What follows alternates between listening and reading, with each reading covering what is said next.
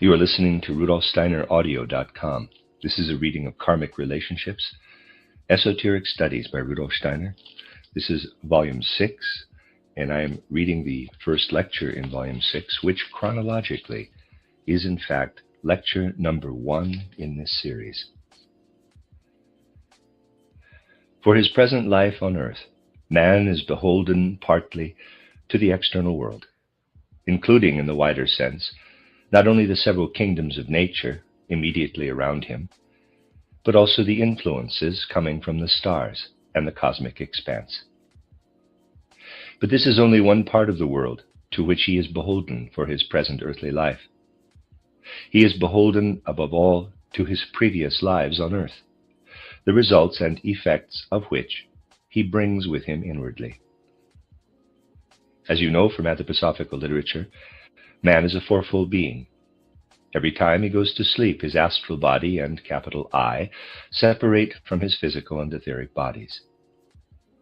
Of these members, only the physical and etheric bodies owe their character and composition to the world, lying visibly, or also as etheric world invisibly, around man. On the other hand, everything that he bears within him in his astral body and ego in his present earthly existence, he owes entirely to what he experienced in the past, in earlier lives on earth. In the outer physical world, there are two portals, two gates, through which the life of man, taken in its entirety, reaches out beyond this world. We will begin today by considering this cosmic aspect, and conclude with a study very directly concerned with human life. For inhabitants of the earth, these two gates are the moon and the sun. The fact is that modern science knows very little indeed about the heavenly bodies, actually only what can be determined by calculation or observed by means of instruments. Just think what an inhabitant of Mars would know about the earth if from Mars or from some other star he were to acquire his knowledge by employing the same methods as those employed by the inhabitants of the earth. He would know no more than that the earth is a luminous body, radiating into cosmic space the light it reflects from the sun. He might form all kinds of hypotheses, just as men do about Mars, as to whether beings do or do not exist on the earth. But an inhabitant of the earth knows that beings of his own rank and beings of other kingdoms share his dwelling place.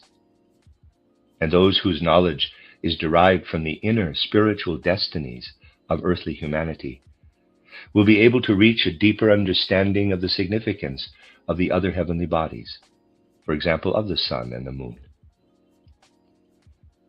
Let us think about what may be said of this physical, psychic, and spiritual aspect of moon existence. I must here remind you of many things to be found in the book titled Occult Science, an Outline, Reader's Aside, also known as An Outline of Esoteric Science, and of Reader's Aside, and in several of the printed lecture courses.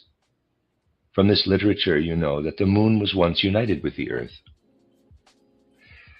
It is accepted by orthodox modern science, at any rate by its most important representatives, that the physical moon once separated from the earth, and, if I may put it so, chose its own position in cosmic space. But spiritual science discloses that not only did the physical moon separate from the earth, but that certain beings went with it, beings who had once inhabited the earth together with men. They were of a much higher spiritual rank than man in his physical embodiment, but they were in close intercourse with men, although this intercourse was altogether different from the relationships between human beings today. Anyone who devotes even cursory study to the early history of the earth and its spiritual achievements will feel deep reverence for the different civilizations. Certainly our forefathers, that is to say we ourselves in earlier incarnations, were not as, in quotes, clever in the modern sense as we imagine ourselves to be today. But in point of fact, they knew a great deal more. Knowledge, after all, is not acquired through cleverness only. Cleverness comes from intellect, and intellect is only one of the human faculties, although nowadays it is prized, especially by science, more highly than all the others. Yet when we see how the world has developed in a moral and social respect in this enlightened 20th century, there is really no cause to be so very proud of our intellectual culture, which has come into being only in the course of time. Even if with no other aid than external history, we go back and consider, for example, what originates from the ancient East, we cannot but feel great reverence. The same may apply even to certain achievements of so-called uncivilized peoples. But we will think now only of ancient India and Persia, of the wonderful wisdom contained in the Vedas, in Vedanta or Yoga philosophy. If we let these things work upon us, not superficially, but with all their deep intensity, we shall feel an ever-increasing reverence for what past ages created, not through cleverness as we know it, but in a quite different way. Spiritual science makes it clear that what has been preserved in documentary records is only the residue of a wonderful primeval wisdom of mankind. It was expressed in a much more poetic, artistic language than is used for our modern knowledge. But it was nevertheless wonderful wisdom, imparted to men by beings at a stage of evolution far higher than that of humanity on earth. Intellectual thinking takes place, after all, through the instrumentality of the physical body, and these beings had no physical body. This accounts for the fact that they conveyed their primordial wisdom to mankind in an essentially poetic, artistic form. These beings did not remain with the earth. The majority of them today actually inhabit the moon and the heavens. What modern science can discover has to do only with the external properties of the moon. The moon is in truth the home of lofty spiritual beings, whose task once was to inspire earthly humanity with the primeval wisdom. They then withdrew to establish this moon colony in the cosmos. It is clear from what I have said about these beings, who now inhabit the moon, that our own human past is connected with them. In earlier lives, we were their terrestrial companions, and our connection with them is immediately evident if we look beyond what external knowledge and external life can give to man.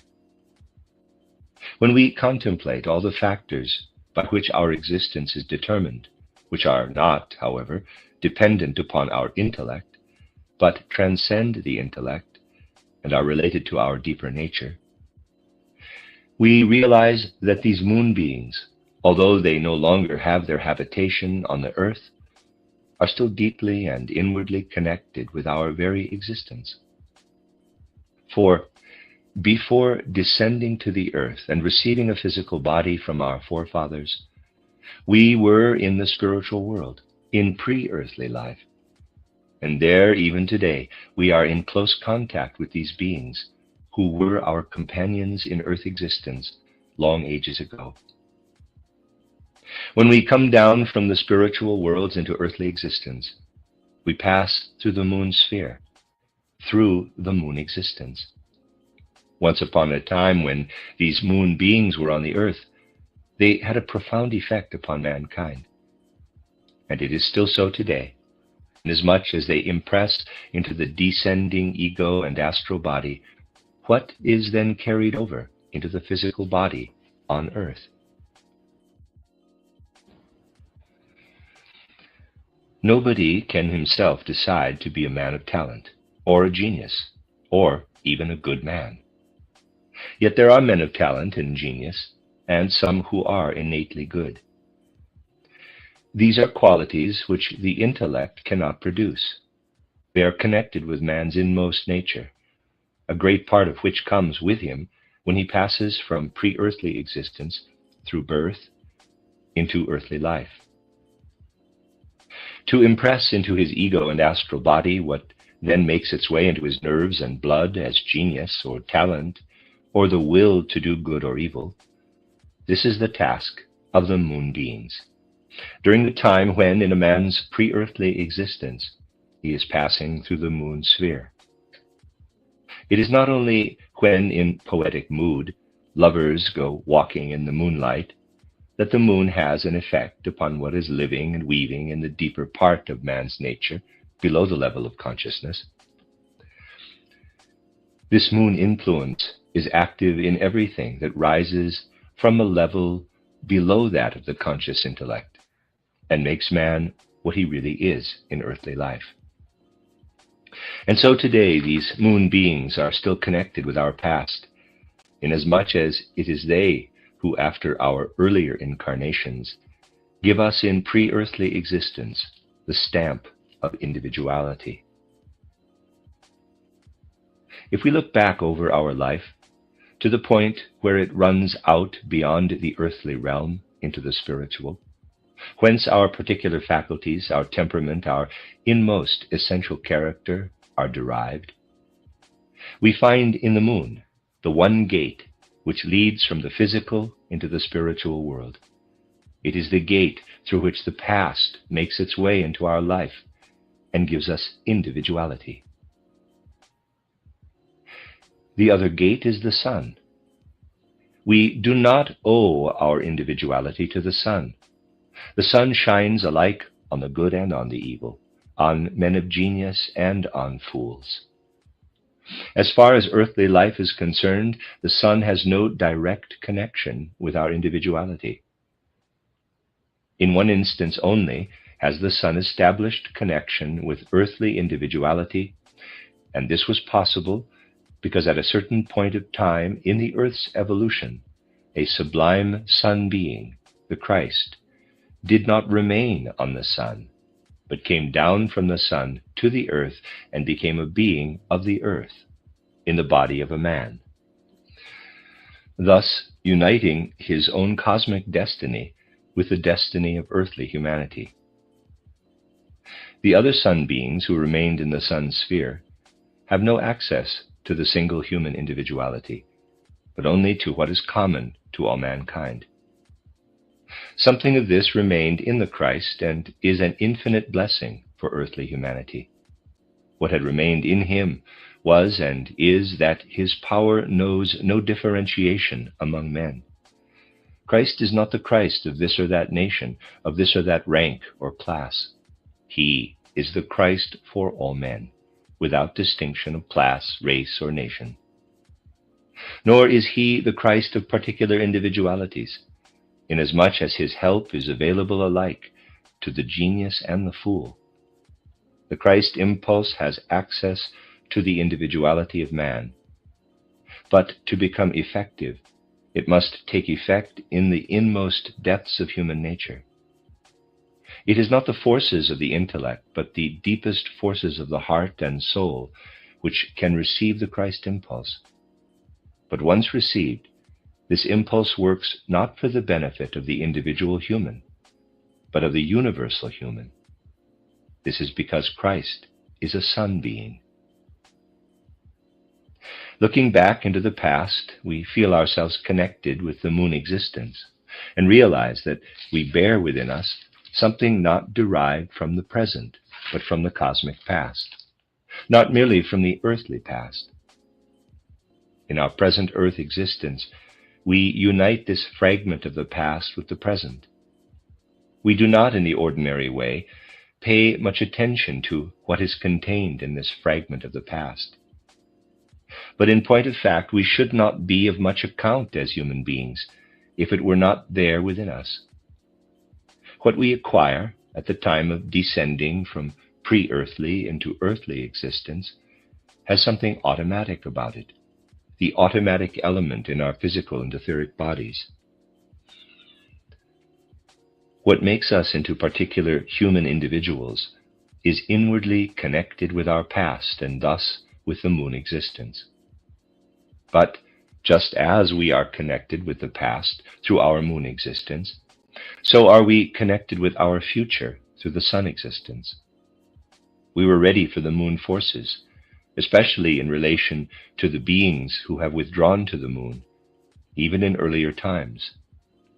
For the sun, which works today as an impulse in the sphere of the universal human only, we shall not be ready until a very distant future, when evolution has reached a much more advanced stage. The sun today can reach only to our external being. Not until distant future ages will it be able to reach our individuality, the inmost core of our being. When the earth is no longer earth, when it has passed into quite another metamorphosis, then and then only shall we be ready for the sun existence. Man is so proud of his intellect, but the intellect in present humanity is purely a product of the brain of the earth, since it is tied to the brain, and the brain, despite current belief, is the most physical structure in the human organism. The sun is perpetually wresting us away from this bondage to the earthly. For the sun does not in reality work upon our brain. If it did, we should produce much cleverer thoughts. From the physical aspect, the sun's influence is exerted on the heart, and what streams out from the heart is sun activity. Through the brain, men are essentially egotistic. Through the heart, they become free from egoism and rise to the level of the universal human. Thus, through the sun, we are more than we should be if we were left to our own resources in our present earth existence. Let me put it like this. If we can really find our way to the Christ, He enables us, because He is a sun being, to be more than we could otherwise be. The sun stands in the heavens personifying the future, whereas the moon personifies the past. The sun is the other gate into the spiritual world, the gate leading to the future. Just as we are impelled into earthly existence by the moon beings and moon forces, so through death we are impelled out of it by the sun forces. These sun forces are connected with that part of our nature of which we are not yet master, which the gods have given us so that we may not wilt in earthly life, but reach out beyond our own limitations.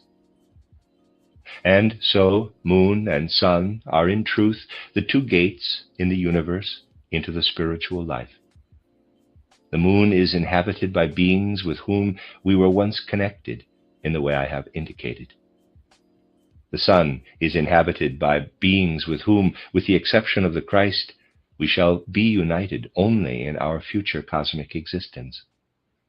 The Christ will lead us to those who were once His companions on the sun. But this, as far as man is concerned, belongs to the future. We have said that the influences of the moon work upon us from the spiritual world. The same is true of the influences working from the sun upon our physical and etheric bodies. Think, for example, of the temperaments. There are forces in the temperaments which play into the physical body, but more particularly into the etheric body. This is regulated by the interplay of sun and moon. A man with a strong vein of melancholy in his temperament is strongly influenced by the moon. Similarly, a man with a markedly sanguine vein in his temperament is strongly influenced by the sun. A man in whom the quality of sun and moon are in balance and neutralized will be a phlegmatic type. When the physical element, as such, plays into a man and comes to expression in the life of soul, as in the temperaments, the sun and moon forces are in play in the whole of his being.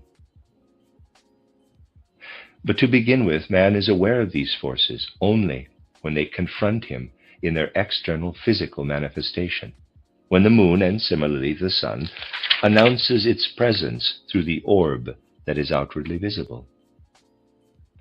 Yet forces far transcending the physical are taking effect. We must always speak of the sun and moon as spiritual realities, and that is easy enough to realize. Think of a human body. This body today no longer has within it the same substances as it had 10 years ago. You are perpetually casting off these physical substances and replacing them by new. What endures is the spiritual form of man, the configuration of inner forces. Suppose you had been sitting in this room 10 years ago. You do not bring with you now the flesh and blood that were within you then as material substance. The physical is involved in a perpetual stream from within outward. It is being cast off all the time. Although this is a known fact, it is not always remembered. It is a fact in the cosmos too. People think that the moon which shines down upon the earth today is the same moon which shone upon Caesar or Alcibiades or Buddha. Spiritually, yes, it is the same moon, but not in respect of physical substance. As for the sun, the physicists and astrophysicists calculate how long it will be before it disintegrates in cosmic space. They know that it will disintegrate, but they reckon in terms of millions of years. The same kind of results would be obtained if such calculations were applied to the human being. The calculations are absolutely correct and cannot be faulted. Only they are not true. They are dead correct. But just think of it. If you examined a human heart today, then 5 days later, and then again after a further 5 days, you could calculate from the minute changes what it was like 300 years ago and what it will be like 300 years hence. In the same way, geology can calculate what the Earth looked like 20 million years ago and what it will look like 20 million years hence. The calculations may be perfectly correct, but the Earth was not in existence 20 million years ago and will not be in existence 20 million years from now. The calculations themselves are correct, but they are not true. Not even for the shortest periods does the cosmos differ from man in this respect. Although mineral substances last essentially longer in that form than the configuration of substance in living bodies, yet even the purely physical part of mineral substances is transient. As I have said, the moon is the sky today is in its physical composition no longer the same moon which shone upon Caesar or Alcibiades or the Emperor Augustus, for its substance has changed, just as the substance of a man's physical body has changed. What endures out there in the cosmos is the spiritual element, just as in the case of a human being, what endures from birth to death is the spiritual entity, not the physical substance.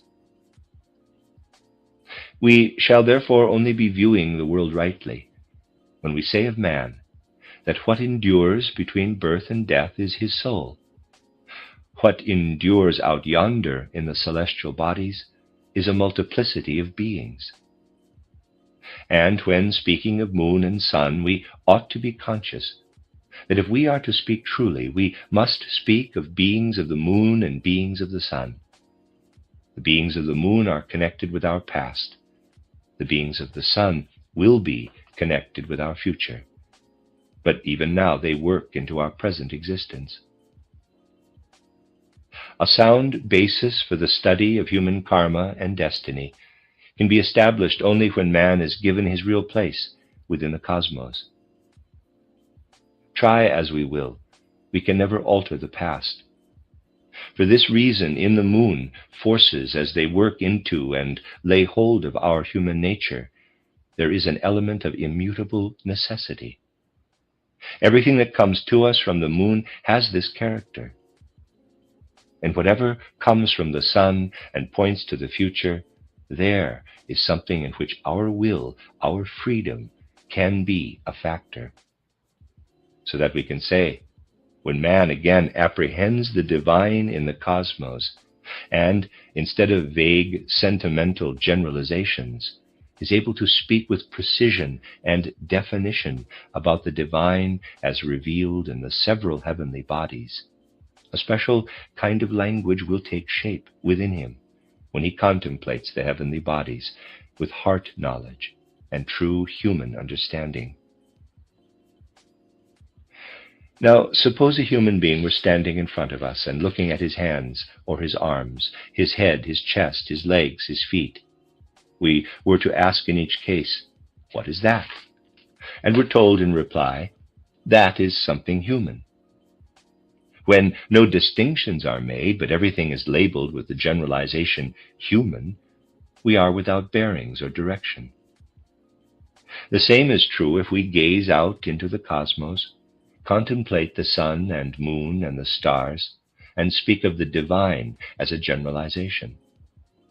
We must acquire a definite, concretely real view of the divine. And this we do when we recognize, for example, the deep connection of the moon with our own past, indeed with the past of the whole earth. Then, when we look at the moon in the heavens, we can say, quote, "Thou cosmic offspring of necessity, when I contemplate that within me over which my will has no sway, I feel inwardly united with thee." Close quote. Our knowledge of the moon then becomes feeling, for we realize that every experience arising perceptibly out of inner necessity is connected with the moon. If in the same way we contemplate the inmost nature of the sun, not merely making calculations or observing it through instruments, we shall feel its kinship with everything that lives in us as freedom, with everything that we ourselves can achieve for the benefit of the future. Such experiences would enable us to find a link with the instinctive wisdom of primeval humanity. For we cannot rightly understand what radiates with such poetic beauty from ancient civilizations unless we can still feel, when we gaze at the moon, that there we are glimpsing the past with its element of necessity, and when we gaze at the sun, that there we are glimpsing the freedom belonging to the future. Necessity and freedom interweave in our destiny. In terms of the terrestrial and human, we speak of necessity and freedom. In terms of the heavenly and cosmic, we speak of moon existence and sun existence. Discover how the forces of the sun and moon work in the web of our destiny. We meet some human being. As a rule, the fact that we have met him is enough in itself. We accept life as it comes without being very observant or giving it much thought. But deeper scrutiny of individual human life reveals that when two persons meet, their paths have been guided in a remarkable way. Think of two individuals, one aged 25 and the other aged 20, who meet. They can look back over the course of their lives hitherto, and it will be evident to each of them that every single happening in the life of the one, say the 20-year-old, had impelled him from quite a different part of the world to this meeting, at this particular place, with the other. The same will be true of the 25-year-old. In the forming of destiny very much depends upon the fact that human beings, starting from different parts of the world, meet as though guided by an iron necessity directly to the meeting point. No thought is given to the wonders that can be revealed by studies of this kind, but human life is infinitely enriched by insight into such situations and impoverished without it. If we begin to think about our relationship to some human being whom we seem to have met quite by accident, we shall have to say to ourselves that we had been looking for him, seeking for him, ever since we were born into this earthly existence, and as a matter of fact, even before then. But I do not want to go into that at the moment. We need only remind ourselves that we should not have come across this individual if at some earlier point in earthly life we had taken only a slightly different direction to the left or to the right, and had not gone the way we did. As I said, people do not give any thought to these matters, but it is sheer arrogance to believe that something to which one pays no attention is non-existent. It is a fact and will eventually reveal itself to observation. There is, however, a significant difference between what takes place before the actual meeting of two individuals and what takes place from that moment onward. Before they met in earthly life, they had influenced each other without having any knowledge of the other's existence. After the meeting, the mutual influence continues, but now they know each other. And this again is the beginning of something extremely significant. Naturally, we also meet many individuals in life for whom we have not been seeking. I will not say that we meet a great many people of whom we might think that it would have been better not to have done so. I am not suggesting any such thing. But at all events, we do meet many individuals of whom we cannot say that we have deliberately set out to find them. If what I have now been saying is viewed in the light of spiritual science, it becomes clear that what has been in operation between two human beings before they actually meet in earthly life is determined by the moon, whereas everything that takes place between them after their meeting is determined by the sun. Hence, what occurs between two human beings before they become acquainted can only be regarded as the outcome of iron necessity, and what happens afterward as the expression of freedom, of mutually free relationship and behavior. It is indeed true that when we get to know a human being, our soul subconsciously looks back and forward, back to the spiritual moon, forward to the spiritual sun. And with this is connected the weaving of our karma, our destiny. Very few people today have faculties for perceiving these things. But it is precisely because these faculties are beginning to develop that so much in our age is in a state of ferment. The faculties are already present in numbers of human beings, only they are unaware of it, and ascribe the effects to all kinds of other causes. In reality, these faculties of perception are striving to function so that when human beings become acquainted with one another, they may realize how much is due to iron necessity, to the forces of the moon, and how their relationship will go forward in the light of the sun, in the light of freedom. To experience destiny in this way is itself part of the cosmic destiny of humanity today, and on into the future. When we meet a human being in the world, we can distinguish quite clearly between two kinds of relationship. In the case of one individual, the relationship proceeds from the will. In the case of another, it proceeds more or less from the intellect, or even from the aesthetic sense. Think of the subtle differences in the relationships between human beings, even in childhood or youth. We may love an individual, or perhaps we hate him. If our feelings do not reach this intensity, we shall feel sympathy or antipathy. Our feelings in this case do not go very deep. We just pass him by or let him pass us by. It cannot be denied that this was how we felt about most of our teachers at school, and we should count ourselves fortunate if it was not so. But a quite different kind of relationship is possible, even in childhood. It is when we are so inwardly affected by what we see a person do that we say, we must do it too. The relationship between us makes us choose him as a hero, as one we must follow on the path to Olympus. In short, some human beings have an effect upon our intellect, or at best upon our aesthetic sympathy or antipathy, and others have a direct effect upon our will. Or think of the other side of life. External circumstances may bring us into very close contact with certain individuals, yet we simply cannot dream about them. We may meet others only once, yet we never seem to be free of them. We are always dreaming about them. If a more intimate association is not vouchsafed to us in this present earthly life, this will have to be reserved for other incarnations. However that may be, our relationship to a human being is deeper if, as soon as we meet him, we begin to dream about him.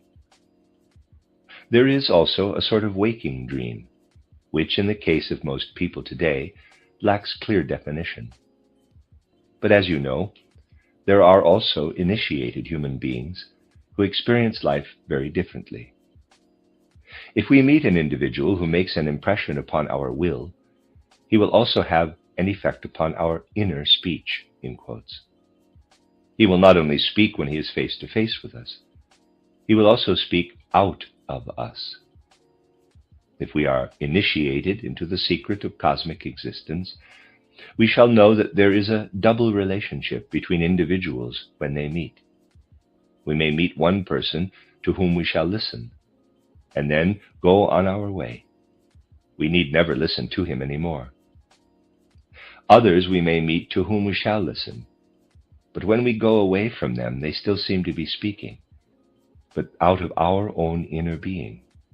They are there, and they really do seem to speak in this way.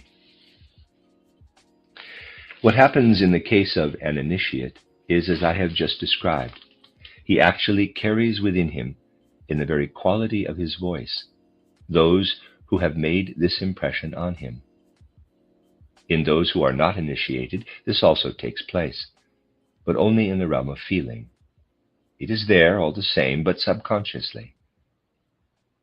Let us assume that we meet an individual and then come across other people who know him as well and will remark what a splendid fellow he is.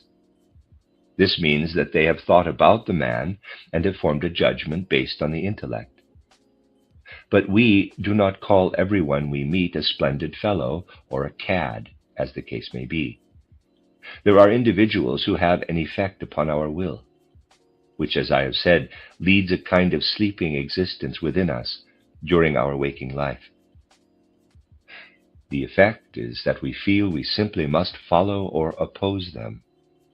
In one who is not initiated, these individuals, even if they do not speak within him, live in his will. What then exactly is the difference between these two kinds of relationships?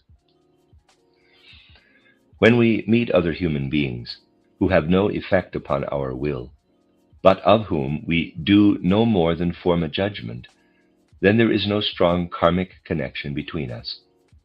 We have had little to do with them in earlier earthly lives. Individuals who affect our very will so that they seem to be always with us, whose form is so strongly impressed upon us that they are always in our thoughts, so that we dream of them even in our waking life. These are the individuals with whom we have had a great deal to do in our past earthly lives, with whom we are, as it were, cosmically connected through the gate of the moon. Whereas in our present life, we are connected through the sun with everything that lives in us, without any element of the necessity belonging to moon existence. Thus is destiny woven. On the one side, man has his isolated, in quotes, head existence, which has considerable independence. Even physically, this head existence raises itself all the time above the general conditions of man's cosmic existence, and in the following way. The brain weighs on average 1,500 grams, and with this weight it would crush all the underlying blood vessels. Just think of it, a weight of 1,500 grams pressing on those delicate blood vessels. But this does not happen. Why not? Simply because the brain is embedded in the cerebral fluid. If you have learned any physics, you will know that a body in water loses as much of its weight as the weight of the volume of water it displaces. This is the so-called principle of Archimedes. The actual weight of the brain is therefore about 20 grams, because the brain floats in the cerebral fluid. Hence, the brain in the body presses with a weight of only 20 grams, certainly not with its actual weight of 1,500 grams. The brain is isolated and has its own existence. As we go about the world, the brain is like a man sitting in his motor car. The man himself does not move. The car moves and he sits still. And our brain, as the bearer of intellect, has an isolated existence. That is why the intellect is so independent of our individuality. If each of us had our own separate and distinct intellect, this would augur badly for any mutual understanding. We are able to understand one another only because we all possess the same principle of intellect, although naturally there are differences of degree.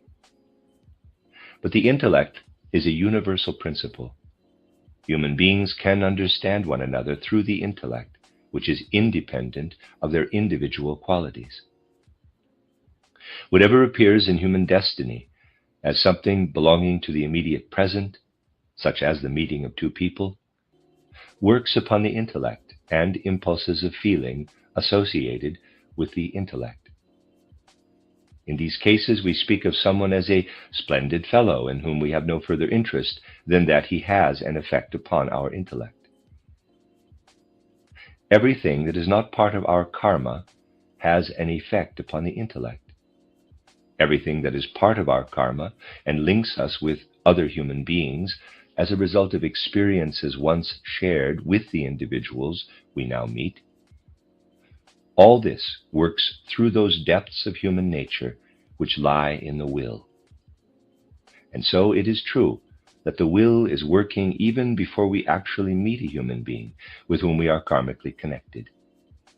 The will is not always illumined by the intellect.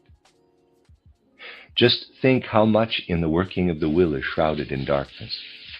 The karma which leads two human beings together is shrouded in the deepest obscurity of all. They become dimly aware that karma is working from the way in which their wills are involved. The moment they come to face to face, the intellect begins to work, and what is then woven by the intellect becomes the basis for future karma. But in essentials, not wholly, but in essentials, it would be true to say that for two human beings who are karmically connected, their karma has worked itself out when the meeting has taken place. Only what they may do after that, as a continuation of what lives in the unconscious, that and that alone becomes part of the stream of future karma. But a great deal is then woven into their destiny, which has an effect only on the intellect and its sympathies and antipathies. Past and future, moon existence and sun existence are here intermingled. The thread of karma that reaches into the past is interwoven with the thread that reaches into the future. We can actually gaze into cosmic existence, for if we watch the sun rising in the morning and look at the moon at night, we can glimpse in their mutual relationships a picture of how necessity and freedom are interwoven in our own destiny. And if, with a concrete idea of the mingling of necessity and freedom in human destiny, we again contemplate the sun and the moon, they will begin to unveil their spirituality to us. Then we shall not speak like the unwitting physicists, who, when they look at the moon, merely say that it reflects the light of the sun. But when we see this light of the moon, which is the same as the light of the sun, we shall rather speak of the weaving of cosmic destiny. Thus, contemplation of our own human destiny leads to a conception of cosmic destiny. Then and only then are we able in the real sense to knit our human existence with cosmic existence. Man must learn to feel himself a living member of the cosmos. Just as a finger is a finger only while it is actually part of a human body, If it is amputated, it is no longer really a finger. So man himself has real being only inasmuch as he is part of the cosmos. But man is arrogant, and the finger would probably be humbler if it had the same kind of consciousness. Yet perhaps it would no longer be humble if it could at any moment tear itself free and move around the body, although it would have to remain in the sphere of a human being in order to remain a finger at all. And man, as earthly man, must remain in the earth's sphere if he is to be man. He is a quite different being. He is a being of eternity when he is outside the earth sphere, either in pre-earthly or post-earthly existence. But again, we can gain knowledge of these spheres of existence only when we recognize that we ourselves are members of the universe. This recognition will never be achieved by fanciful speculation about our connection with the universe, but only when, as we have tried to do today, we learn gradually to feel its concrete reality. Then we feel that our destiny is, in very truth, an image of the world of stars, of the sun sphere and the moon nature, of the sun nature and the moon nature. We learn to look out into the universe and read the scroll of our human life from the life of the great universe. Again, we learn to look into our own soul and to understand the world through it. For nobody understands the moon who does not understand the element of necessity in human destiny. Nobody understands the sun who does not understand the element of freedom in human nature. Such are the interconnections of necessity and freedom. At the Christmas Foundation meeting at the Goetheanum, we tried to give the impulses which would help us to make these facts of true esoteric perception still more effective in the years to come. And I hope that our members will become more and more conscious of what took place at Christmas. I would like particularly to draw your attention to the fact that every member can now receive the news sheet. Through this news sheet and many other developments in the Anthroposophical Society, the whole society should, in future, be able to share in that quickening life which can flow from anthroposophy. The isolation which has hitherto existed between the groups must, as far as possible, come to an end. The Anthroposophical Society can become a real whole only when those who are members of a group in New Zealand know what is going on in a group in Bern, and members of a Bern group know what is going on in New Zealand or New York or Vienna. This should now be possible. And one of the many things we are doing, or at least that we want to do, in connection with the Christmas meeting, is to make this news sheet a medium for all anthroposophical work in the world. It will be necessary to pay some attention to the news sheet, and then everyone will realize what he can do to promote its aims. While I am speaking here, the third number of the news sheet is being issued in Dornach. In it, I have shown how every member can cooperate in making it a genuine reflection of anthroposophical achievements. Only because I believe that to this end it is necessary for anthroposophy to be cultivated more intensively within the society, I do not mean in the sense of more content, but with greater intensity, greater enthusiasm, greater love. Only for these reasons, although in the ordinary way I should have every right at my age to retire, I have decided, after having given up the personal leadership of the society in 1912, to begin again, and to imagine that I have regained my youth and am capable of the work. I want this to be understood as a desire to stimulate interest for a more active life in the Anthroposophical Society. My hope, and anyone who was not at Dornach can read about it in the Goetheanum Weekly and the news sheet, is that whatever of spiritual value was achieved at the Christmas meeting shall in some way reach every individual member. Thereby the aim of bringing true esoteric life into the society will be achieved, The High School for Spiritual Science was founded at Christmas with the aim that esoteric life shall again flow into the Anthroposophical Society. I hope that the words I have spoken to you today will have expressed the desire that this esoteric life may again unfold among us in a way that will be made clearer and clearer to you. This aim can become reality through what can go out in future from Dornach as the center where the General Anthroposophical Society was founded at Christmas. May the members of this Bern group be able to contribute effectively to what we should like to achieve in Dornach for the whole movement, to the extent that our forces permit. That is the end of Lecture 1 of Volume 6, which in fact is Lecture 1 in the chronological sequence. You are listening to RudolfSteinerAudio.com. This is a reading of Karmic Relationships, Esoteric Studies by Rudolf Steiner, Volume 6. And this is Lecture 2 in Volume 6, which is chronologically Lecture 23. Anthroposophical friends in Bern have already heard that the aim of the Christmas Foundation meeting at the Goetheanum was to bring a new trend into the Anthroposophical movement. The importance of becoming conscious of this new trend cannot be stressed too often, for the gist of the matter is this. Before the Christmas Foundation meeting, in practice at any rate, even if not invariably, the Anthroposophical Society was regarded as a sort of administrative center for the content and the impulse of anthroposophy. This essentially has been the position since the Anthroposophical Society made itself independent of the Theosophical Society.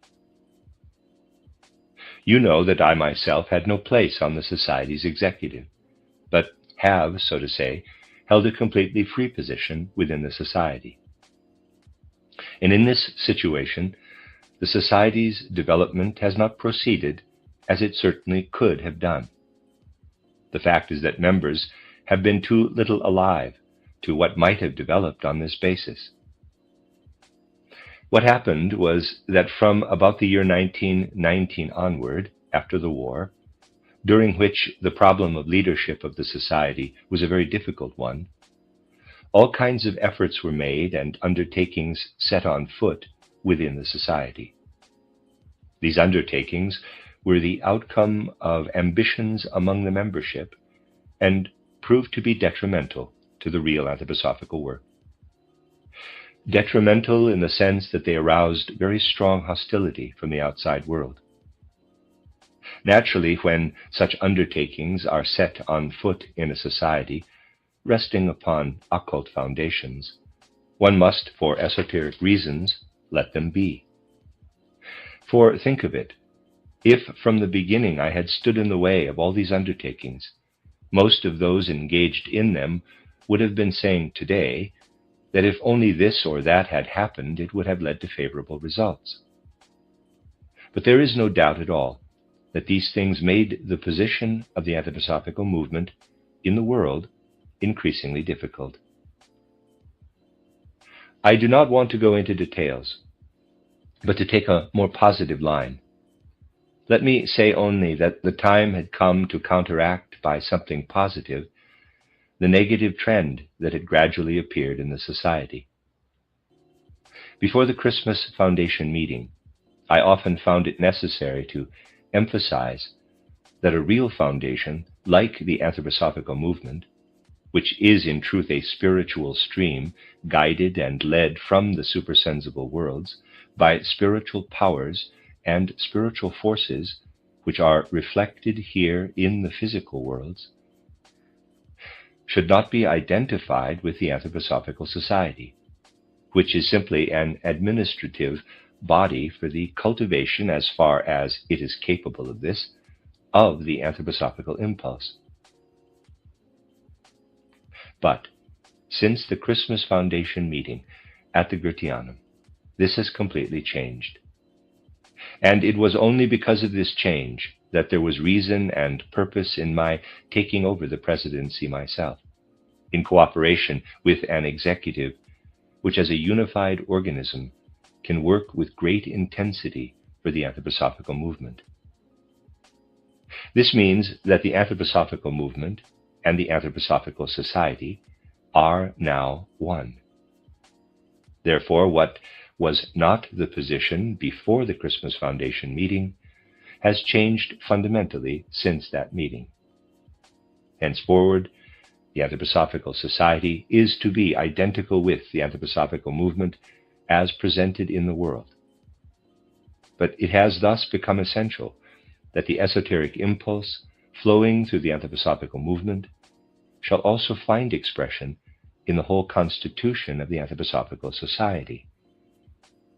Therefore, since this Christmas Foundation meeting in Dornach, it must be recognized unconditionally that the establishment of the Dornach executive is itself an esoteric matter, that a stream of true esotericism must flow through the society, and that the institution of the executive is to be regarded as an esoteric deed. This was the premise on which the executive was formed. Further, it must always be remembered that from now onward, the Anthroposophical Society will no longer exist merely as a body for the administration of anthroposophy. Anthroposophy itself must be practiced in everything that happens in the Anthroposophical Society. What is done must itself be anthroposophical. That apparently is what it is so difficult to realize. Let me read that again. That apparently is what it is so difficult to realize. Nevertheless, friends must gradually get it into their consciousness that this fundamental change has taken place. As a first step, in the news sheet appended to the Goetheanum Weekly, an effort has been made to introduce into the Society something that can provide unified substance for the membership, can further a unified flow of spiritual reality through the movement. A unified trend of thought is made possible, particularly through the weekly leading thoughts, which should be a kind of basic seed for work in the groups. It is really remarkable that so much misunderstanding still exists as to what the anthroposophical movement really is. A short while ago, I received a letter from a fairly recent member of the Anthroposophical Society. This letter expatiated on the alleged incorporation of the Christian community into the Anthroposophical Society. Parenthesis, the matter is of no importance here in Switzerland, but I mentioned it as an example, close parenthesis. At a certain point, I had made it quite clear from the Goetheanum and Dornach how the relationship between this Christian community and the Anthroposophical Society is to be thought of. I emphasized that I cannot in any way be regarded as the founder of the Christian community on the basis of the Anthroposophical Society, but that the Christian community formed itself through me by the side of the Anthroposophical Society. At the time, I used the expression, quote, through me as a private individual, close quote. The letter referred to seizes hold of this expression, private individual, after saying that a renewal of religion cannot come about through a human being, but only from the higher spheres. For a renewal of religion can be achieved only by divine spiritual powers. That is quite right. But something has been overlooked, and it is essential for this something to be fully grasped in the Anthroposophical Society. What must be grasped is that the Anthroposophical movement is such, in which, moreover, there also lies the source for a renewal of religion, certainly does not owe its origin to a human impulse alone, but has been sent into the world under the influence of divine spiritual powers, and by their impulse. Only when anthroposophy itself is seen to be a spiritual reality, which flows as an esoteric impulse through civilization, will it be possible to have the right view, the right point of view, when some other body comes into being with its source in anthroposophy. And an objection like that contained in the letter cannot arise. The consciousness must be there that henceforward the Anthroposophical Society will be led from the Goetheanum on an esoteric basis. Connected with this is the fact that a completely new trend will pervade the anthroposophical movement as it must now be conceived. Therefore, you too, my dear friends, will notice how differently it has been possible to speak since that time. In the future, it will amount to this. In all measures taken by the anthroposophical movement, which is now identical with the Anthroposophical Society, the responsibility is to the spiritual powers themselves. But this must be correctly understood. It must be realized that the title, quote, General Anthroposophical Society, close quote, may not be used in connection with any event or fixture organized without understanding having first been reached with the Dornach executive. That anything inaugurated by Dornach may not be made further use of without corresponding agreement with the executive.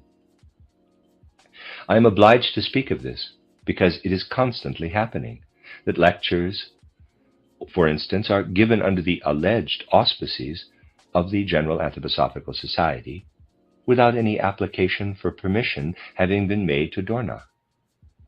Matters which have an esoteric foundation, formula, and the like are sometimes adopted without obtaining the agreement of the Dornach executive. And this is absolutely essential, for we have to do with realities, not with administrative measures or formalities. So, for all these and similar matters, agreement must be sought from or a request made to the Dornach executive. If agreement is not forthcoming, the arrangements in question will not be regarded as issuing from the anthroposophical movement. This would have in some way to be made plain. Everything that savors of bureaucracy, all administrative formalities, must in the future be eliminated from the Anthroposophical Society. Relationship within the Anthroposophical Society is a purely human relationship. Everything is based upon the human reality. Perhaps I may mention here, too, that this is already indicated by the fact that every one of the 12,000 membership cards now being issued are personally signed by me. I was advised to have a rubber stamp made for the signature, but I shall not do so. It is only a minor point, but there is, after all, a difference when I have let my eyes rest on the name of a member. Thereby the personal relationship, abstract though it be, has been made. Even if it is an external detail, it should nevertheless be an indication that in future we shall endeavor to make relationships personal and human. Thus, for example, when it was recently asked in Prague whether the Bohemian Landesgesellschaft can become a member of the Anthroposophical Society, the decision had to be that this is not possible. Individual human beings alone can become members of the Anthroposophical Society. They can then join together to form groups, but they become members as individuals and have the membership card as such. Legal entities, in other words, non-human entities, will have no such card. Similarly, the statutes are not official regulations, but a simple statement of what the esoteric executive in Dornach wishes, out of its own initiative, to do for the anthroposophical movement. In future, all these things must be taken with the utmost seriousness. Only so will it be possible to bring into being in the Anthroposophical Society the attitude which, if it were absent, would make it impossible for me to take over the presidency of the Society. Through the Christmas Foundation, a new character and impulse is to enter into all our work. In the future, whatever is said will have a spiritual source, so that many things that have happened recently can happen no longer. A great deal of the hostility, for instance, has arisen as a result of provocative actions in the Society. Naturally, all kinds of questionable elements play a part, but in the future we can no longer adopt toward the hostility the attitude we have adopted in the past. For the lecture courses are available for everyone and can be obtained from the Anthroposophische Philosophische Verlag. We shall not let them be advertised in the book trade. Their release is not to be taken to mean that they will be handed over to the book trade, but they will be accessible to everyone. This fact in itself refutes the statement that the Anthroposophical Society is a secret society with secret literature. In the future, however, a very great deal will flow through the anthroposophical movement, in respect of which no kind of relation with a hostile outside world will be possible. Much of what will be introduced into the teachings of the Anthroposophical Society in the future will be of such a nature that it will inevitably evoke hostility in the outside world. But we shall not worry about it because it is a matter of course. And so I want to speak to you today in this spirit, to speak particularly of how different a light is shed upon the historical evolution of mankind when the study of karmic relationships in world existence is pursued in real earnest. At the very first gathering held in Berlin for the purpose of founding the German section of the Theosophical Society, I chose for a lecture I proposed to give the title Practical Questions of Karma. I wanted to introduce then what I intend to achieve now, namely the serious and earnest study of karma. In the German section of the Theosophical Society, at the time there were several old members of the society. They literally quaked at my intention to begin in such an esoteric way. And in actual fact, the attitude and mood for it were not there. It was quite obvious how little the people were prepared in their souls for such things. It was impossible at that time to proceed with the theme Practical Questions of Karma in the form that had been intended. Conditions made it necessary to speak in a much more exoteric way. But now, with more than 2 decades of preparatory work behind us, a beginning must be made with real esotericism. The Christmas Foundation meeting, when the esoteric impulse came into the society, has actually taken place. And so now a link can be made with that time when the intention was to introduce this esoteric trend into the society. What is the historical evolution of humanity when we consider what is revealed by the fact of repeated earthly lives?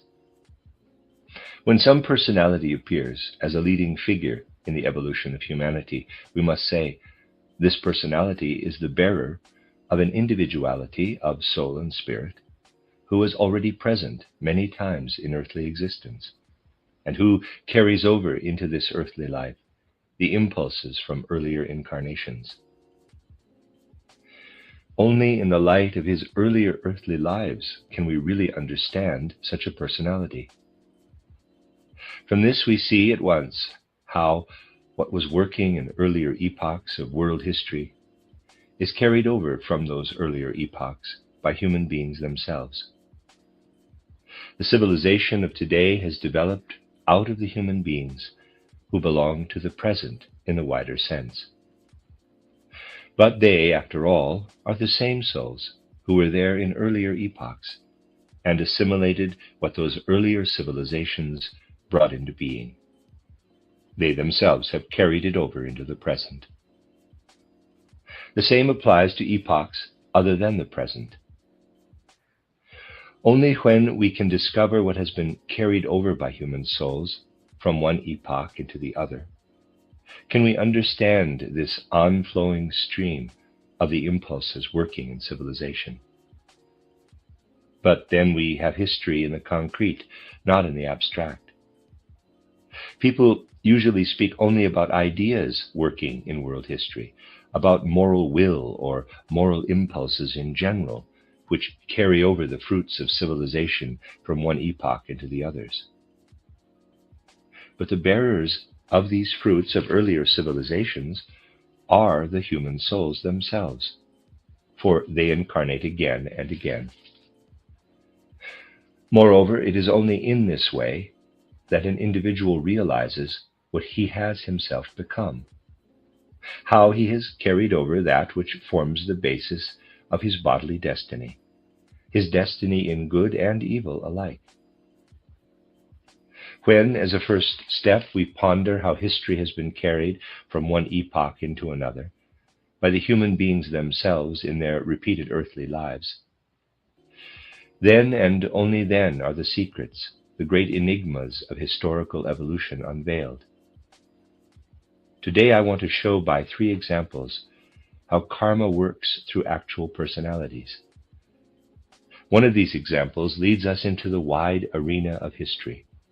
The other 2 deal more with the reincarnations of particular individuals. Our modern civilization contains a great many elements that are really not altogether in keeping with Christianity, with true Christian evolution.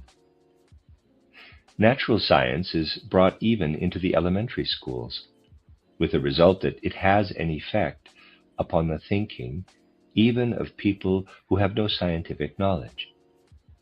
These impulses are really not Christian. Whence do they originate? You all know that about 600 years after the founding of Christianity, Arabism, inspired by Muhammad, began to spread abroad. In Arabism, Muhammad founded a body of doctrine which in a certain sense was at variance with Christianity. To what extent at variance? The concept of the 3 forms of the Godhead, Father, Son, Spirit, is of the very essence of Christianity.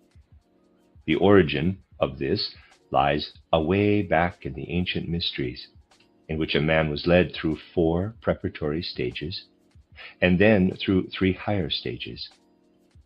When he had reached the 5th stage, he came forth as a representative of the Christ, at the 7th and highest stage as a representative of the Father. I want only to make brief mention of this. It is the Trinity that makes it possible for the impulse of freedom to have its place in the evolution of Christianity. We look upward to the Father God, seeing in the Father God the spirituality implicit in all those forces of the universe which go out from the moon to earth existence. All those forces which in earth existence have to do with the impulses of physical germination, in man therefore with propagation, proceed from the moon. It must, of course, always be remembered that the human process of reproduction has its spiritual side.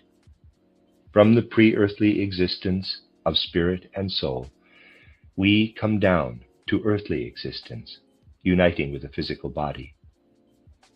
But everything that is responsible for placing the human being from birth onward into earthly life is a creative act of the Father God, a creative act for the earth through the moon forces.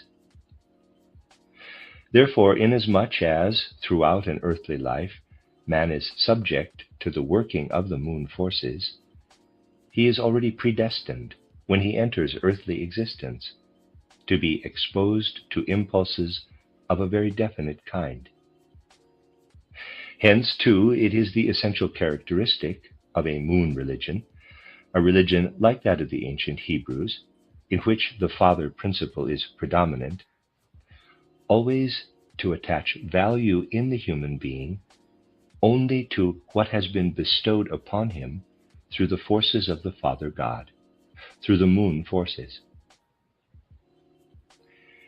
When Christianity was founded, ancient mystery truths were still current in Christ's environment. Truths deriving, for example, from specific phenomena of life in the earliest period of post-Atlantean evolution. Grotesque as they seem today, these phenomena were grounded in the very nature of man. During the first epoch of post-Atlantean civilization, the ancient Indian epoch, When a man had reached the age of 30, a radical change, a complete metamorphosis, took place in his earthly life. So radical was the change that, expressed in modern words, it would have been perfectly possible for a man who had passed his 30th year to meet a younger man whom he had known quite well, perhaps as a friend. But when this younger man greeted him, the other would simply not understand what he was trying to do. When the older man had passed the age of 30, he had forgotten everything he had hitherto experienced on the earth. And whatever impulse worked in him in the later years of his life was imparted to him by the mysteries. This is how things were in the earliest period after the Atlantean catastrophe. If he wanted to know what his life had been before his 30th year, a man was obliged to inquire about it from the little community around him. At the age of 30, the soul was so completely transformed that the man was veritably a new being. He began a new existence, just as he had done at birth. In those days it was known that until the 30th year of life, the forces of youth were at work. Thereafter, it was the task of the mysteries, with the very real impulses they contained, to see to it that a genuinely human existence should continue in the man's soul. And this the mysteries were able to do because they were in possession of the secret of the Son, S-O-N. Christ lived in an age when the secrets of the Son, I can do no more than touch upon them here, had been lost, were known only to small circles of men. But because of the experience undergone in his 30th year, Christ was able to reveal that he, as the last to do so, had received the Son impulse directly from the cosmos, in the way it must be received, if after his 30th year a man is to be dependent upon the sun forces, S-U-N, just as hitherto he was dependent upon the moon forces. Christ has enabled men to understand that the sun principle, S-O-N, within him is the sun being, S-U-N, once awaited in the mysteries, but then as a being not yet on the earth. And so, just as in the ancient mysteries, men had gazed into the secrets of the sun, S-U-N, it was made clear to them that their gaze must now turn to the Christ, realizing that now the sun mystery, S-U-N, had entered into man. In the first centuries of Christianity, this wisdom was completely exterminated. Star wisdom, cosmic wisdom, was exterminated, and a materialistic conception of the mystery of Golgotha gradually took shape.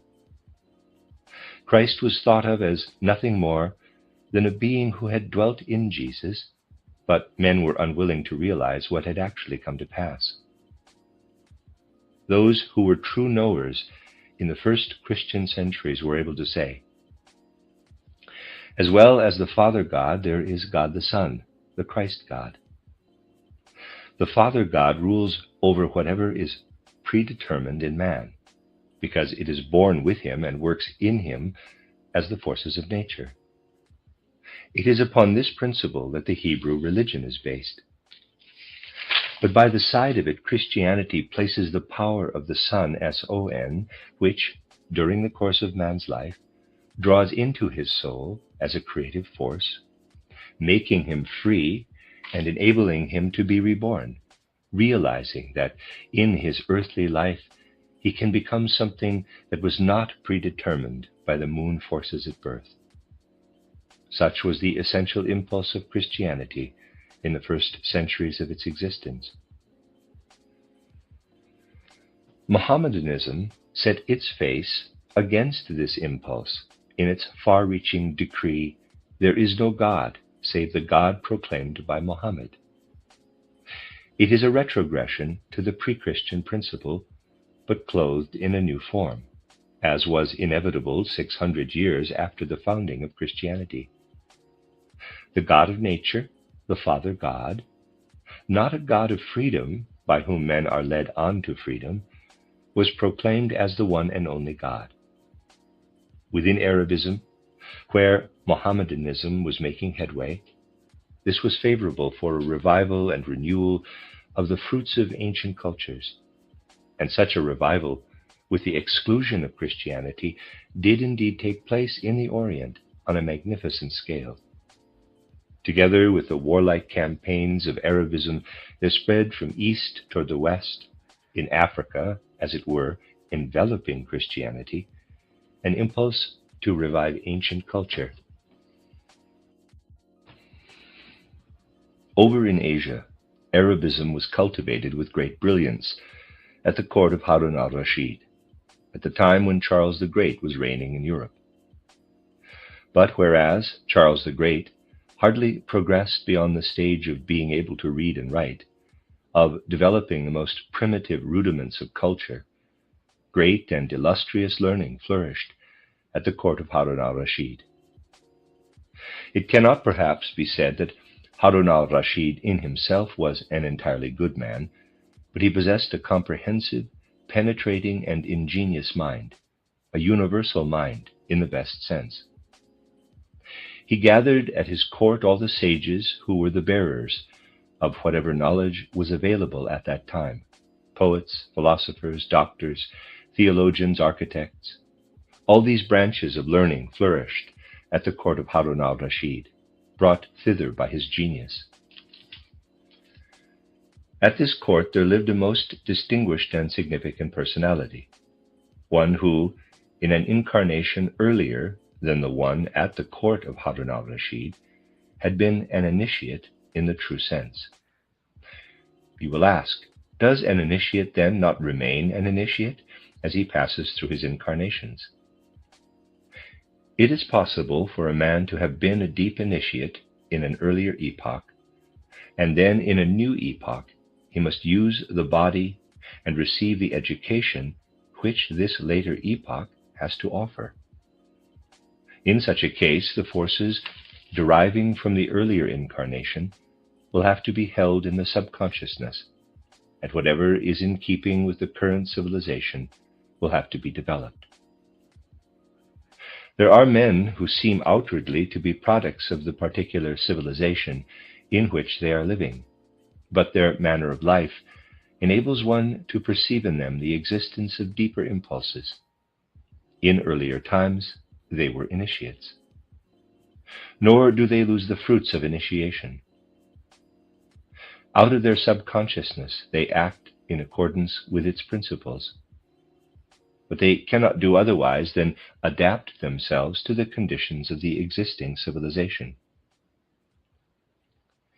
The personality of whom tradition says that he made magnificent provision for all the sciences at the court of Harun al-Rashid was only one of the most eminent sages of his time, with a genius for organization so outstanding that he was virtually the source of much that was achieved at the court of Harun al-Rashid. The spread of Arabism continued for many centuries, as we know from the wars waged by Europe in an attempt to keep it within bounds. But that was not the end of it. The souls who were once active in Arabism passed through the gate of death, developed onward in the spiritual world, and remained connected in a sense with their work.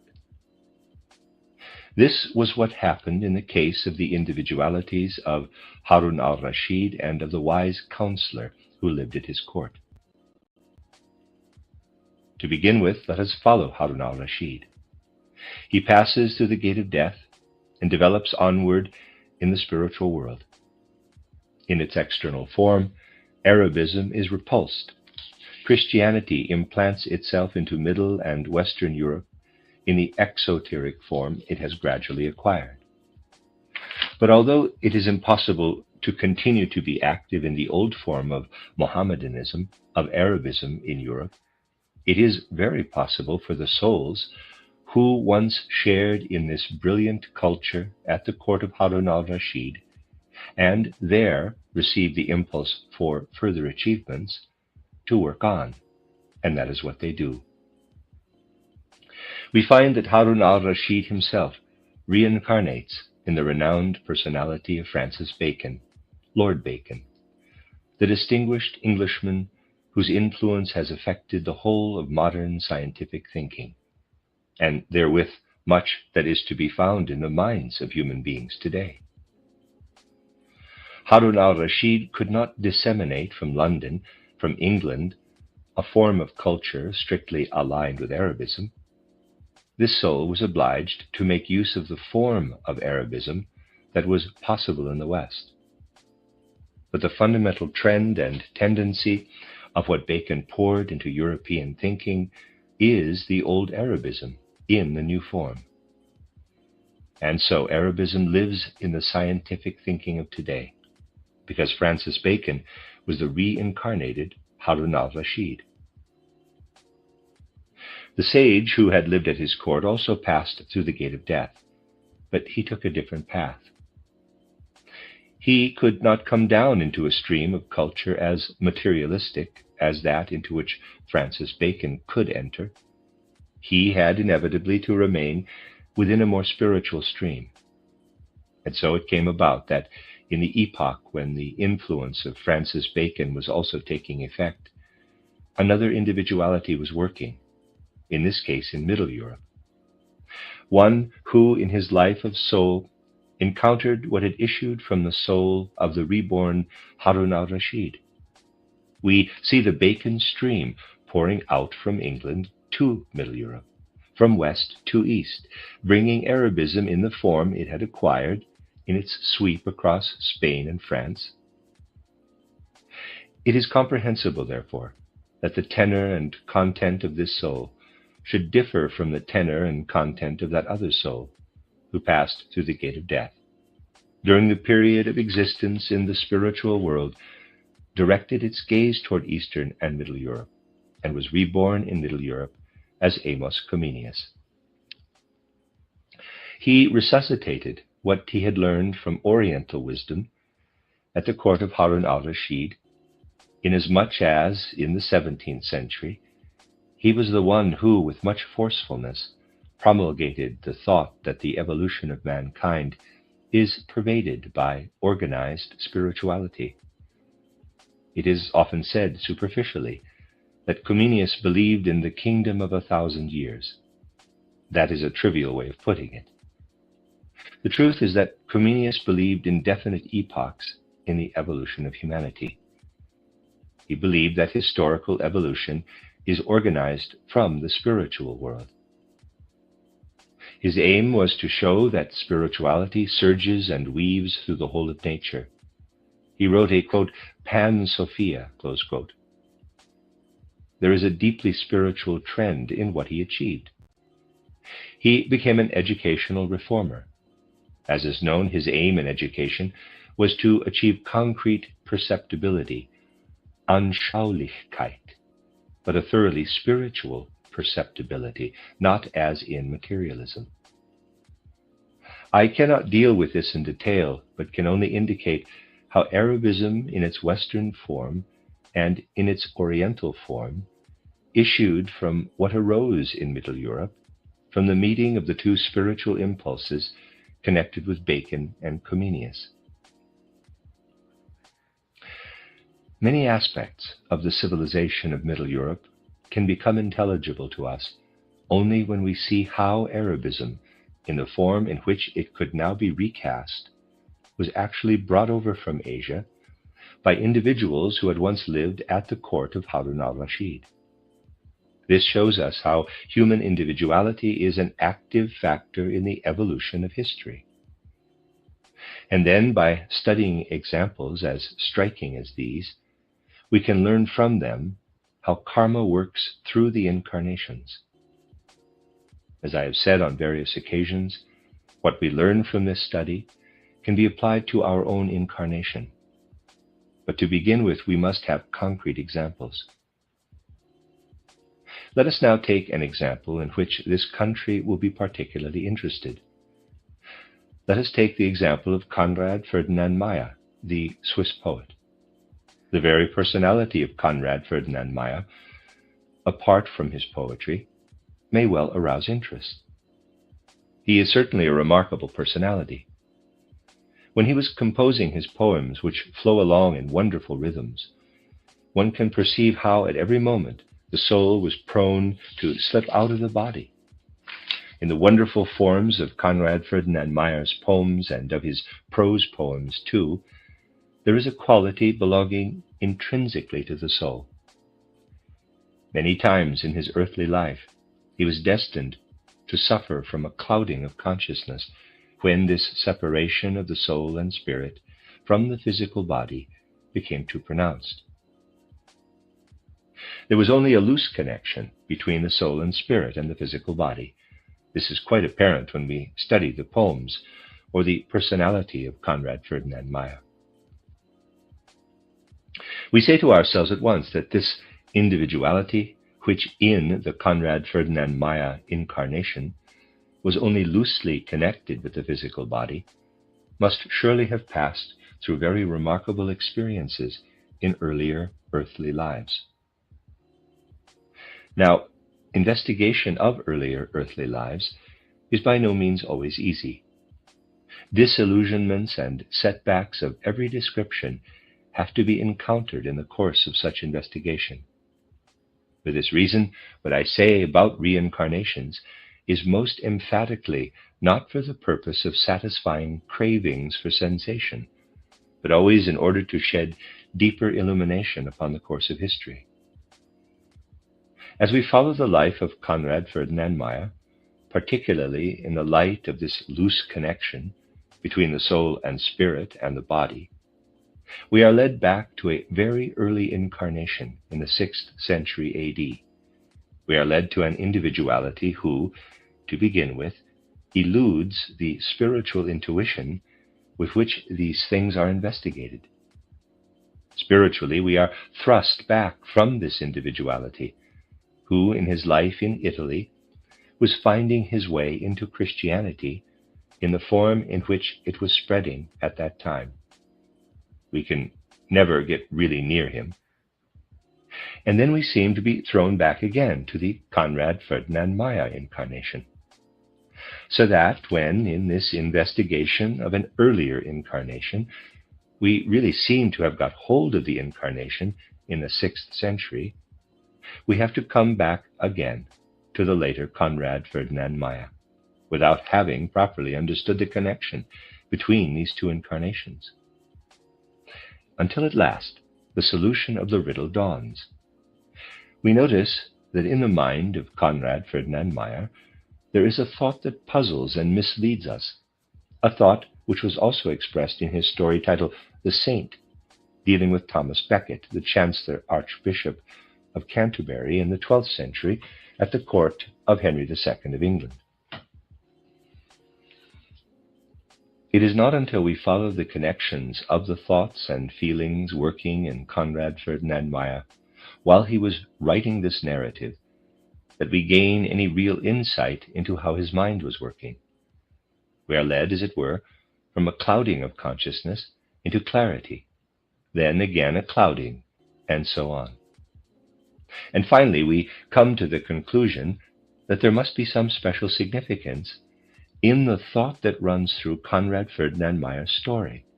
It must have deep roots. And then we hit upon the clue. This thought comes from an impulse in an earlier earthly life, the life when the individuality of the later Conrad Ferdinand Meyer lived at a minor court in Italy and played an important part in the development of Christianity.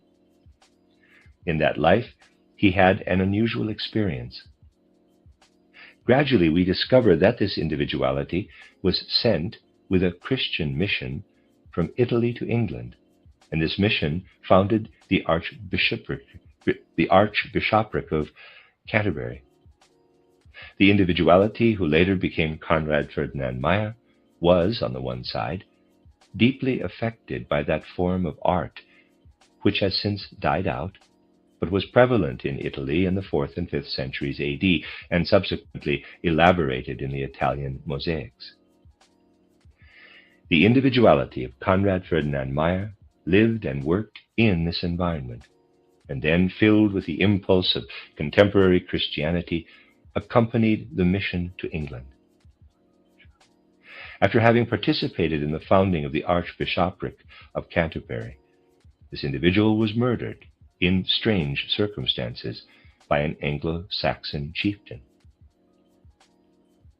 This happening lived on as an impulse in the soul, and when this soul was born as Conrad Ferdinand Meyer, the destiny of that earlier time was still alive in the subconscious, the murder in England. It has something to do with the Archbishopric of Canterbury. Just as a remembrance is often evoked by the sound of a word, so it was in this case, quote, "I once had something to do with Canterbury," close quote. And the impulse becomes an urge in Conrad Ferdinand Meyer's soul to describe not his own destiny, for that remains in the subconscious, but the similar destiny of Thomas Becket, the Chancellor of Henry II of England, and at the same time Archbishop of Canterbury. The strange infirmity of soul suffered by Conrad Ferdinand Meyer also causes experience of his own destiny to slip over into that of the other personality known to him from history. During the period of the 30 Years' War, when such chaotic conditions prevailed in Middle Europe, this individuality had been incarnated as a woman, and all the chaos of those times profoundly affected the individuality now incarnate in a female body. This woman married a rather uncouth, unpolished personality who fled from the conditions then prevailing in Germany to the region of Graubünden in Switzerland. And there this couple lived, the woman deeply sensitive to the chaos of the impressions around her, the man more plebeian. From the far-reaching events of that time, the soul had absorbed all that struggles to come forth again in, titled Jörg Jenach. The thoughts and emotions rise up again in Conrad Ferdinand Meyer from what he had experienced in those earlier circumstances.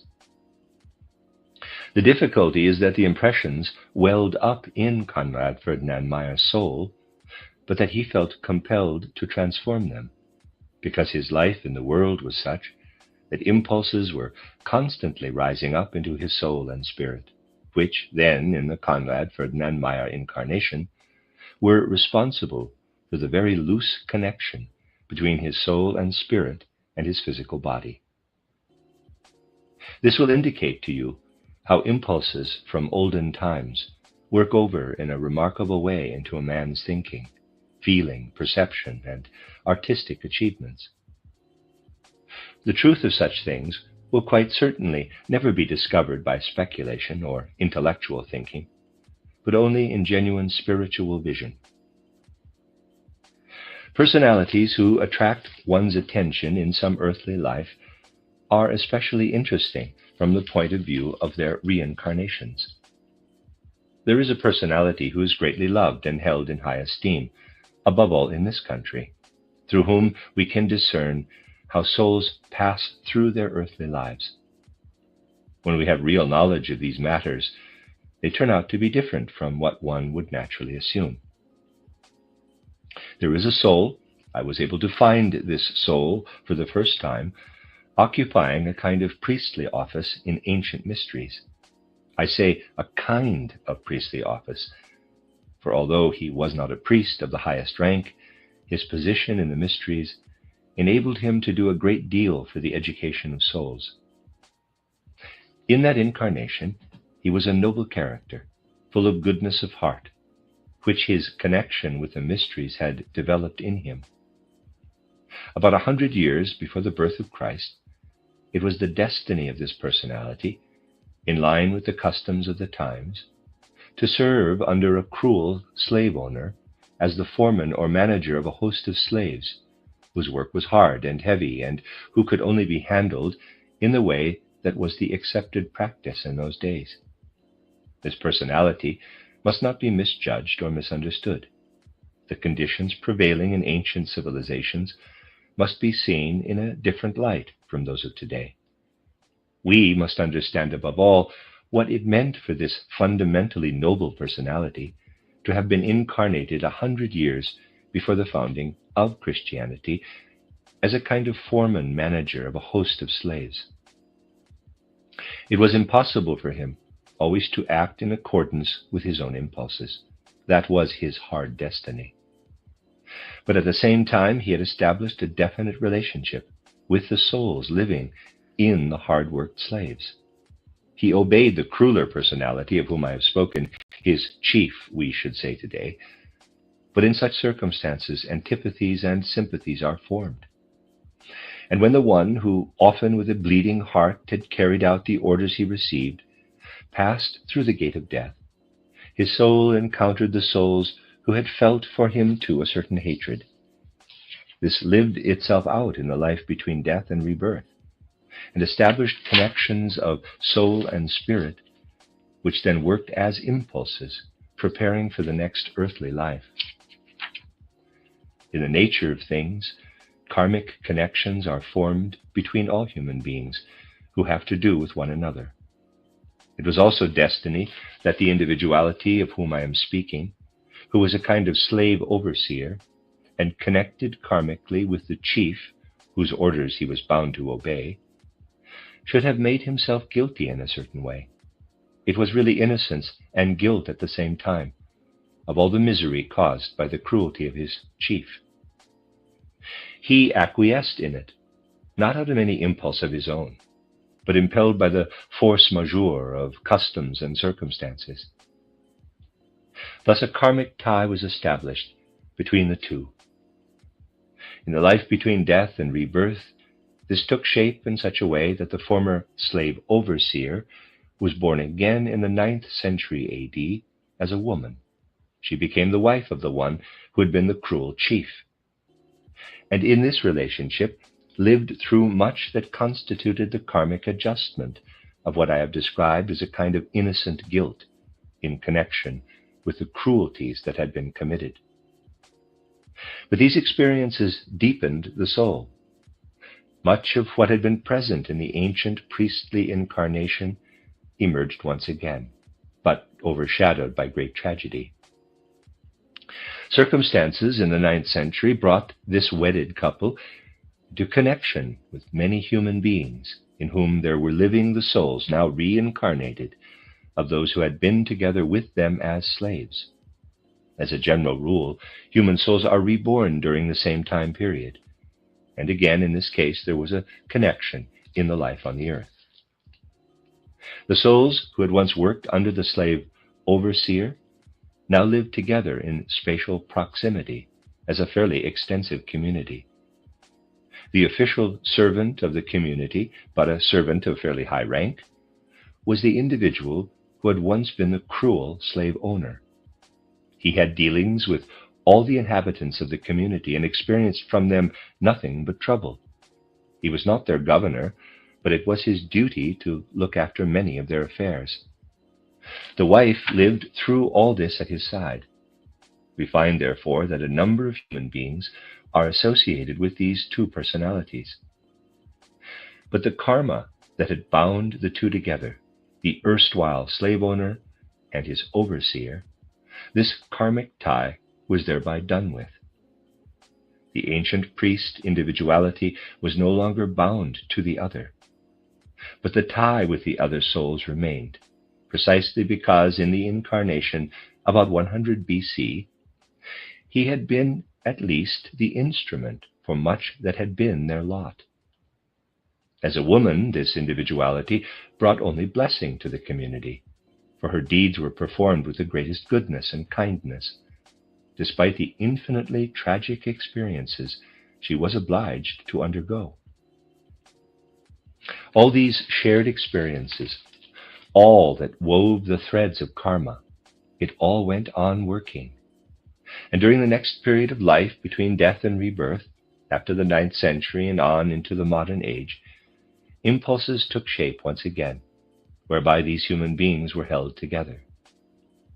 And now the souls who had once been the slaves and later on came together in a village community, these souls were born again, not in any kind of external community, but at least during the same period of time, so that there was again the possibility of relationship with the individuality, now reborn, who had been the slave overseer 100 years before the Christian era, and the woman in the 9th century AD. For this individuality was reborn as pestalozzi. The souls who were also reborn more or less as contemporaries in order that karma might be fulfilled, these souls, whose relationship to him was as I have described, became the pupils for whom Pestalozzi now performed deeds of untold blessing. When one studies life and behind life, as it presents itself, perceives the working of souls from incarnation to incarnation, certainly it is disturbing and astounding, for things are always different from what the intellect might conjecture. Yet life's content is immeasurably deepened when it is studied in this kind of context. I think, moreover, that a man himself has really gained something when he has studied such connections. If they are drawn forth, often with very great difficulty, from their spiritual backgrounds, and if one points, as I have only been able to do in sketchy outline today, to what is present in visible existence, one perceives how karma works through the course of human life. Verily, life acquires serious backgrounds when we pay attention to studies of this kind. And they can be understood if, with unprejudiced minds, we observe what then presents itself in the external world. Anthroposophy does not exist in order to expound theories about repeated earthly lives, or to give tabulated details of every kind, but to reveal in all their concrete reality the spiritual foundations of life. Men will look into the world with quite different eyes once the veils are lifted from these things. One day, if destiny permits, we shall have to speak of how they can play a part too in the actual deeds of men.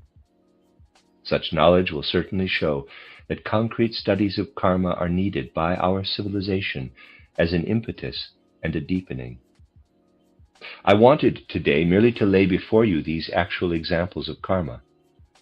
The personalities in question are well-known figures in history. Study them closely, and you will find confirmation of much that I have said.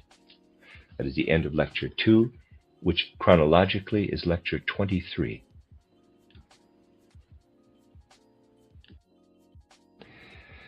You are listening to RudolfSteinerAudio.com. This is a reading of Karmic Relationships, Esoteric Studies by Rudolf Steiner. This is Volume 6, and it is the third lecture in Volume 6, which is chronologically Lecture number 2. And Lecture number 3 is from an incomplete transcript. When we contemplate the world around us, we find as our environment on Earth the beings of the mineral, plant, animal, and human kingdoms, and whatever belongs to and is produced from these kingdoms, mountains, rivers, clouds, and so forth. We look up to the heavens, and as we contemplate the stars and the planets, we shall realize, as the result of anthroposophical study, that like the earth, these different celestial bodies have their inhabitants. But as man turns his gaze to his earthly environment, and also to the heavens, he finds in this spatial environment beings who are connected with one part only of himself. We know from anthroposophy that man is a fourfold being composed of physical body, etheric body, astral body, and ego, and that in sleep the ego and astral body separate from the physical and etheric bodies. But the universe we perceive through our senses is related to our physical body only, not to our astral body or ego. The only exceptions are two celestial bodies, the sun and the moon.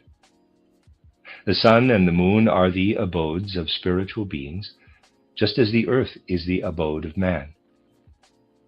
The other celestial bodies are also peopled by spiritual beings, but during his life, between birth and death, man is related to them in an indirect way only. In this respect, the sun and moon are exceptions. They are the two gates or portals through which in physical life on earth, too, men are linked with the spiritual world. The sun is connected with our ego, the moon with our astral body. We shall begin to understand this if we turn to what has been said in the different books and lecture courses. You know that the moon, now moving independently through cosmic space, was once united with the earth. At a certain point of time, it liberated itself and went out into the universe, where it now forms a kind of colony of the earth. This applies not only to the physical moon, but also to the beings who inhabit it. You know, too, that the earth was once inhabited both by men and by certain higher beings, who were the first great teachers of humanity. They were not incarnated in physical bodies, as men are today, but only in etheric bodies. Nevertheless, intercourse between men and these beings continued until the Atlantean epoch. In those primeval ages on earth, men were exhorted at certain times to maintain complete stillness and calm in their souls, to be oblivious of their physical environment. And then in those primeval men, we ourselves in fact, for we were all on earth in previous lives, it was as if the great teachers spoke from within them, and they felt this as inspiration. These beings did not communicate their messages and teachings to men as we communicate with one another today, but in the way I have indicated. Works giving expression to a wonderful primordial wisdom were the fruits of this intercourse. Modern man is fundamentally arrogant, priding himself on being infinitely clever. And so indeed he is in comparison with the men of those remote ages. But cleverness by itself leads neither to wisdom nor to real knowledge. Cleverness is due to the intellect, and intellect is not the only instrument for acquiring knowledge. It was by deeper forces of the soul that men in primeval times were led to the knowledge which they did not express in intellectual phraseology, or in terms of our pedantic grammar, for all grammar is pedantic, but in language that was half poetry. Beings at an advanced stage of evolution, the primeval sages who taught men through inspiration, were the originators of works of supreme beauty,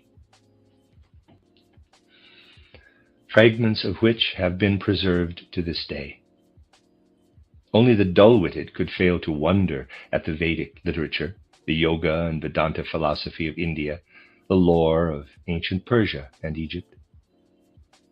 The more thoroughly we steep ourselves in these records, the more obvious it is that although we of the modern age are far cleverer than those ancient men, the knowledge they presented in a most beautiful poetic form leads very deeply into world mysteries.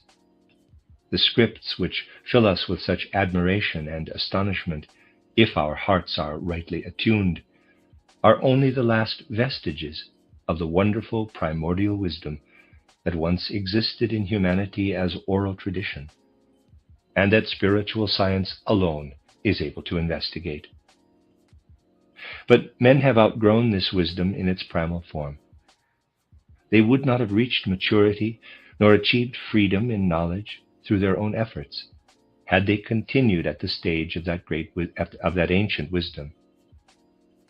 The great teachers, having fulfilled their task, left the earth together with the moon, which as a physical planet had gone out into the universe.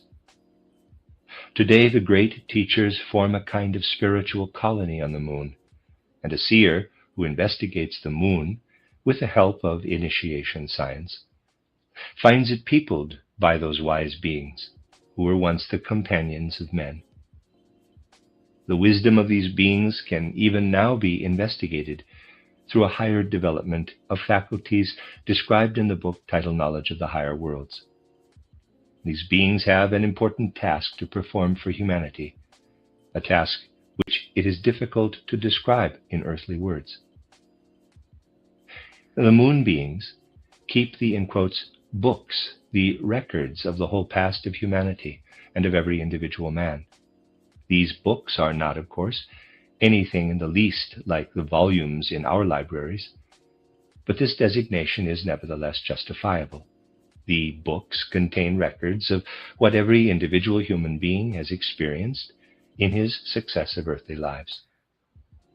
When we are descending from the cosmos to the earth, from the existence stretching between death and a new birth, we come into contact with the records of our past in these great books kept by the moon sages.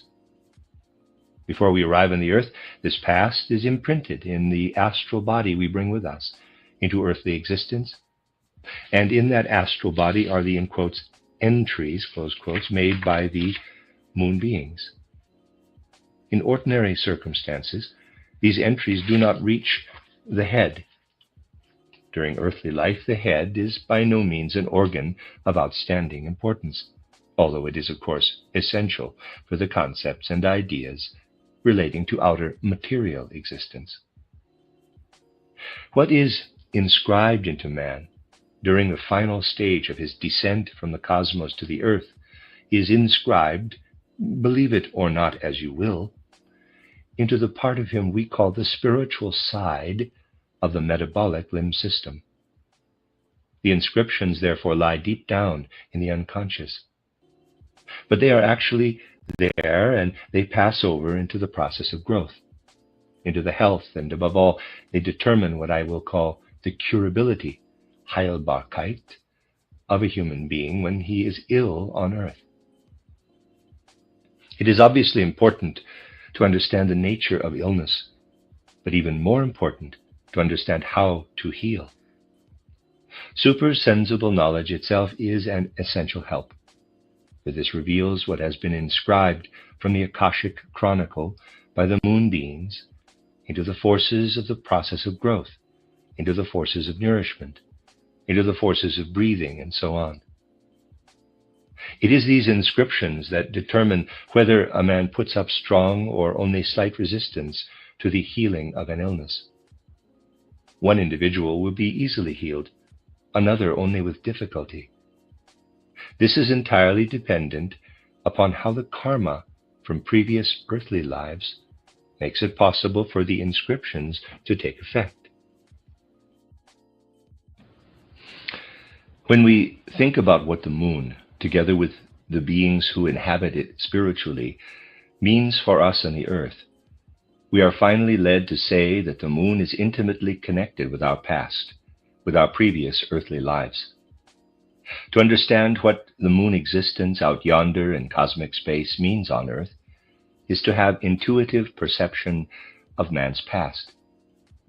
Destiny is formed out of what we bring over from our previous earthly life, that is to say, from our past, and what we experience during the present life. And out of what can be experienced in the present life, together with our past, our future destiny takes shape. In its cosmic aspect, therefore, the moon with its beings is revealed as the power which carves the pattern of our past in our destiny. You will realize from this how little is known today about the true functions of the celestial bodies. Information about the moon such as we are accustomed to hear from the physical sciences today is not knowledge in the true sense. A modern physicist who purports to describe the moon assumes that the mountain ranges depicted on lunar maps were always there. This is a very naive belief. The moon beings themselves were always there. The soul and spirit belonging to the moon was always there, but not the physical substance. You will be able to understand this by thinking of man himself.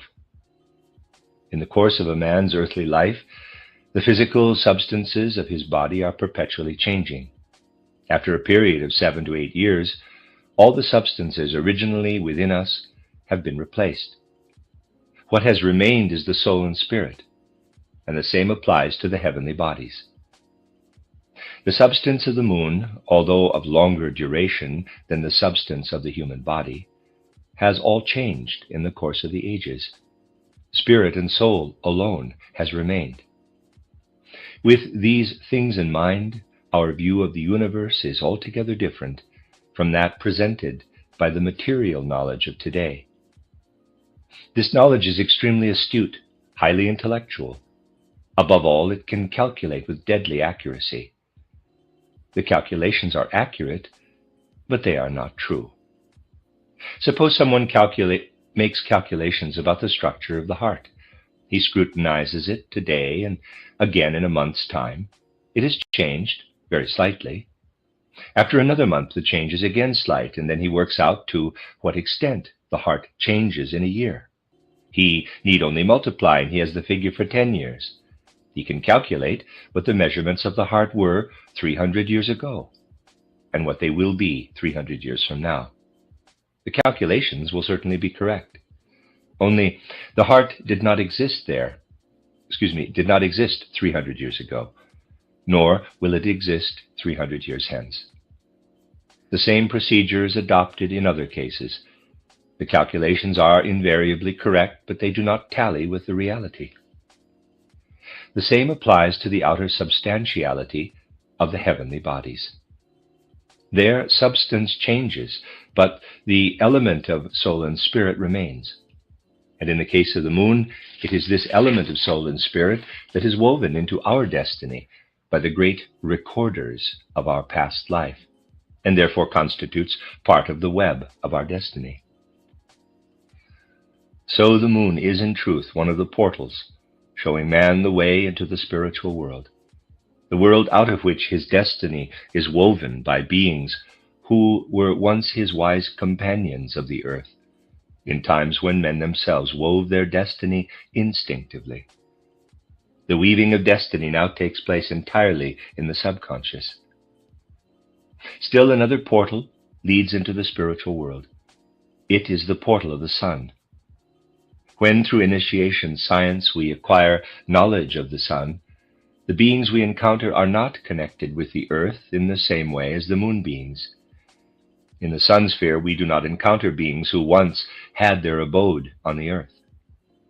The beings we encounter in the sun are referred to in the book titled Occult Science as the angeloi, and the higher beings of the hierarchies. When I say in the sun, you must of course picture such beings in the whole sun sphere, in the flood of light radiating from the sun. The sun is the abode of the angeloi, one of whom is always connected with an individual human being. We ourselves, in respect of our ego, are connected with these higher beings through our sun existence. The angeloi are, in a certain sense, the cosmic prototypes of men, or in future times, man will attain their rank. These beings, with whose nature we ourselves have a certain relationship, have their abode in the sun sphere. From this you will realize that just as our past is connected with the moon existence, so is our future connected with the sun existence. Moon and sun represent our past and our future.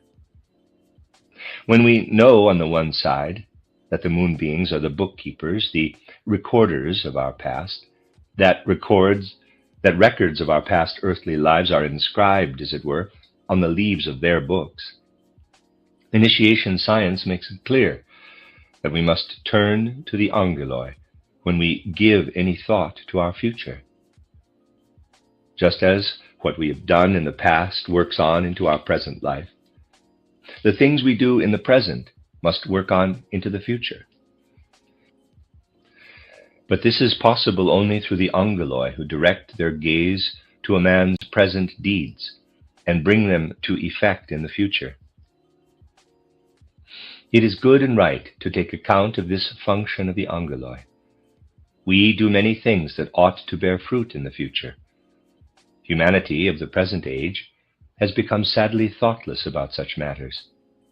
When a man has performed some deed, he should think of his angelos, saying inwardly, quote, "May my guardian spirit receive this my deed as a root, and from it bring forth fruit." Close quote. The more definite and vivid the imagery used when a man addresses his angelos in connection with deeds which should subsequently bear fruit, the more abundant this fruit can be in the future. And so the moon beings preserve our past destiny, and the sun beings weave new destiny for the future. It is not outer physical light alone that the sun and moon send down to the earth. Being connected as it is with our astral body, the moon provides the initial impulse whereby everything from our past is woven into our destiny. The sun is connected with our ego, and through the beings who are a prototype of our future cosmic existence, has to do with our future destiny. And so the heavenly mirror pictures of our destiny are images of the relationship between sun and moon. Initiation science explains and confirms these facts. When a man has achieved the necessary degree of development, as I have described it in the book titled Knowledge of the Higher Worlds, he then sees, when he contemplates the full moon, not only what normal consciousness sees. In the light of the full moon, he perceives his past destiny, the content of his previous earthly life. And when, with enhanced spiritual vision, he focuses his gaze upon the place occupied by the dark, physically invisible new moon, its dark shadow becomes for him the great admonisher formed by his destiny, proclaiming to him what his attitude must be to actions in his previous earthly life, in order that he may make compensation for them in the further course of his karma. It is possible for a man to establish a similar relationship with the sun. This enables him to have an inkling of future destinies, a general glimpse at least, without specific details. If we now turn from the cosmic aspect to man himself, we find that human destiny is woven in a wonderful way out of two kinds of circumstances. When two individuals meet each other, one of them, let us say, in his 25th year, the other in his 30th, it may be the case, not of course always, that when the one or the other looks back over his life up to this point, he realizes with absolute certainty that each of them has pursued his path of life as though they were deliberately seeking for one another. To ignore such things simply denotes lack of thought. The child had already set out upon the path that led inevitably to the other human being, and the latter's path too led to the common meeting point. All this took place in the subconscious realm. But what has been at work there? Think of the one individual as A and the other as B. Before entering into earthly life, A descended the moon sphere. The moon beings had inscribed in their records and also into his astral body what he had experienced in common with B in the past earthly life. And these entries, made by the moon beings in the Akashic Chronicle, influenced the paths taken by both A and B. From the moment they meet, the subconscious is no longer all important, where the two now come face to face and make a certain impression on one another. This is not a case of conservation of the past. It is the present that is now at work. The angeloi intervene and lead the individuals concerned to further stages. The forces of sun existence are now operating, so that within a man's inmost being, sun and moon together weave his destiny. This can be clearly visualized by thoughtful perception of the course of human life. When two individuals meet, the impression they make upon each other may be intrinsically different. There are cases where one of the two takes the other right into the sphere of his will, of his feelings. The outer personal impression has had little influence here. Intellectualists have no understanding of what is going on inwardly in such cases. For one of the most wonderful experiences imaginable is to see what kind of relationship is formed when two human beings come across each other for the first time. It may happen that A takes B into the sphere of his will by saying to himself, "What B does, I want to do myself. What pleases him also pleases me." Now, B may be unsightly and unattractive, and nobody can conceive that he could possibly be pleasing to A. You see, the attraction in this case is not caused by the reasoning mind or by the sense impressions, but by the deeper forces of the soul, by the will and what goes from the will into the heart. However unsightly the other may be, he has become so only in the present earthly life. The origin of the bond between the two lies in the experiences they shared in the previous life. Seen from outside, it seems that the two cannot possibly live in harmony. But the fact is that what is present subconsciously in each of them leads their wills together. Even in childhood, this often becomes evident. A child tries so hard to be like, quote, him, unquote, to have the same wishes as he has, to feel as he feels. A karmic connection is certainly present in such circumstances. That is one kind of meeting between individuals, and if they were alive to such happenings, as will inevitably be the case in a by no means distant future, when more attention will be paid to man's inner nature, the working of the will would indicate that past earthly lives have already been spent in company with such individuals. Moreover, subconscious soul forces give hints of experiences shared with others in the past incarnation. The other kind of meeting is this. One individual comes across another, but no relationship whatever is established between their wills. The aesthetic or mental impression is predominant. How often it happens that a man A makes the acquaintance of man B, but does not afterward refer to him with the warmth or abhorrence with which he speaks of someone with whom he has a karmic connection from earlier times. One may praise an individual with whom there is no karmic tie. One may appreciate him, consider him a splendid fellow. But he makes no effect upon the will. He makes an effect only upon the mind, upon the aesthetic sense. That is the second kind of meeting between individuals. If the effect made by the two upon each other reaches into the will, into the heart, into the inmost nature, then a karmic connection exists. The two individuals have been led to each other as the result of common experiences in the past earthly life. If an effect made by another person reaches only into the intellect, into the aesthetic sense, this is not an outcome of the moon's activity, but a situation brought about by the sun, and one that will have its sequel only in the future. And so, through a thoughtful, observant study of human life, we can learn to perceive the signs of karmic connections. What I have now told you is a fruit of knowledge attainable through anthroposophy. And just as nobody need himself be an artist to see beauty in a picture, as little need a man himself to be an initiate to understand these things. They can be understood because the ideas harmonize. There are people who say, the spiritual world is no concern of ours.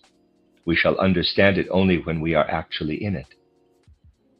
They say this because they are accustomed nowadays to accept as proof only what can be confirmed in a material, physical way. Such people are like dunderheads who say everything in the wide world must be supported, otherwise it falls down. The earth, the moon, the sun, all have their places in cosmic space, but they must have supports to prevent them from falling. Such people do not know that the cosmic bodies mutually support each other. Anthroposophy calls for this kind of understanding. Its ideas cannot be supported by external physical proofs, but, for all that, they mutually support each other. When you read an anthroposophical book for the first time, you may lay it aside because you are accustomed to find everything proved up to the hilt and in this book there are no such proofs. But if you read on, you will find that, like the cosmic bodies, the ideas support and sustain each other. The teachings can be understood even when one is not an initiate, but through initiation science, they become much more concretely real and are experienced differently. Therefore, someone who is sufficiently advanced is able to speak in a different way about the web of human destiny that is woven out of the past, the present, and the future. The experiences of a person who has reached a certain stage of initiation become much more concrete. Suppose that somebody is standing in front of you. He tells you something, and you hear it clearly. An initiate can hear the inner voice as well as the outer. He can hear the spiritual speech, which is no less clear than ordinary human speech. A person with whom an initiate was karmically connected in the past and whom he meets in the present life speaks to him as clearly and unambiguously as people speak in the ordinary way. The initiate hears an inner speech. You will say, then an initiate must have around him a whole collection of people who speak to him with varying degrees of clarity. And that is actually the case. At the same time, it is concrete proof of the way in which the previous earthly life has been spent. I have said that the moon beings, the great recorders, register destiny. But immediately an initiate encounters someone with whom he was karmically connected in the previous earthly life, the light of the full moon radiates to him the recorded entries of the other individual. What we think and do in the immediate present does not at once speak to us. But after a certain time, by no means very long, our deeds that have been registered by the moon beings become living and, in a sense, articulate. The Akashic pictures are living pictures. If you discover the content of a past earthly life, you learn to know both yourself and the other human being concerned. Common experiences of the past incarnation rise up into consciousness. No wonder that we hear them speak both from within ourselves and from within the other individual. We are united inwardly with those with whom we were associated in the previous earthly life. In the future, men must develop a delicate feeling for the stirrings of the will when meeting another person. In about 7,000 to 9,000 years, all human beings on the earth will be able to hear those with whom they are karmically connected, speaking from within. Now, if after initiation has been attained, a meeting takes place with someone with whom there is no karmic bond, who is encountered for the first time, again the experience is different. Naturally, an initiate may also come across individuals with whom he is not karmically connected. In any case, his experience will differ from that of others.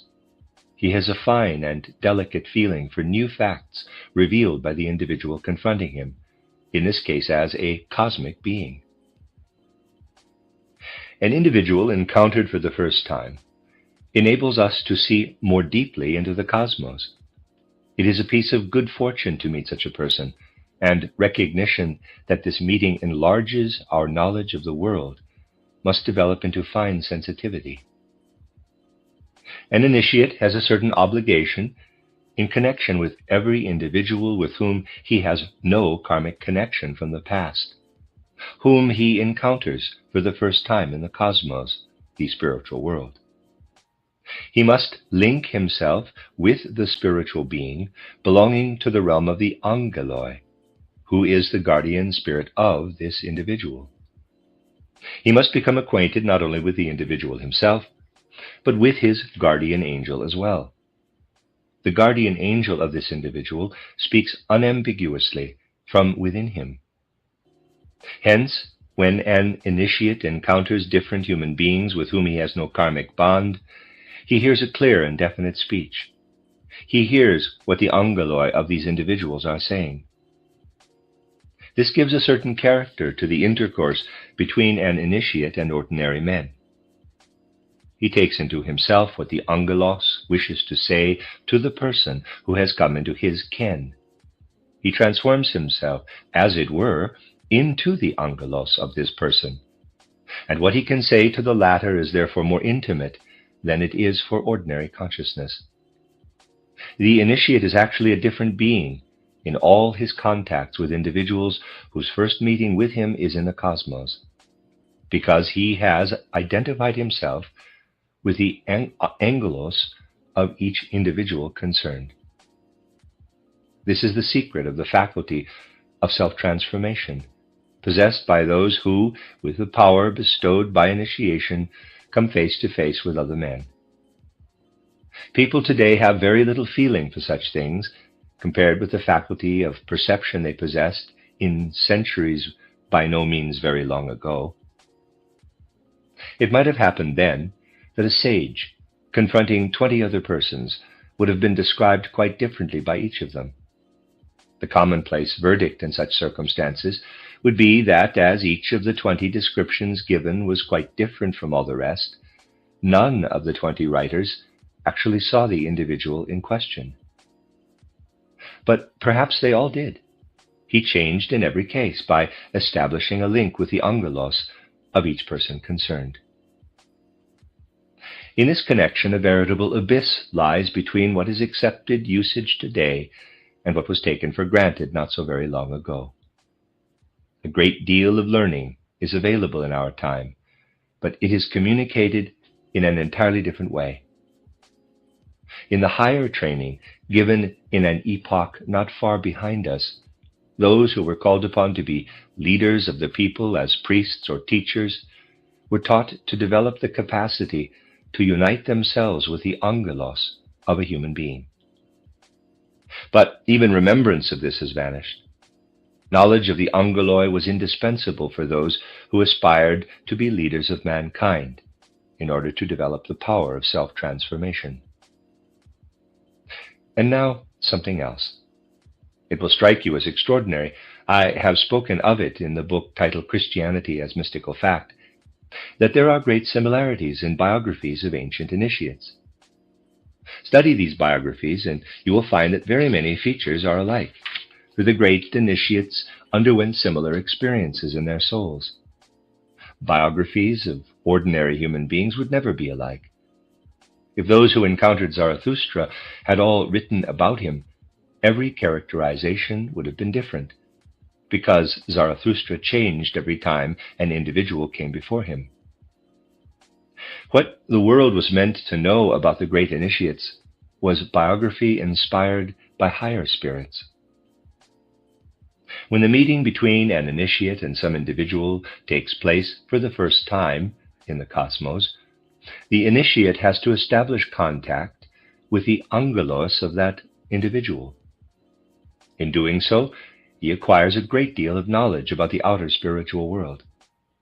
In point of fact, one cannot acquire deeper knowledge of other human beings through spiritual faculties without learning to know a host of angeloi. A true knowledge of man is impossible without knowledge of the angeloi.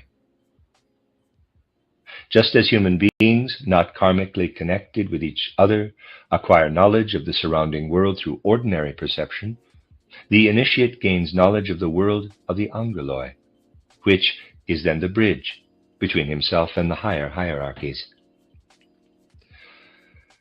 There are also other indications of the existence of a karmic connection. We may meet an individual and then have a great deal to do with him, work with him, and so on, but we never dream about him. The reason is that the karmic connection is not with our astral body, but only with our ego. We may come across someone of whom we have only a fleeting glance, and yet he follows us into our very dreams, into our waking dreams too.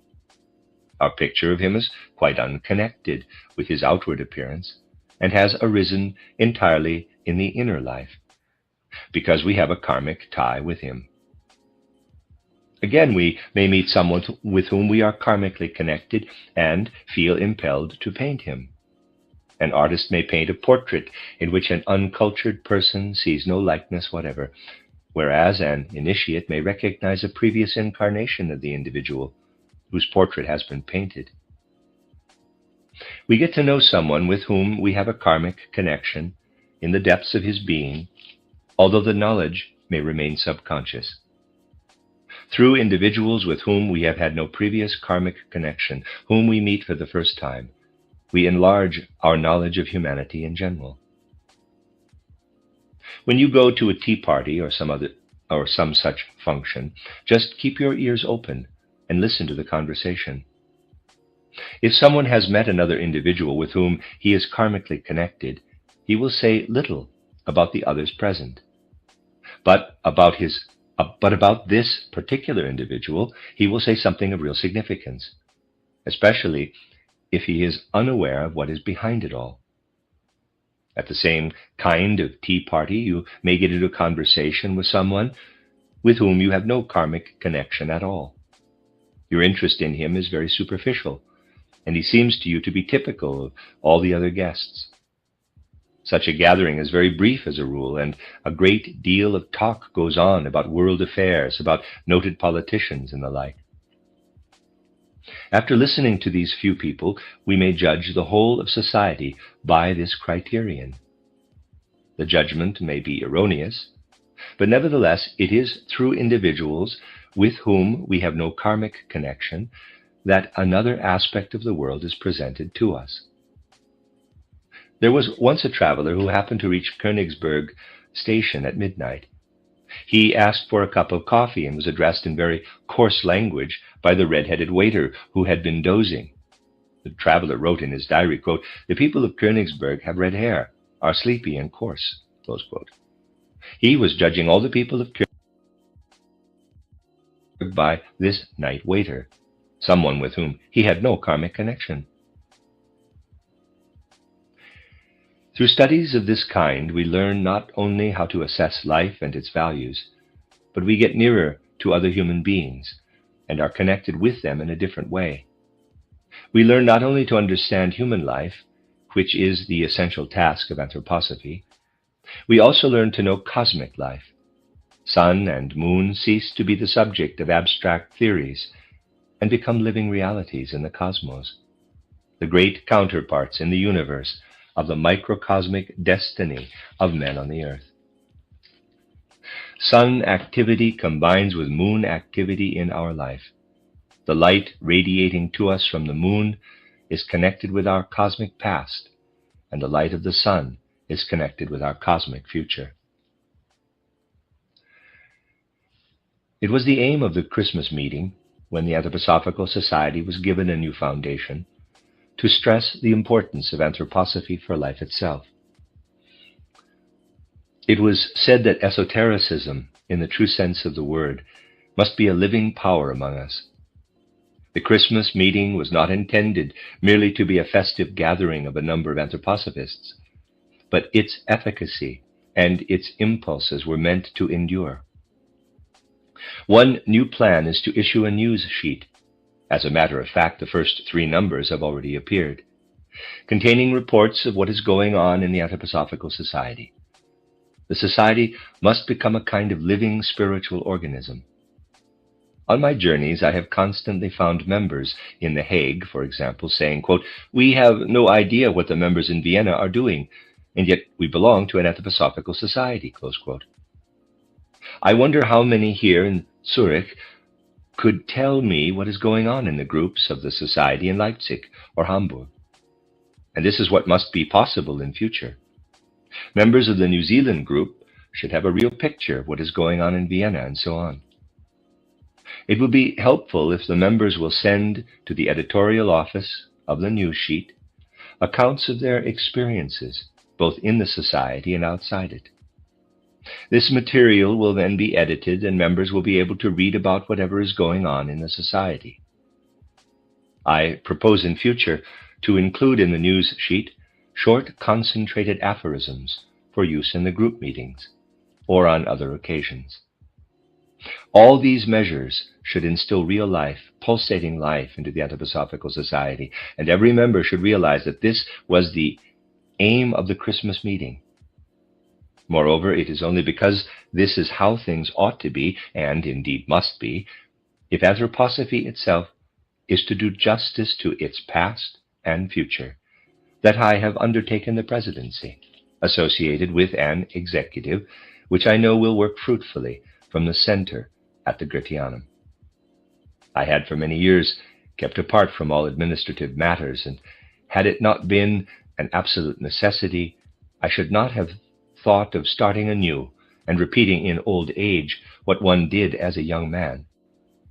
I want to appeal to every member of the Anthroposophical Society to help in ensuring that through the Christmas meeting, the foundation stone of anthroposophical life shall be laid in the hearts of our members, and that it shall develop as a living seed, so that active life may constantly increase in the society. If that happens, the society will also be able to send its impulse out into the world. That is the end of Lecture 3 of Volume 6, which is, in fact, chronologically, Lecture 2 in the Karmic Relationship series. You are listening to RudolfSteinerAudio.com. This is a reading of the Karmic Relationships, Esoteric Studies by Rudolf Steiner. This is Volume 6, and it's the fourth lecture in Volume 6, which is, chronologically, Lecture 3 in the entire series. From various anthroposophical sources, you know of the significance of the heavenly bodies for man's existence, and I shall speak today of a particular aspect of this subject. When, during life on Earth, we look around at our terrestrial and cosmic environment, our physical senses, even when they reach as far as the stars, perceive only what is connected with the part of our human constitution that is laid aside at death. We know from anthroposophy that the physical body derives its forces, as well as its material composition, from what surrounds us on the earth. In addition to the physical body, we have an etheric body. And just as the physical body draws its forces and material components from the earth, so does the etheric body draw its forces and components from the extraterrestrial cosmos, from the etheric world. This etheric world surrounds the earth in the expanse of space. In it, the stars are embedded, and from it, the light streams down to the earth from the cosmos. Thus, we owe our physical and etheric existence to what is invisible in our terrestrial environment or cosmic environment. But within this etheric environment of the earth, there are two heavenly bodies, which may be said to be gates or portals into the spiritual world. These are the two cosmic bodies of sun and moon, to which everyone possessed of deeper insight into the structure of the universe has always attached the greatest possible importance for human life. If we study man with anthroposophical insight, we know that, as well as the physical and etheric bodies, he has within him his astral body and ego. But if we direct our attention to the astral body and ego of man, we shall find that in the cosmic expanse, perceptible to our physical senses, including even the world of stars, there is nothing in the least akin to them. We find only what is akin to our physical and etheric nature. In the whole wide universe, actually, or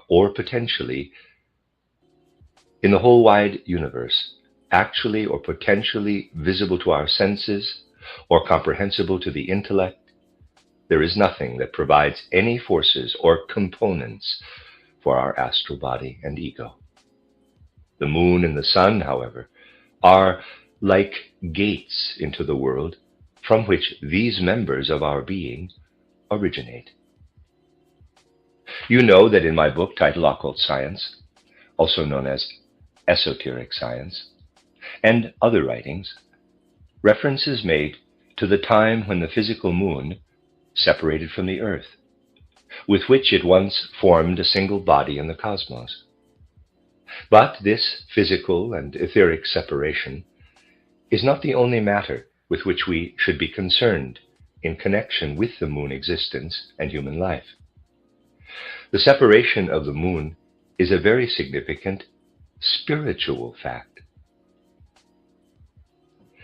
I have often said that in very ancient times, man possessed a primordial wisdom. We are very proud nowadays, of our intellectual acumen, of knowledge based upon reason and observation. This kind of knowledge was not possessed by early humanity. The earth and man, together with the earth, had necessarily to develop to a certain stage before such knowledge was possible. Without this development, man would not have been able to use his physical body and its delicate nervous system for the acquisition of intellectual knowledge. The primordial knowledge possessed by man was an instinctive knowledge, expressed in a form altogether different from that adopted by modern scholarship. What men knew about the mysteries of the world in those ancient times was expressed in poetical language of great majesty, and what tradition has preserved or can be discovered in existing records is no more than an echo of the power of that ancient wisdom. We may well be filled with wonder today when we study the Vedas or the Vedanta philosophy. We may marvel at the glorious verses of the Bhagavad Gita and recognize the sublimity of all those works. But it must be remembered that they are only the last offshoots of something infinitely greater and more powerful. Men owed this wisdom to the fact that they lived in communion with beings whose existence was on a higher level than that of modern humanity, and naturally also of the humanity of those days. These beings had no physical body comparable with that of man of today. They moved about the earth in etheric bodies, but nevertheless shared a life in common with humanity. Since they had no physical body, these beings were not able to converse with men in the way that one person converses with another today. But in certain states of consciousness, the men of those ancient times, that is to say, we ourselves in earlier incarnations, were aware of certain feelings and thoughts, of which we knew that they did not spring from within our own being, as little as what we hear from someone else through oral communication springs from within ourselves. The much higher and more powerful knowledge possessed by these etheric beings was, as it were, in quotes, inspired into men in a spiritual way. Thus, in earlier incarnations, in the primeval periods of the earth's existence, we communed with non-physical beings. These beings are no longer, and for long ages have not been, part of earthly life. They have withdrawn from intercourse with men, and only a few sparse remnants have been preserved of the world's secrets once revealed through these beings in the remote past. Moreover, it can be said with truth that even these few remnants are not really understood. To what habitation, then, have these beings of the ancient past withdrawn? When the physical moon separated from the earth, these beings followed after it into the universe. I have already spoken about this, but today I want to say something more, so that when we turn our gaze to the moon, we shall be aware that this cosmic body is inhabited by beings who were once the companions of mankind on earth. It may seem as if these beings have no connection with the man living on earth in his physical body. Nevertheless, there is a connection, and it is of this that I want to speak. Simply from the fact that long ago these beings were man's companions on earth, we may conclude that they are connected in some way with his past, and this is in fact the case. A man's life here on earth in his physical body is interwoven with what we call destiny.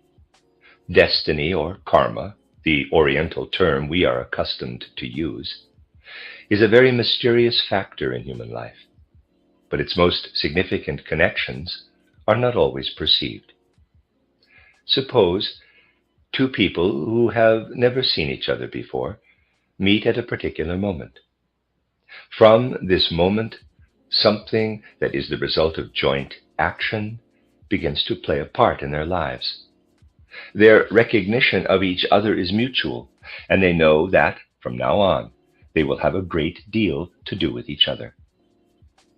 If two people in this situation review the course of their lives since childhood, they will find, if they observe with sufficient detachment, that everything they did up to the moment of their meeting had a definite significance, in that every step they took since childhood seems from the beginning to have been so cleverly directed that the path led them to the point where the meeting took place.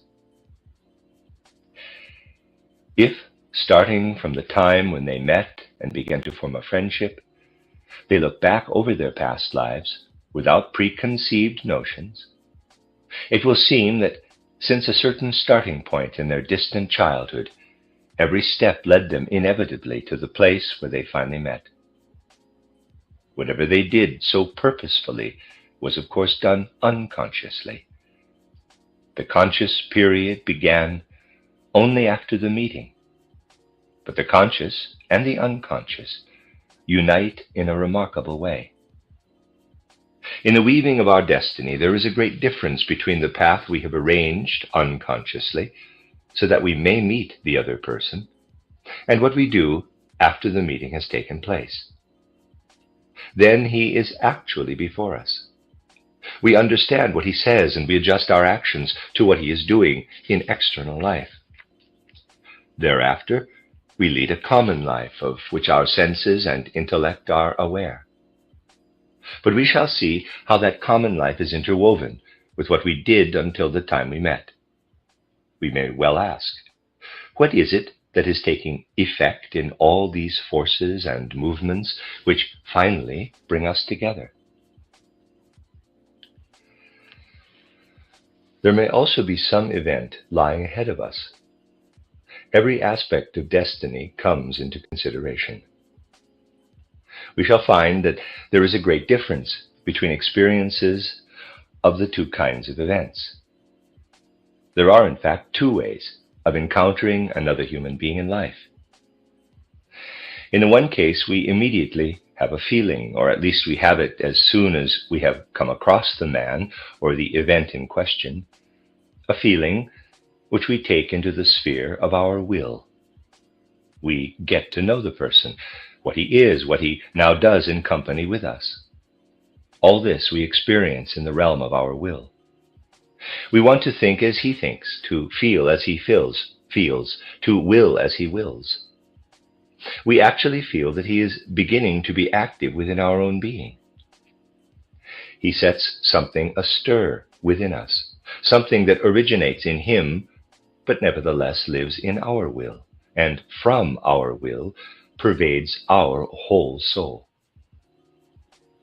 Indeed, we learn in this way to know ourselves better, inasmuch as in our life of will and in the deeper feelings connected with our will, we become aware that the person not only makes an impression upon us from outside, but stirs something into activity within us. That is one way in which our destined encounter with another human being takes effect. In another case, we are less inwardly stirred by an acquaintanceship. We observe the person more from outside, forming an opinion of him by the impression he makes upon our intelligence, upon our aesthetic sense. There is a very great difference between these two kinds of acquaintanceship. Suppose we get to know someone. Then we go away and are tempted to talk about our new acquaintance. There will be a noticeable difference in the way we speak about the different people we know. On one occasion, the way in which we speak makes it quite obvious to others that we are putting something of ourselves into our words. We may speak about the other person as though he were handsome, but in point of fact he is the very reverse, and those who are listening simply cannot understand why we speak of him as we do. He appears to them to be the reverse of good-looking, hence they cannot understand how anyone can possibly rhapsodize about him. But we are not in the least concerned with what others may see in him from an aesthetic point of view. We are not talking about the impression he makes upon us from outside. We are talking about the inner effect he arouses in us, and what we say about him need not tally with the impression he makes upon others. In the case of another acquaintance, it is different. We have a good eye for whether he is handsome or the reverse. From the way we speak, it is clear that here the impressions made upon our intellect, our senses, and our aesthetic judgment have been the criterion. We may, for instance, refer to him as a fine fellow. You know quite well that there are acquaintances of whom it would never occur to us to speak in this superficial way. The actual language we use is such that other people will immediately understand what we mean, if they know the individual or get to know him later on. It is a simple fact that these are two ways of describing individuals we meet. The first case indicates that when we meet the individual in question, the existence we share in the previous earthly life is set astir within us.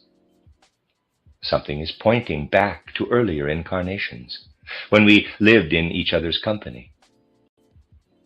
In the second case, we judge externally. We express our opinions in a way that others can immediately understand, because we were not together in an earlier earthly life, but may perhaps have met him for the very first time in the present incarnation. If spiritual insight enables us to penetrate to what lies at the root of the destiny, which reveals itself in so definite a form in the first case, we shall find the following. Before the human being comes down to physical existence on earth, and while before the actual descent, he is passing through the moon sphere, there is implanted into his astral body the karma he shares in common with other human beings. It is implanted into him for his present earthly existence by those beings who once lived on earth together with men, and who then withdrew to the moon sphere.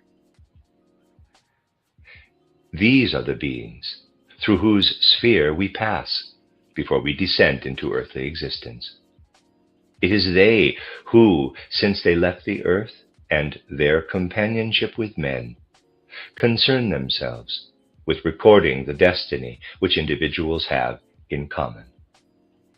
Thus it is that when we come across another person in the first of the two ways I described, what reverberates within us has been recorded in those great books of destiny kept by the moon beings with their knowledge of the lives of men on earth.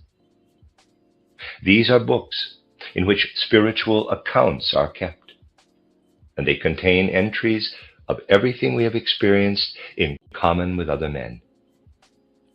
As we pass through the moon sphere, we read in those books what we are to bring with us to the earth, and then, with the help of what we have thus read, we direct our path, perhaps for 25 to 30 years, until we finally meet in earthly existence the individual of whom we had read in these moon books before we descended to the earth, that we had shared certain experiences with him in a previous earthly life. These mysterious connections are organized in a wonderful way. We must look up to the moon existence with feelings deepened through anthroposophy, having in mind not only the information given by physical science, but also what spiritual science can tell us about the spiritual aspect of the moon. There are many analogies which make this sphere of cosmic existence intelligible. The analogy drawn from earthly life is supported by knowing to which little attention is paid. It has often been emphasized that It has often been emphasized here that in 7 or 8 years, the physical substance of a man's body has completely changed. Physical substance is thrust out through the skin, nails, and hair are cut. This indicates, and it is actually the fact, that man thrusts out physical substance from the center of his being and produces new substance to replace it. What you cut from your nails today was within your organism 7 or 8 years ago. You thrust it out and have now got rid of it. Physical substance is renewed. Any of you who may have been here 10 years ago must not imagine that the same muscles and the same physical components are present today, for that is not so. But the soul and spirit of each of you, that is present. The same is true of the heavenly bodies. The physicist is concerned only with the physical substance and speaks as if the moon he now sees in the heavens were the same moon whose physical substance once separated from the earth. But that is just as nonsensical as to believe that the muscles and physical components, which were here 10 years ago, are here again today. It takes longer for the heavenly bodies to change their substance, but they do indeed change it. The physical moon should not really be spoken of in the way that modern science speaks. What has endured in the moon are the spiritual beings who were once inhabitants of the earth together with men. The moon that is now their habitat has changed. That is to say, its physical substance has changed. And just as it is your soul and spirit which forms the link between the you who sat here 10 years ago and the you of today, so it is the beings of spirit and soul who in reality constitute the essence of the moon. And these are the beings who register our past. This whole subject can be further deepened when expounded in the light of initiation knowledge. So far, I have explained how in the case of acquaintances of the first kind, something begins to stir in us, and how this is what the moon beings make it possible for us to read in their records before we descended to the earth. An initiate has a very different experience of a meeting of this kind. He, like everyone else, meets other human beings during his life. But whereas a man with ordinary consciousness merely has the feeling that he takes the other human being into the sphere of his will, and does not judge him only by the external impression he makes, the initiate can actually see the earlier incarnations of the personalities whom he encounters. He sees not only the physical man together with his qualities of soul and spirit, but he sees behind him a shadowy picture of the man's previous life, or perhaps of several lives. Through spiritual perception, we get to know a man in such a way that he seems to be a whole series of persons who are as objectively real as the one physically in front of us. In civilizations where some inkling of these things still survived, attempts were actually made to portray them. Certain old pictures portray a human figure, behind it and a little higher a second, and behind that a third, and still higher still. In this way, attempts were made to capture in painting the impression which the initiate has of an acquaintance in whom he perceives not only the qualities of which he is the bearer in this life, but what comes over with him from previous incarnations. It may be said, and it is in strict conformity with spiritual science, that whatever is karmically connected with a human being is clearly perceptible to an initiate, but is no more than a dim inkling to ordinary consciousness. Whatever works and weaves from our past into our destiny may be called the moon element in us. The effect of this is that if we meet a human being who is karmically connected with us, we are really always meeting a plurality. For the initiate, this means acquaintance with a number of human beings in the one, or at very least, in several human lives. And this recognition of the earlier lives is as vivid to him as that of the present life. Now, let us consider the other kind of acquaintanceship, where we judge a man more by the external, aesthetic impression he makes, by what our intellect or our senses tell us about him. The impression can be understood by everyone. In this case, it is studied by the methods of spiritual science. If it is studied by the methods of spiritual science, it will be found that nothing leads back to the past. No beings in the moon sphere have prepared the way to this acquaintanceship in earthly life. Nothing has been inscribed in the moon sphere into the astral body of the man concerned.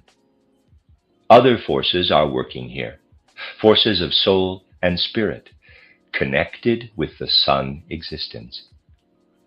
In this second kind of acquaintanceship, the sun forces, forces of soul and spirit, weave destiny from a different side. Again, if we are capable of spiritual insight, what leads us to human beings with whom we have jointly accomplished something in past lives is experienced to begin with as if it were hidden in dark, mysterious night.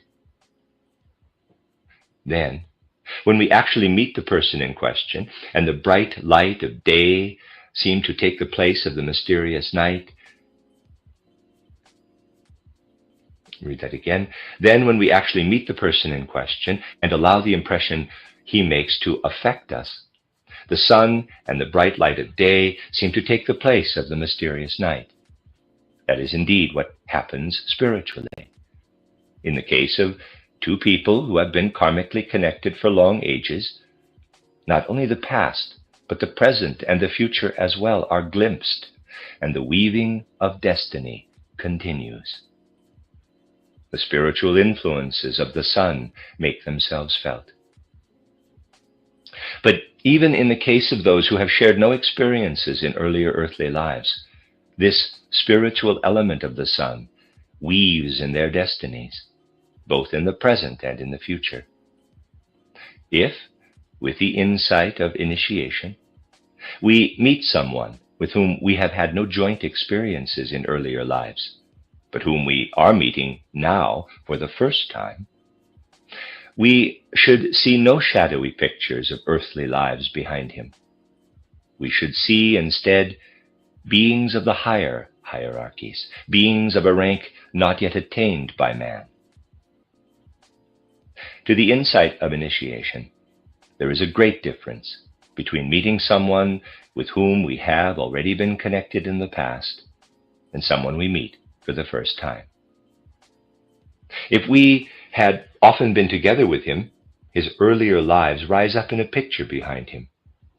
If we had never met him before, beings of the next higher hierarchy appear in his background, beings who come down to us on earth together with the rays of the sun. Just as the moon beings weave into our astral body the karma that is past, so do these sun beings weave into our subconscious ego organization what is to take place after our first meeting with another human being here on earth. This is the basis of our future karma. The present is all the time changing into the future. What is now the present has for the preceding moment become the future.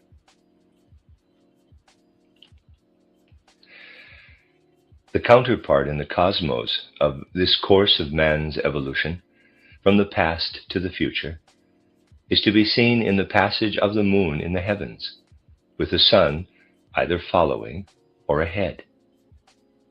The relationship between past and future, in the mysterious weaving of destiny in human life, is the same as the relationship between moon and sun in their passage around the universe. If, with initiation knowledge, when you meet someone, you say to yourself with deep feeling that what the moon beings have inscribed in his astral body belongs to you just as it does to him, and that by its means you have been led to him. When you meet someone for the very first time, you will feel that angels and archangels stand behind him. Both experiences point to the future. There are endless ways in which destiny may be fulfilled. If you learn how to contemplate the cosmic expanse in this way, moon and sun are revealed as the two gates into the spiritual world. You will realize then that what is part of the earthly physical environment lives for the moment in your physical body. What is present in the wide etheric spheres, where the stars are to be seen, lives in your etheric body. But let me read that again. You will realize then that what is part of the earthly physical environment lives for the most part in your physical body. What is present in the wide etheric spheres, where the stars are to be seen, lives in your etheric body. But when you look up to the moon or the sun, you will know that you are looking at what is present, not in your physical or your etheric body, but in your astral body, and gives power to your ego. Through the moon existence, you are led out of the physical and etheric worlds into the spiritual world. In the same way, when you look up to the sun, you will recognize that through its forces of spirit and soul, you are being led through a gate to a world akin to your own ego. Not akin to your physical and etheric bodies, but to your ego. The ego enables you to take your place in the world as a conscious being, accompanied by the destiny woven into your life as necessity, and to which you conform because of your particular physical aptitudes, temperament, or character, all of which are merely means of expression for your karma. In everything of which the poet says, quote, "This you must be, you cannot escape from yourself," close quote. In all this, the past moon existence is living on, and the sun existence is working whenever you are conscious of freedom of choice. Thus, spiritually considered, nature existence and moral existence interweave.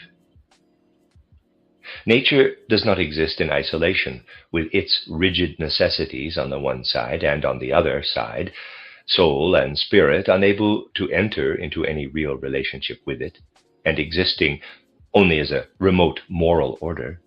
There is no such contrast, for it is possible with spiritual insight to find in the phenomena of nature the morality that is alive within us. True, it is necessary here to pass beyond the ordinary phenomena of nature to what is revealed by the spiritual sun and moon existence. Insight of this kind makes it possible for us to ascend from a nature existence to existence as beings of soul and spirit. It is also possible, although not with ordinary consciousness, to perceive in our earthly or cosmic environment the causes of illnesses which may befall us. In itself, our organism is healthy, for it is born out of its healthy ego, its healthy astral body, and also out of a healthy etheric world. If someone falls ill here on earth, it can only be because something approaches him from outside. which, owing to his inherent constitution, he is not able completely to transform. You can see that this is so from very simple examples. Suppose you are in a warm or a cold room. You must not allow the heat or cold to pass through you, as it might pass through a piece of wood or stone. You absorb and convert the external warmth, which acts merely as a stimulus. You yourself generate in your own organism the warmth you have within you. If you cannot do this, if you allow the environment to treat you as it treats a stick or stone, if external warmth penetrates into you and you are unable to transform it, you will immediately catch cold. Man cannot take anything from the environment of the earth into himself without transforming it. This also applies to the food he eats. He transforms what he eats just as he transforms everything in the environment. And it is a scientific fantasy to believe otherwise. If no transformation is achieved, he will fall ill. Here lies the physical cause of illness. But illness can also be connected with destiny. If we limit our thoughts to this present earthly life, to the period, let us say, between some year in the 19th or 20th century and today, 6th February 1924, we shall agree that if something from the environment is going to make us ill, it will have to exert a very powerful influence. If something that comes from outside, cold or heat or perhaps noxious air, is to make us ill, it will need to be very forceful. If we merely look at a deadly nightshade, it will not poison us. Nor, if the noxious atmosphere is sufficiently far away, will it poison us. In short, if the influence from outside affects only the life of soul, it does not make us ill. To achieve that, a much more powerful influence is needed. But now consider the following. Large numbers of people nowadays are out-and-out materialists and believe only in material influences from the environment.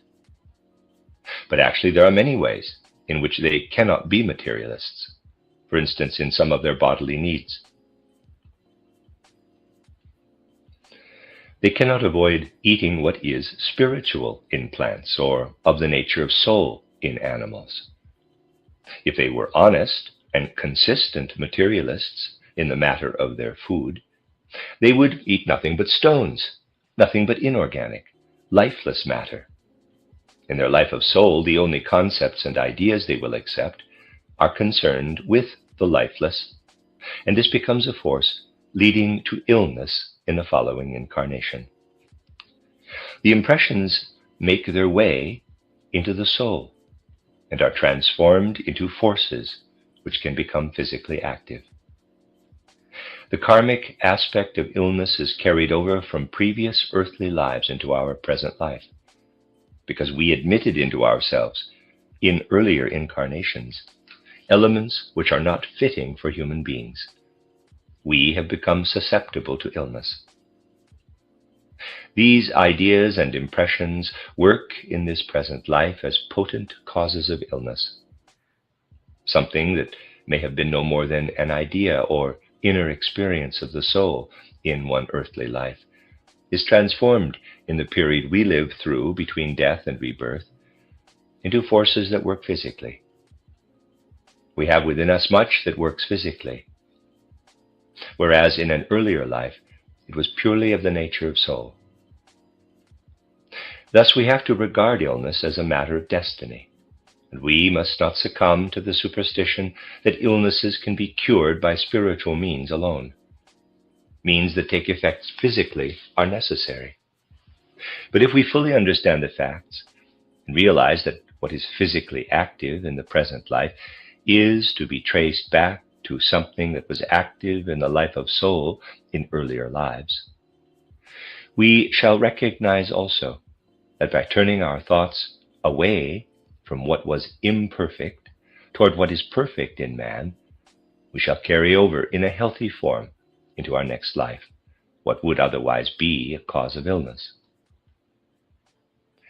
For instance, if we are convinced that an illness has resulted from a materialistic life of soul in a previous incarnation, we may be sure that we can only rid ourselves of the illness by a treatment based upon spiritual views and ideas, and these are found in anthroposophy, which is not theory, but directly related to life, cultivating the insight and feeling that life requires.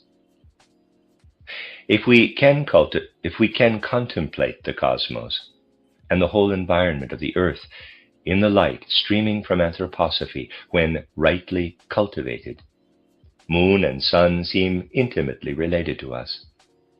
We see in them the cosmic pictures of our own past and our own future.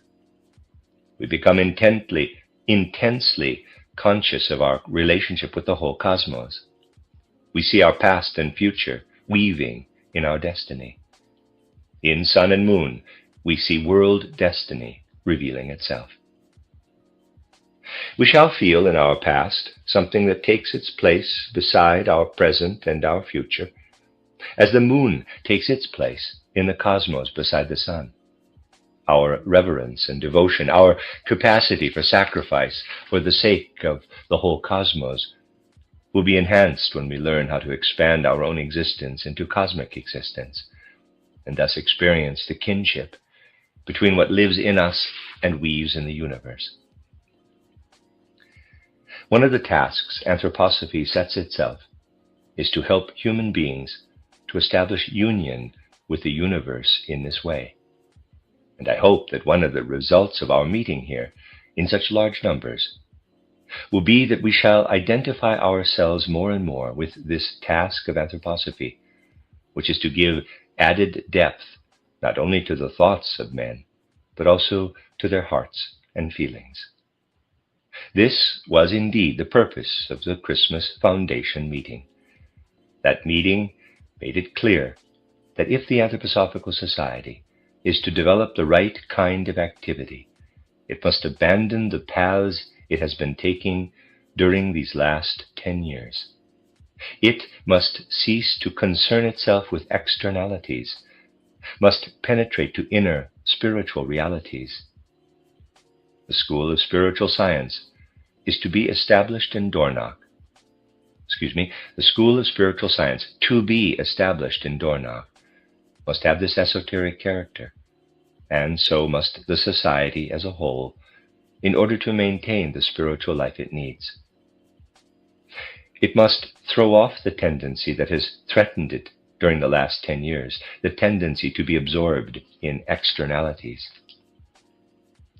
What has actually been happening during these 10 years, and was happening even before then? Here is an example. A very strong opposition, it is particularly active just now, has been able to refer to lecture courses and transcripts of lectures which are not available to the general public. As you know, people wished to possess these lecture courses and transcripts, and it was a matter of meeting these wishes, although it was obvious that this was the very way to give the opposition the ammunition it needed. We live in times when secrecy is quite out of the question. Therefore, at the Christmas meeting, the Society was declared to be a public institution. But that does not in any way gainsay the fact that on the other side, it becomes all the more esoteric. The leadership of the Society must be more and more consciously anthroposophical. It was for this reason that when we were framing our statutes, our procedure differed entirely from what is customary. Statutes usually start by laying down some basic principle. We had such statutes in the Theosophical Society: the establishment of a universal brotherhood of mankind, the recognition of unity in religions, and so on. As I have often said, instead of all this, we must emphasize the reality which the Anthroposophical Society is able to establish.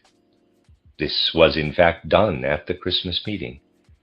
There was no mention of abstract principles, but it was declared that in Dornoch there is something that is living reality. Whoever sees justification in what is thus actively alive in Dornoch is entitled to join the society. The life of the society is not conditioned by abstractions usually known as statutes. Our so-called statutes are an account of what exists in Dornoch and what we aim to do from there. The society is to have an executive which acts and which in its actions and in the initiatives it takes has a clear view of what forms and constitutes it.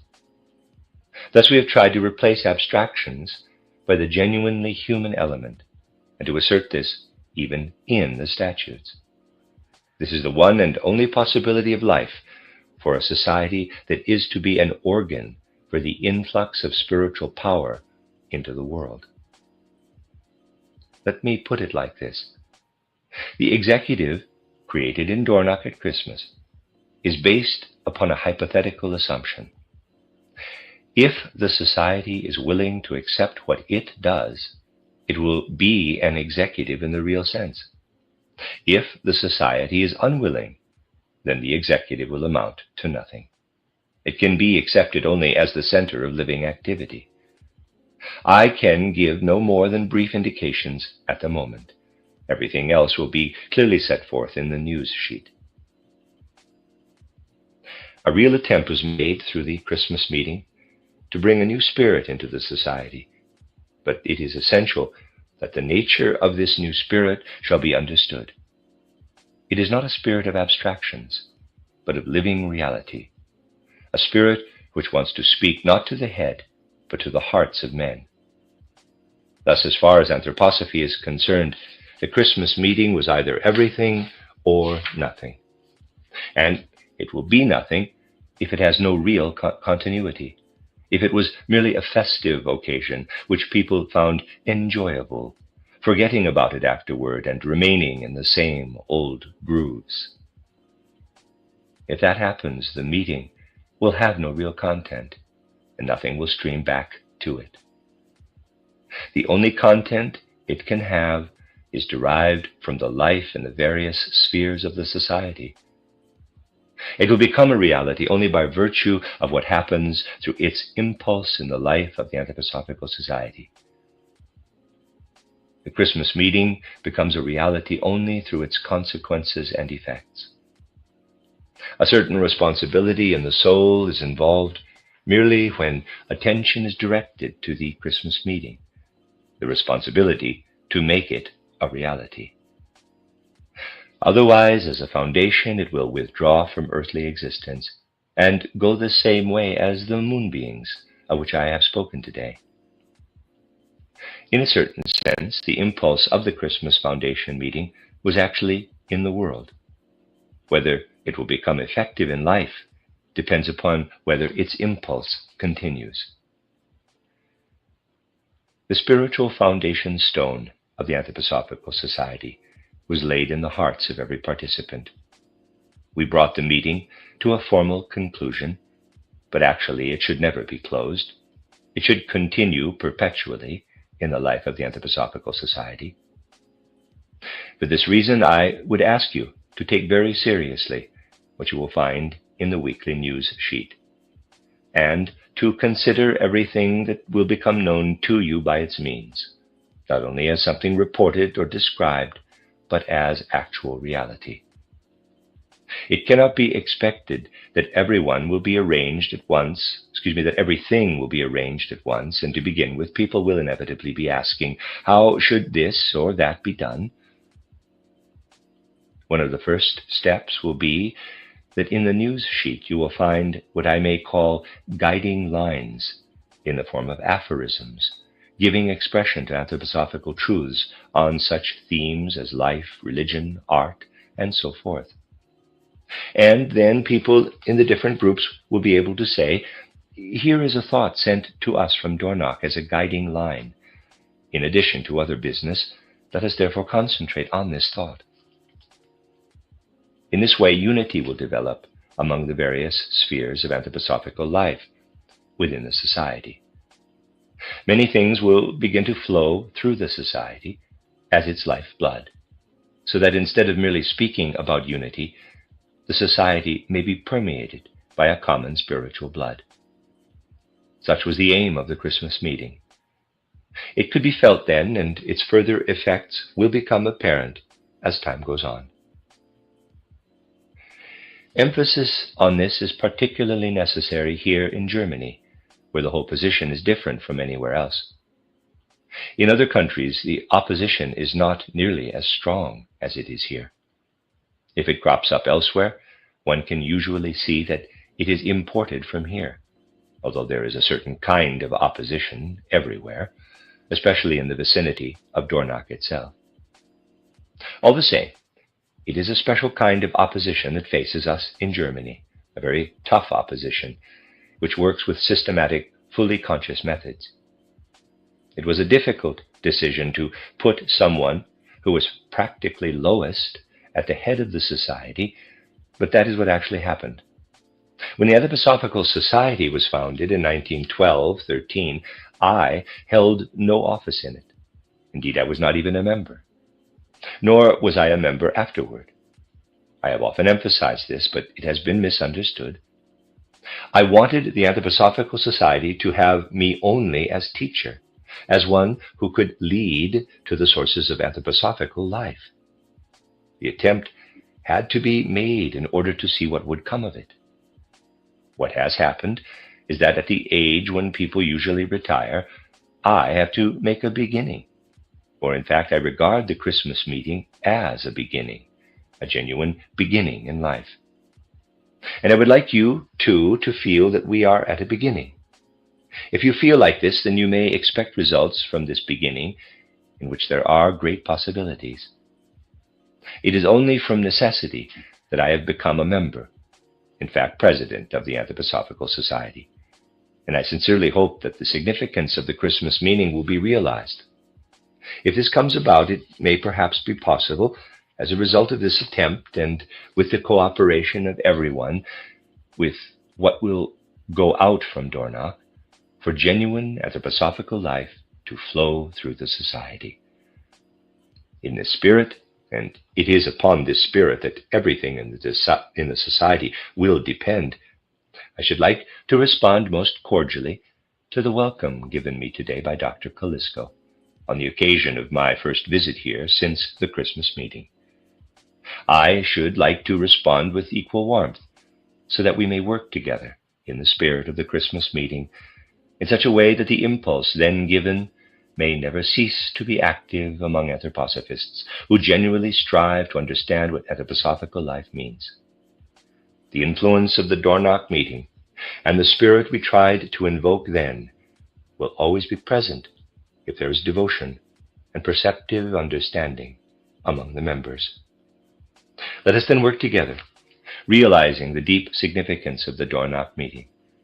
Let us never treat it with indifference, but regard it as an impulse that penetrates deeply into our hearts. The Dornach meeting will then have been much more than a festival week. It will be an impulse affecting the whole world and the destiny of man.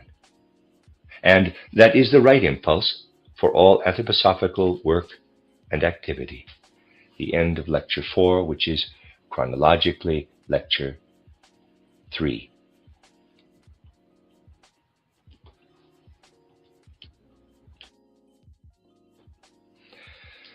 You are listening to Rudolf Steiner Audio.com. This is a reading of Karmic Relationships, Esoteric Studies by Rudolf Steiner. This is Volume 6. This is Lecture 5 in Volume 6, which is, in the chronological series of these lectures, Lecture 21. The truth of repeated lives on Earth was once expressed in German literature in impressive words to which attention has often been called in the anthroposophical movement. At the height of his powers, Lessing wrote his memorable treatise titled The Education of the Human Race, at the end of which he declares his belief in repeated lives on Earth. In monumental sentences, he declares that the historical development of humanity can be intelligible only on the assumption that the individual man passes through many lives on Earth and carries over into other epochs of evolution what may have been experienced and accomplished in an earlier epoch. In this connection, two facts only need to be borne in mind. When attempts are made by historians to explain later events as the effects of earlier causes, all kinds of reasons are brought forward. The influence of ideas, of physical happenings, and so forth. In short, pure abstractions. The truth is that the same individuals who were living, let us say, at the end of the 19th and beginning of the 20th century, lived in earlier epochs as well. They then absorbed what was happening around them, or what was to be experienced from their fellow human beings, carried it all through the gate of death into the spiritual world in which man lives between death and rebirth, and brought it down again with them into a new earthly life. They are therefore themselves the bearers of what has passed over from one epoch to another in the course of the evolution of humanity. The past is forever being carried over to the future by individual men. This is the one fact that can fill the soul with a feeling of reverence when it is taken with due earnestness. And the other fact is that, on reflection, all of us sitting here will be able to say, we ourselves have lived on the earth many times, and what we are today is the product of those previous lives. When we survey history and let it shed light upon our own experiences, the realization that there are repeated lives on earth may well imbue knowledge with a mood of reverence. And Lessing must certainly have experienced something of the kind when he wrote, quote, "Why should not every individual man have existed more than once upon this world? Is this hypothesis so laughable merely because it is the oldest? Because the human understanding, before the sophistries of the schools had dissipated and debilitated it, lighted upon it at once?" Close quote. And he voices his consciousness of realities, such as those indicated above, in the monumental words, quote, "Is not then all eternity mine?" Close quote. The line of spiritual development, which could have been introduced into German culture at that time through Lessing's treatise, was broken. And in any case, its continuance would certainly have been ridiculed by the mentality of the 19th century. More than 20 years ago in Berlin, when we were beginning anthroposophical work within the framework of the Theosophical Society, it was announced on the program of the meeting held in connection with the founding of what was then called the German section of the Theosophical Society, that the title of one of the first exercises I proposed to give would be, quote, "Practical Exercises for the Understanding of Karma," close quote, über praktische Karma-Übungen. It was a matter at that time of introducing the idea of karma with such forcefulness that it could have become one of the leitmotifs in the development of the anthroposophical movement. But when I spoke about what I meant by this title to one or two well-known members of the old Theosophical Society who had come over to Berlin, there was general opposition. Such a subject was considered to be quite impossible. And as a matter of fact, although I am not suggesting that these people were right, it would have been premature at that time to speak to wider circles about these intimate esoteric truths. If one wishes to avoid abstract generalizations and to speak in a concrete way about karma and its significance in the historical life of mankind, this is not possible without touching upon matters of a deeply esoteric nature and making use of the concepts of esotericism. Hence, in a certain respect, everything in the way of knowledge that has since been developed in the Anthroposophical Society was a necessary preparation, because in the days to which I have referred, the members of this society were not sufficiently mature. But sooner or later, the time must come when it is possible to speak concretely of the truths of karma and their connection with the evolution of humanity. If we were to wait any longer, this would be a grave defect on the part of the Anthroposophical Society. Hence, one of the intentions expressed at the Christmas Foundation meeting at the Goetheanum was to the effect that communication of the findings of genuine spiritual investigation into these more intimate questions of the evolution of humanity should no longer be withheld. And in line with this, the anthroposophical movement will, in future, be attentive to what the spiritual beings desire, not to what timidity and caution regard as inopportune or untimely. In this connection, the Christmas meeting at the Goetheanum was not only of qualitative significance for the anthroposophical movement, but something that was to mark the beginning of deeper and more intensive anthroposophical work. And it is from this point of view, which must also become a point of view of the whole movement, that I shall speak to you today. We witness great happenings in history and are aware that the keynotes in certain domains of life are set by particular personalities. It should be obvious to us that some historic personality, who not so long ago was the inaugurator of the kind of thinking under the influence of which we are still living today, can only be understood, as the historical aspect in general can only be understood, when anthroposophical investigation penetrates into earlier incarnations of such personalities. This leads to something else as well. By observing personalities of whom history tells,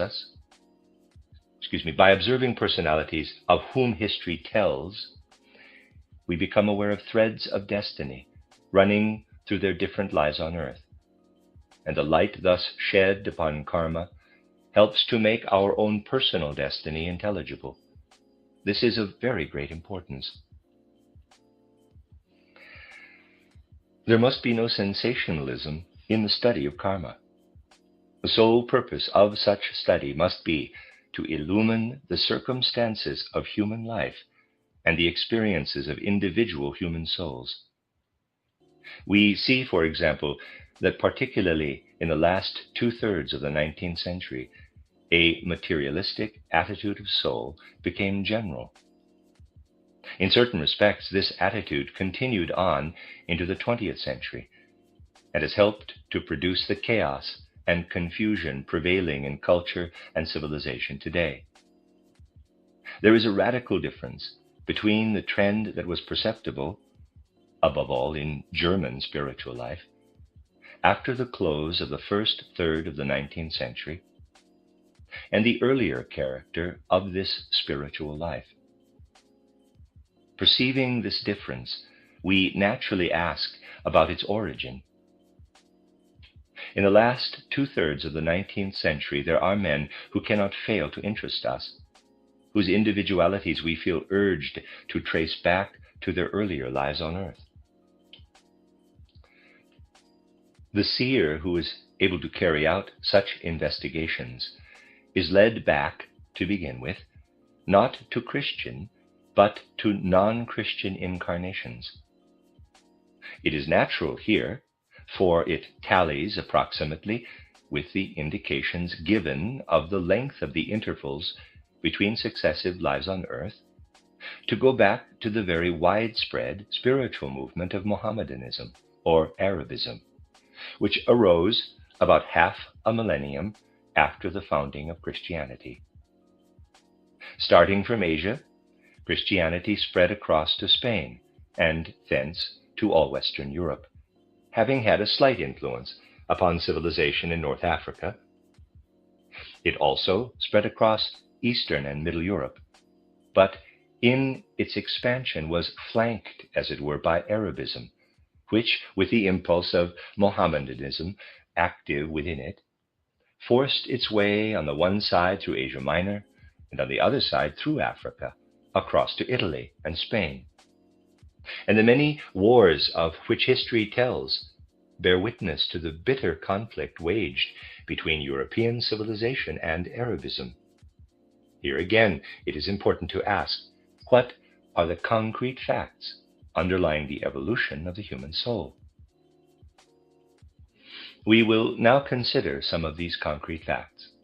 For example, at the time when Charlemagne was ruling in very primitive conditions of civilization in Europe, brilliant spiritual culture was being developed at the court of Harun al-Rashid over in Asia.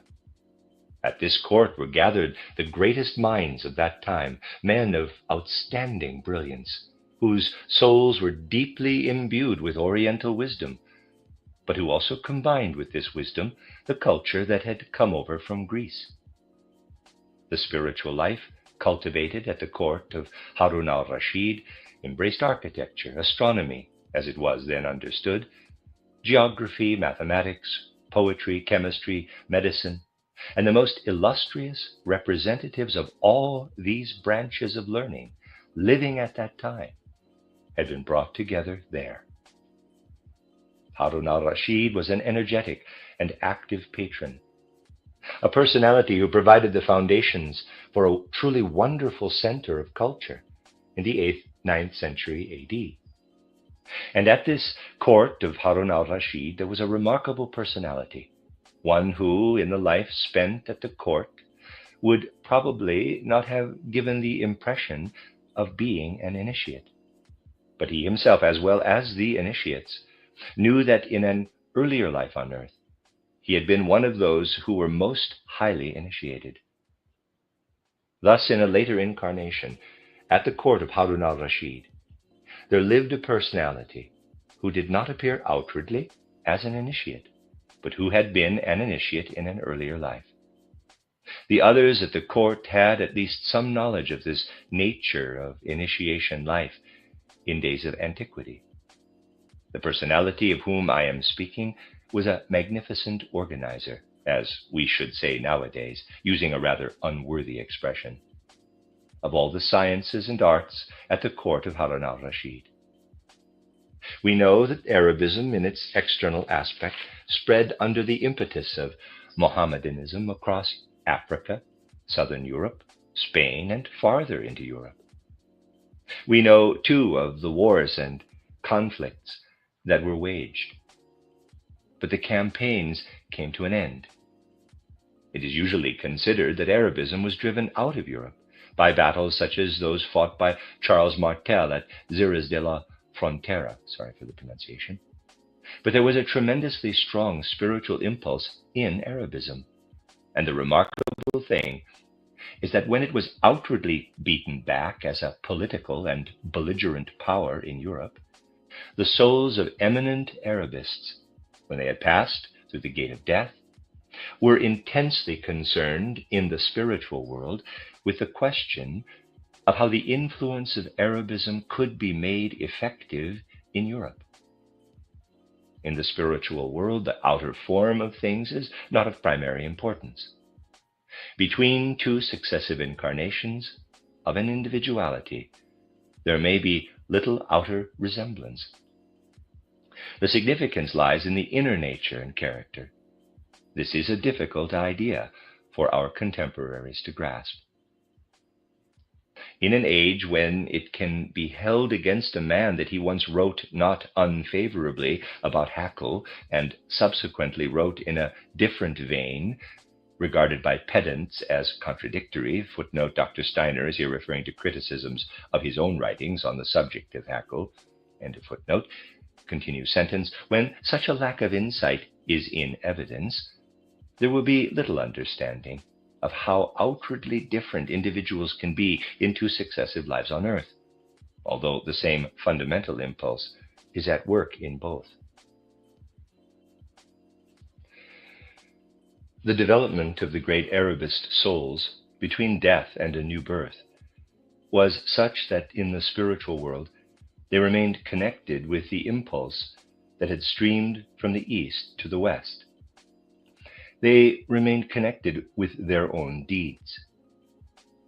In the external world, civilization advanced. Forms of culture quite different from those characteristic of Arabism made their appearance.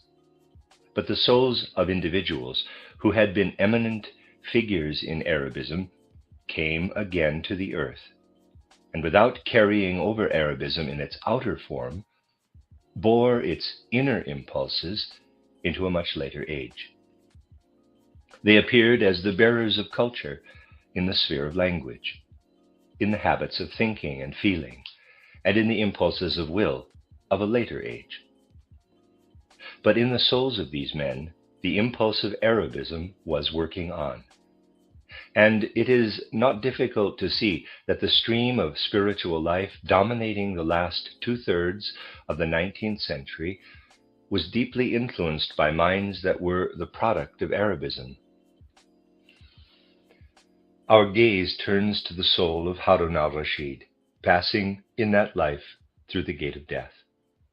Between death and a new birth, this soul continues to develop and appears again in the modern age in quite different conditions of civilization.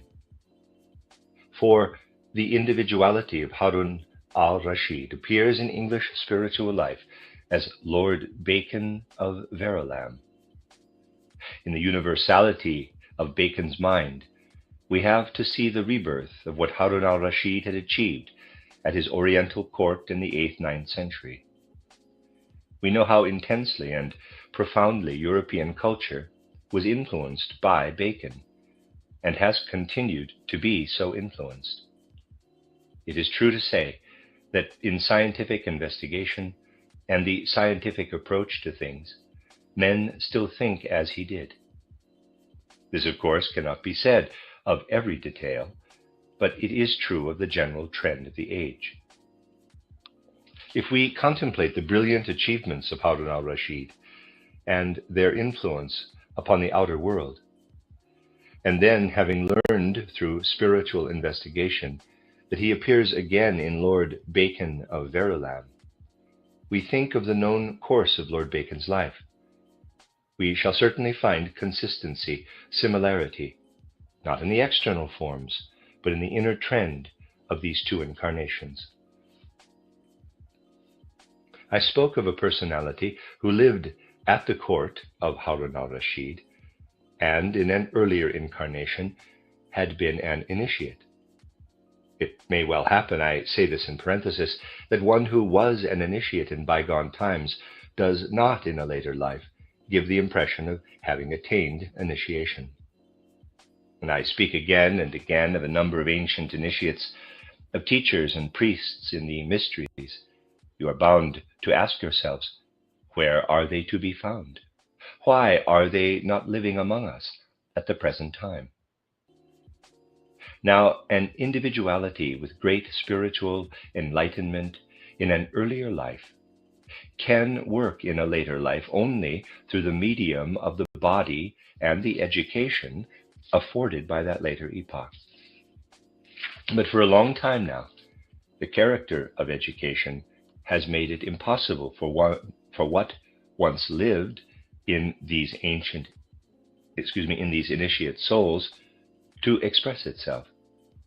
They are obliged to operate in quite different forms of life, and only those endowed with the power of intimate observation are able to realize that men in whom the initiate is not apparent in the later earthly life have nevertheless passed through lives during which they reached initiation.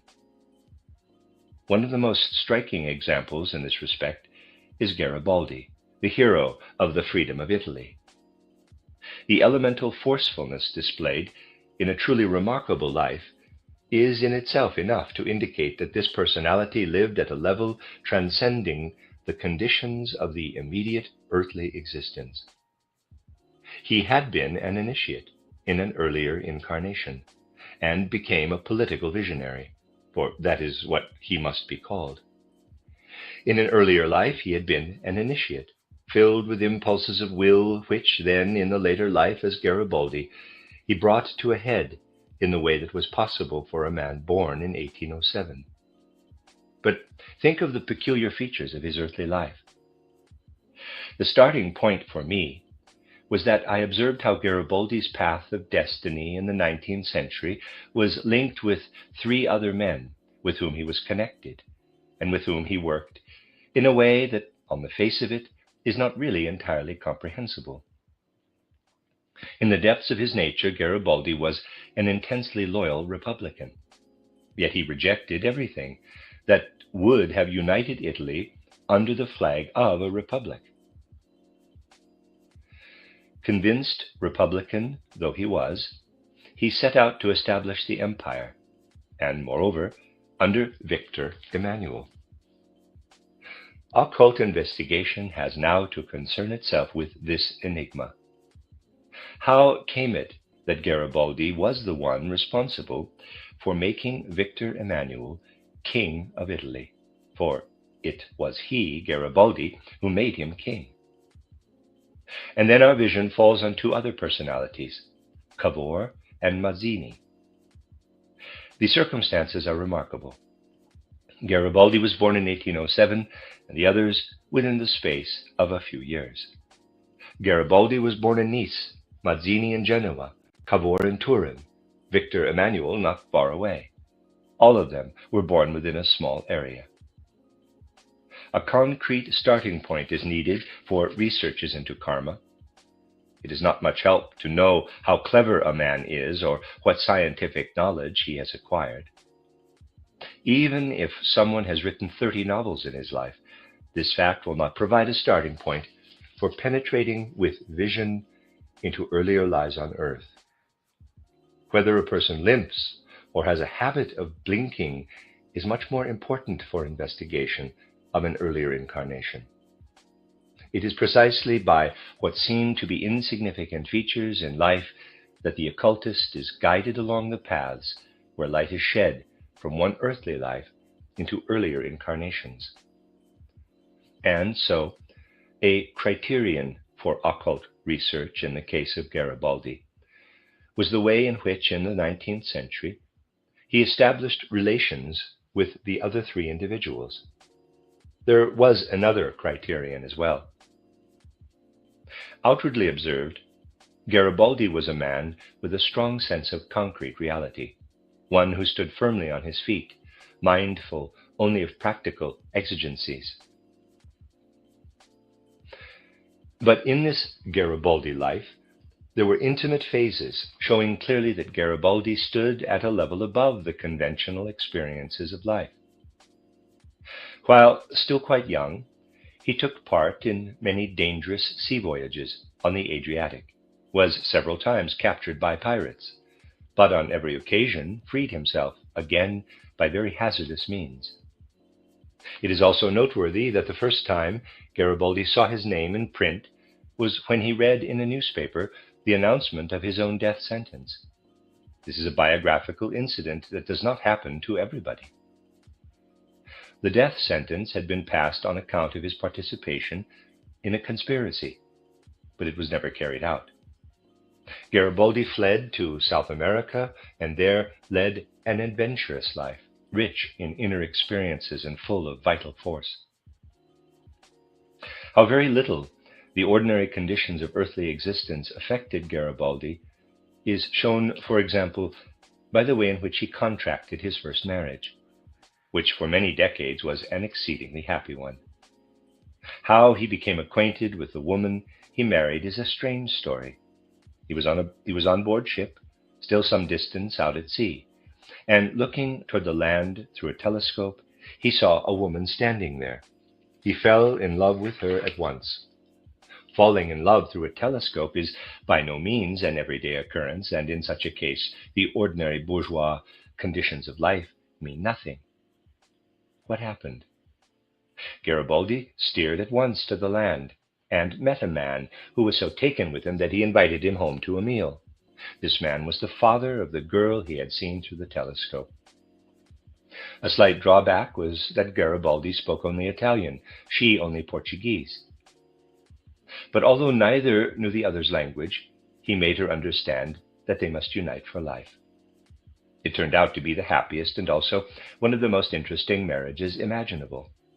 She shared in all his undertakings and experiences in South America, and once, when a report reached her that Garibaldi had been killed in one of the many fights for freedom, she searched every battlefield, as legend narrates of other women.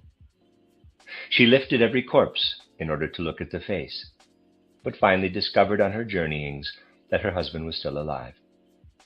During these adventures, she gave birth to her first child, who would have died from cold if she had not bound it with a sling around her neck and kept it warm against her breast. These are not ordinary circumstances, and the companionship was anything but a conventional one in the bourgeois sense. Some time after the death of his wife, Garibaldi married again, this time in perfectly conventional circumstances. But this marriage, which had not been arranged through a telescope, lasted no longer than a day. These happenings and similar features of Garibaldi's life are clear evidence that there was something quite out of the common about him. Spiritual vision revealed to me that in an earlier incarnation in the Christian era, footnote see Karmic Relationships Esoteric Studies, Volume 1, page 194, Lecture 12, end of footnote, this personality had been an Irish initiate.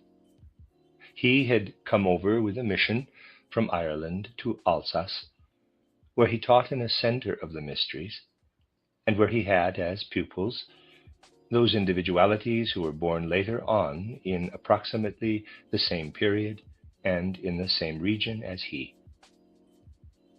Now, in various mysteries where initiation was attained, there was a law according to which the connection of certain pupils with the teacher must be so close and strong that the teacher might not desert them when circumstances brought them together in a later life.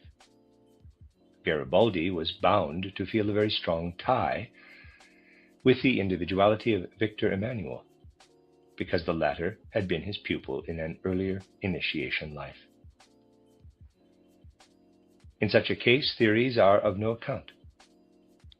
In a later life, what is of real importance is not any external undertaking, but obedience, even if an unconscious obedience, to that inner law by which men are brought together in accordance with impulses, working in the intimate processes of historical evolution.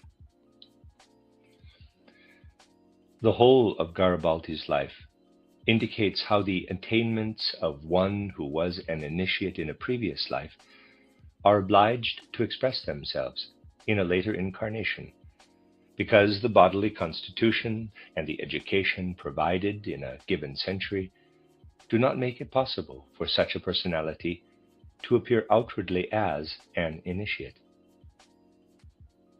The same applies in the case of the personality who lived at the court of Harun al-Rashid, and who, when he had gone through the gate of death, was bound to take a different path from that of Harun al-Rashid himself. This personality was connected, in the very depths of his soul, with all the mysteries of initiation he had received from Oriental wisdom. He could not follow the path that was taken, more with an eye to outer renown, by Harun al-Rashid. He was obliged to take a different path. These paths led to reincarnation in a later epoch, when the two individualities worked in the currents of civilization and culture that were under their own influence. The influence, that is to say, of Harun al-Rashid and his counselor. The soul of this counselor appeared again as Amos Comenius, who again was not able to bring the initiation principle to outward manifestation, but whose forceful and effective intervention in the world of education, in the age that is also the age of Bacon, shows that profound and significant impulses were alive in him. And so we see how after his life at the court of Harun al-Rashid, the soul who has now become Amos Comenius is reincarnated with a more inward vocation. We see how Harun al-Rashid himself reincarnates, and we see how in these personalities civilizations, cultures flow together. If we contemplate the spiritual life of Europe as it developed particularly in the 16th and 17th centuries, we shall everywhere find Arabism in its new forms. In everything that has been influenced by Bacon, Arabism is present in a more outwardly brilliant form. In everything that has been influenced by Amos Comenius, the deep inwardness of Oriental wisdom can be perceived. What I am telling you is not a made-up story. These things are not discovered by speculation, but only by uniting oneself inwardly with the spirit entities concerned, and by means of inspired investigation, seeking the way from the one earthly life into the other. Through the incarnation of souls in repeated lives, a great deal has been brought over from Arabism into the modern age. What is all-important is that the character and purpose of such investigation shall not be misunderstood. I told you that it is not a question of following clues that in materialistic life would usually be considered significant. Nothing much will be discovered by so doing. I will give you an example. I had a teacher, I have also spoken of him in my autobiography, who was a really excellent geometrician. At a certain period in his life, he began to interest me very deeply. There was something absolutely original about him, a one-sidedness that amounted almost to genius. He had other characteristics as well, but his geometrical talent provided no pointer to his earlier incarnation. This really first-class, constructive geometrician had a certain external peculiarity, a club foot. Now, investigations which lead over from one incarnation into another very often reveal that everything connected in the one incarnation, the legs, is connected in another life with the development of the head. A remarkable metamorphosis takes place of the inner forces, which in one life are those of the limb system, and in another those of the head system. My teacher's clubfoot became for me the starting point of occult investigation. And what transpired? The vision that was focused upon this defect led me to another personality who also had a clubfoot, namely Lord Byron. I now knew. This has to do with reincarnations connected in some way with each other. And it turned out that in a previous incarnation, there was something in the souls of both these men that had led them to common action, although in their last incarnation, as far as their earthly activity was concerned, they were not actually, but almost, contemporaries. I stress the point here that I am not dealing with incarnations as women, because in past epochs, life in a man's body was more important. Incarnations as women are only now beginning to be of importance, although in the future it will be of very special interest to take account of them. In considering many historical personalities, however, one often omits intervening incarnations as women. You must not conclude from this that there have been no such incarnations, but I am speaking now of aspects which lead back first and foremost to previous incarnations as men. And so through these two personalities, whose connection with each other I had perceived, I was led back to a time, it was either in the 10th or 11th century AD, but I have not been able to determine this exactly, when they had lived in the east of Europe, in regions that are now part of modern Russia. They were comrades. At that time, the legend of the Palladium and its changing whereabouts in the world had already reached the ears of a few. You know, perhaps, that the Palladium was regarded as a holy treasure, upon which the fortunes of civilization depended. According to the legend, this Palladium was first in Troy, then in Rome, and was then transferred with pomp and splendor to Constantinople by Constantine the Great, who caused a pillar to be erected over it for his own glorification. At the top of this pillar was a statue of Apollo. In a chaplet were pieces of wood which Constantine had caused to be brought from the cross of Christ. Everything was done with an eye to his own glorification. The legend related that the Palladium would at some time be carried northward, whither the civilization centered in Constantinople would then be transplanted. This legend came to the ears of the two comrades of whom I am speaking, and they were seized with enthusiasm to obtain possession of the Palladium in Constantinople. They did not succeed, but they embarked on many adventurous undertakings with the aim of removing this holy treasure to the north.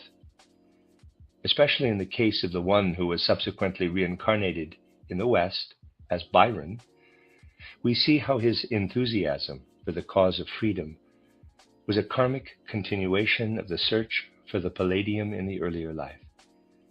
And the same spiritual configuration was to be seen in the intimate impression made by my geometry teacher upon those who knew him. Here was a sense of freedom in the domain of science. And so the paths led from details of secondary importance, in this case the club foot, to earlier incarnations of the personalities in question. When it is a matter of speaking of the karmas of individuals, one must always have an eye for the inner configuration of life. Let me give one more example. In the 8th-9th century A.D., in the region that we should today call the northeast of France, there lived a personality who, in those days, would have been considered a well-to-do landowner. But he was adventurous and went out on predatory expeditions in the neighboring provinces. Incredible as it seems today, such things as the following did happen in those times.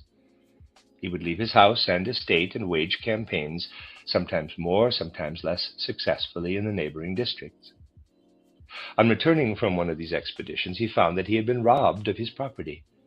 Another man was in possession, and he had so many soldiers and weapons that the property could not be wrested from him by its rightful owner. There was no place to which the latter could go, and he became a serf, as it would have been said later on, of the one who had dispossessed him. And so a strange relationship developed between these two men. The former owner of the estate was obliged to reverse his position. The property that had once been his now belonged to someone else, and he himself was in the position previously occupied by the new owner. He, the former owner, and like-minded companions would hold all kinds of meetings, as we should call such gatherings nowadays, in the neighboring forests by night, voicing vehement resentment against the one who had taken possession of the property, and against conditions where such things were tolerated. The intense resentment and the things that were said at that time as an expression of it are an interesting study. I was able to follow the paths taken by these two men, who passed through the gate of death in the 9th century and were born again in the 19th.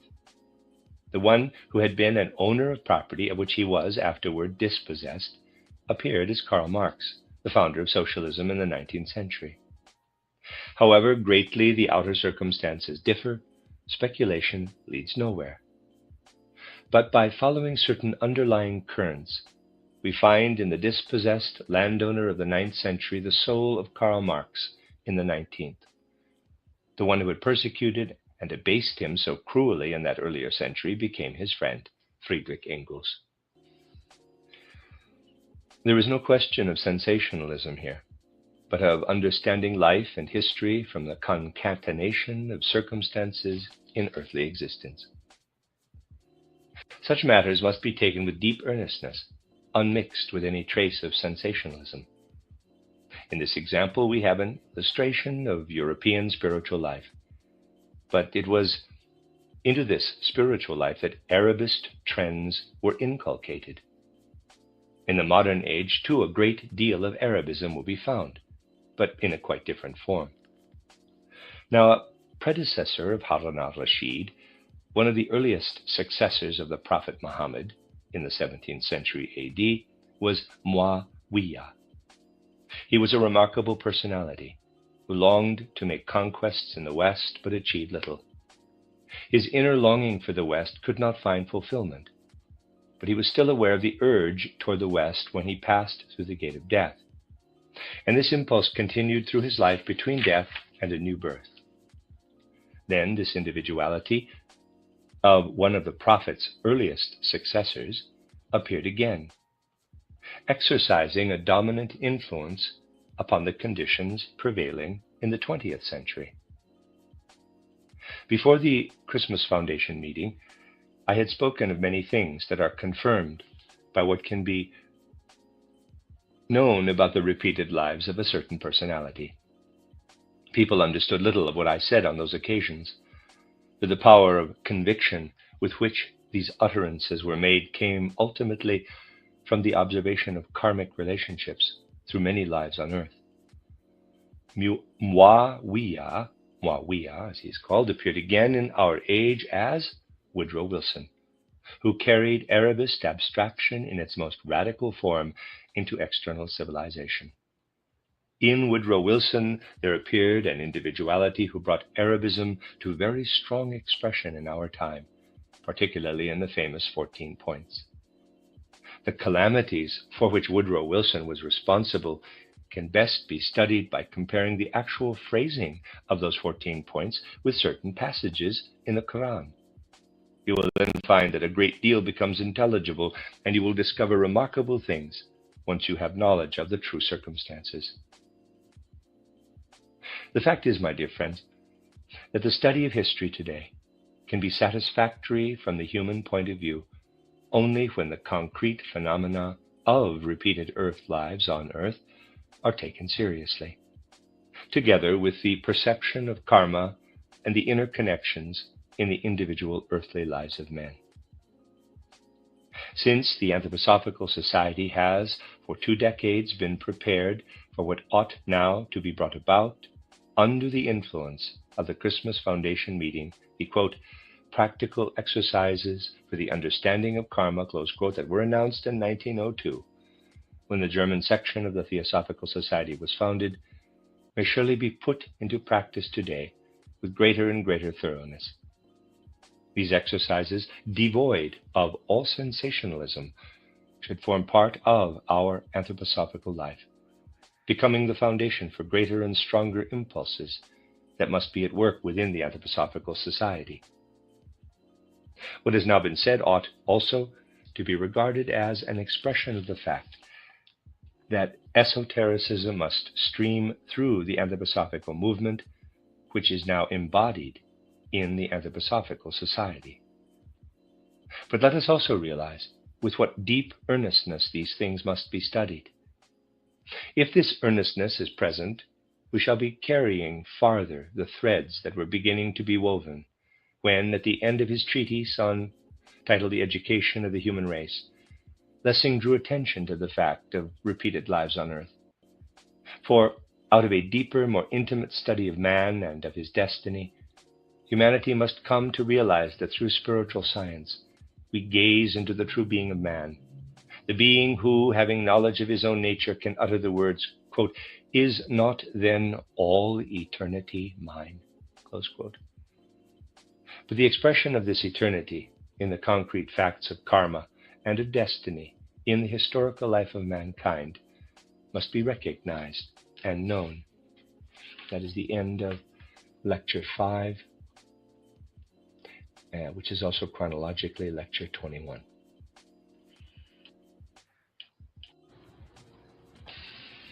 You are listening to RudolfSteinerAudio.com. This is a reading of Karmic Relationships, Esoteric Studies by Rudolf Steiner. This is Volume 6, Lecture 6 in that volume, which is chronologically Lecture 38. On the last occasion, during our Waldorf School conference, I spoke to you about karmic connections in the evolution of humanity. And today I want to say something more on the same subject, I shall begin with matters of which you already have some knowledge, and then pass on to others less familiar to you. When the human being passes through the gate of death, his ether body dissolves away into the cosmos, when the physical body has been laid aside at the moment of death itself. Today, we shall not be studying this first stage after death, when the ether body is dissolving, but the stage which follows. This can best be understood by thinking, to begin with, of the earthly life between birth and death. This earthly life runs its course in two sharply different conditions, waking and sleeping. You know from anthroposophy that during the waking state, the four members, physical body, ether body, astral body, and ego, interpenetrate, mutually stimulating and sustaining their several functions. But in sleep, the physical body and etheric body remain in the bed, leading temporarily a plant-like existence, while the astral body and ego organization live independently in the spiritual world, separated from the physical and etheric bodies.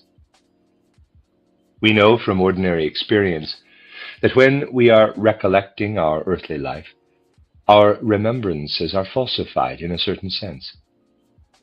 For when we look back with ordinary consciousness over our life, this retrospect seems to be a continuous onward flowing stream, one event proceeding from another consecutively.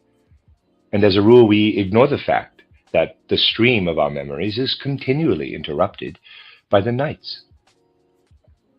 In remembrance, therefore, there is a sequence of day-night, day-night.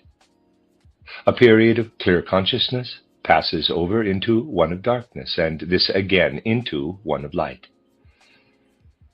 With the exception of dreams which arise from sleep, the part of earthly life which is spent in sleep remains, for the most part, unconscious. Generally speaking, this constitutes a third of the earthly life, if a man is not an abnormally long sleeper.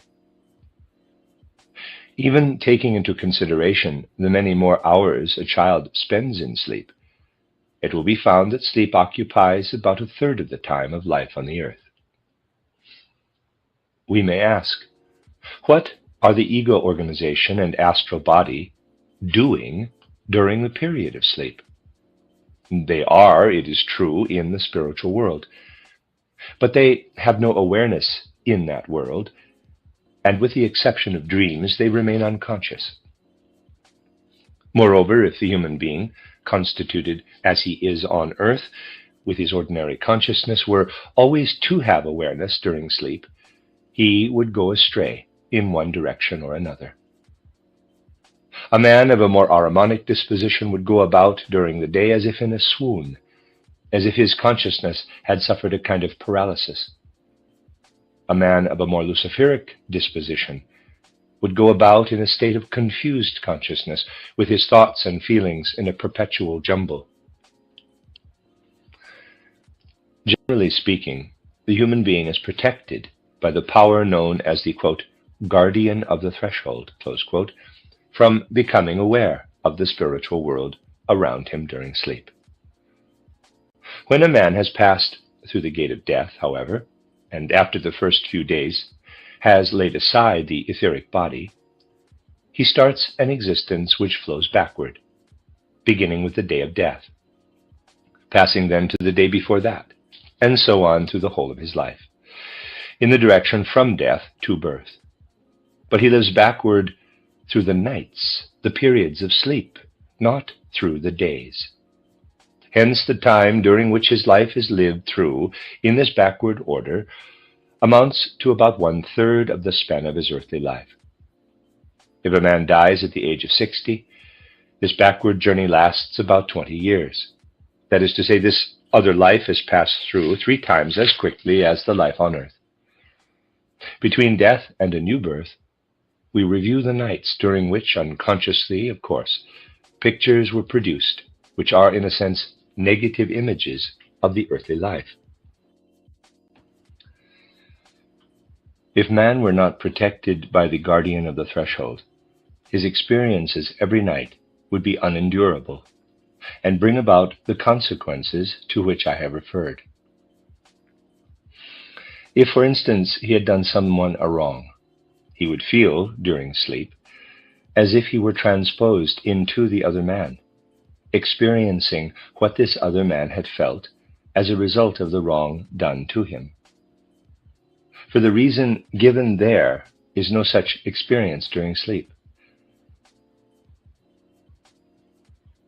But after death, during the period referred to, it comes with very great intensity. We live backward through our earthly life and through all the compensatory experiences for what we have done or failed to do. How comes it that we are able to live through these compensatory experiences? In order to answer this question, attention must be called to a cosmic event. During the course of the Earth's evolution, the Moon, which was originally part of the Earth, separated and emerged from the Earth to lead an independent physical existence. Some time after the physical substances of the Moon separated from the Earth, the ancient primeval teachers of humanity departed to the Moon. While they were on the Earth, these primeval teachers had not incarnated in physical bodies, but only in etheric bodies. Hence, the nature of their influence upon human beings was imaginative, inspirational. And all the wonderful teachings which were given in a more poetic form and contained in legends and sagas originated in a majestic primeval wisdom imparted by these ancient teachers on the earth. But the essential nature of these teachers enabled them to withdraw to the Moon, which has since been their habitation. When the human being passes through the gate of death, he moves in very truth through the cosmos. His being expands and expands. He passes first into the Moon's sphere and encounters these great primeval teachers as they now are. They preserve, as it were, a naively instinctive, innocent state of the human race. Before men succumbed to the possibility of doing evil, these primeval teachers were present on the earth. They take into themselves what is inscribed by us into the Akashic Chronicle during the nights we live through during our existence on earth. They permeate it with their own being, and thus make it possible for us during the first third of our life after death, when we are living through the events of earthly existence in backward order, to experience it all with greater intensity than we experienced it on earth. Events in earthly life jolt us, impel and drive us. But those whose spiritual vision is able to witness what a dead man lives through in these first decades after his death know well that through the magical power of the great teachers who have established their colony on the Moon, the experiences of yonder life have an intensity infinitely greater and more vivid than those of earthly life. We actually undergo all this. Suppose you once gave someone a box on the ears. After death, you do not experience the feeling of satisfaction or perhaps of anger or malice occasioned in you by your action. But you are then within the other man. You experience the pain and the shock that were caused to him. You feel exactly what your action made him feel. The experience of living through such events with a dead man is deeply annoying. One cannot say shattering. The experience of living through such events with a dead man is deeply moving, not annoying. One cannot say shattering. Let me give you an example here. Most of you will remember that among the characters in my mystery plays, I have depicted that of Steiner. As in the case of most of the characters in the plays, the figure of Steiner is drawn from actual life. There was a man whose life was almost exactly similar to that of Steiner, as depicted in the plays. You can well imagine that I was very much interested in this personality during his physical life on Earth. He died in the year 1912. And my interest in his experiences after death began from then onward. He had ultimately become a writer on the subject of rationalistic theology, and everything he had experienced on the earth became infinitely more intense as he himself was experiencing the effect of his books and his rationalism. After I had shared for some time in what he was experiencing, I found it impossible to continue the character of Strider in the plays, and he dies because my interest in his earthly life was no longer there. It was eliminated by the intensity of interest in what he was experiencing after death. An incident connected with this was that certain friends interested themselves in the writings left by the original of Strider and wanted to bring them to me. I simply could not take any interest in the matter and had to ignore it, for the simple reason that interest in the dead is so much stronger and eliminates everything else. By this, I merely want to indicate that the experiences of a man after death while living through his life in backward order are much more intense than they were during his earthly existence. Earthly life is almost like a dream as compared with this other experience. It is an experience in negative, an experience of the consequences in the other person of what we have done and left undone. Hence it should not be described as altogether terrible, but at any rate a man must come to realize which of his deeds, his thoughts, his feelings were just, and which were not. You can imagine that it is in this state of existence that the first seed of karma is formed. For when the human being realizes what actually happens between death and a new birth, his judgment differs from judgment as it is on earth. I may already have mentioned that many years ago I met a lady who had listened to a conversation that had taken place in her presence on the subject of repeated earthly lives. She said that one life was enough for her, and that she had no desire at all for any others, and protested vehemently against the possibility of having to return again and again. I was obliged to say to her at the time, "Yes, it may be that this is your opinion here on earth, but that is not the point. What matters is the judgment that is made between death and a new birth." As long as she was with us, she realized this, but on her travels afterward she sent me a postcard saying that after all, she did not admit that there are many earthly lives. When the human being is undergoing these intensified experiences after death, he makes a resolve that may be expressed as follows. Owing to this and that, you have become imperfect. You are an inferior human being, and you must make compensation. Thereby, the plan of karma is laid down, and such resolutions in the spiritual world between death and a new birth are realities. Just as here on earth it is a reality that you burn yourself if you put your finger into a flame, so it is a reality in the spiritual world when you form a resolution. And you do most assuredly form it. All these experiences are lived through in the moon sphere. Passing through the following spheres of Mercury and Venus, man gradually approaches the sun sphere. The Mercury sphere and the Venus sphere form the transition into the sun sphere. But entry into the sun sphere would not be possible if the whole burden of the evil laid upon the soul in the moon sphere had still to be taken in tow.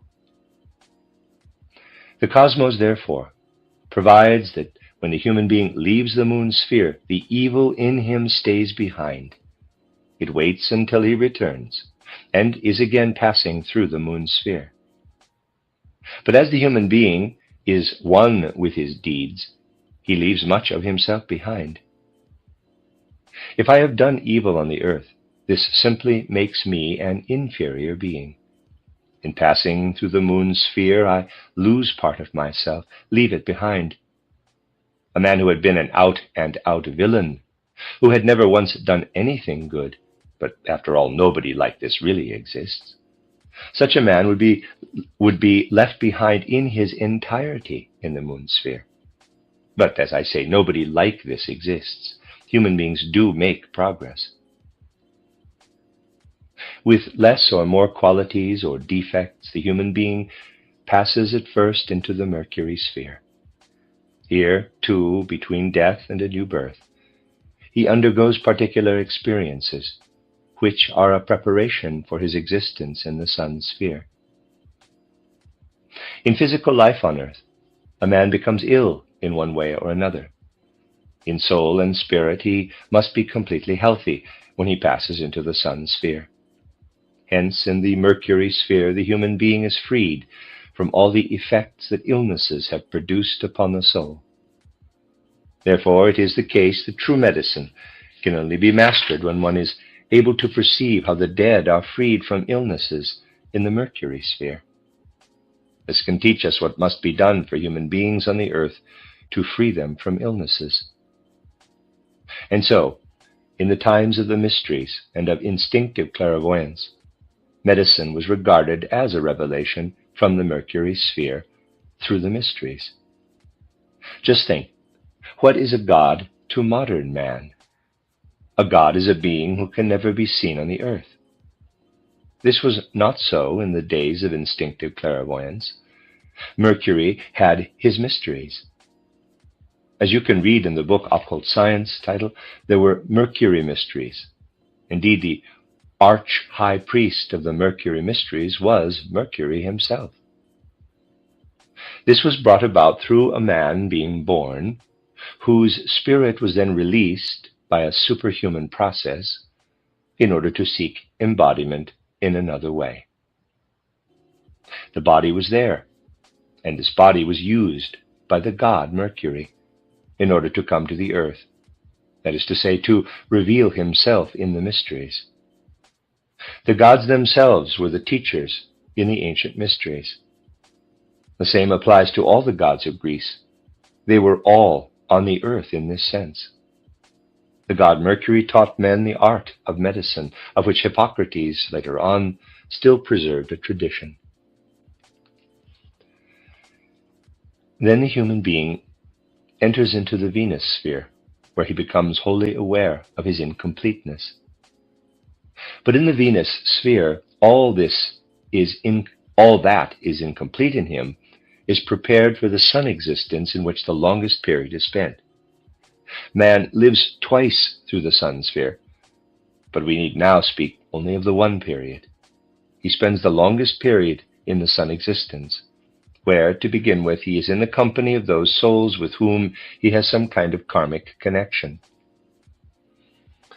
and who are now, like himself, in the spiritual world.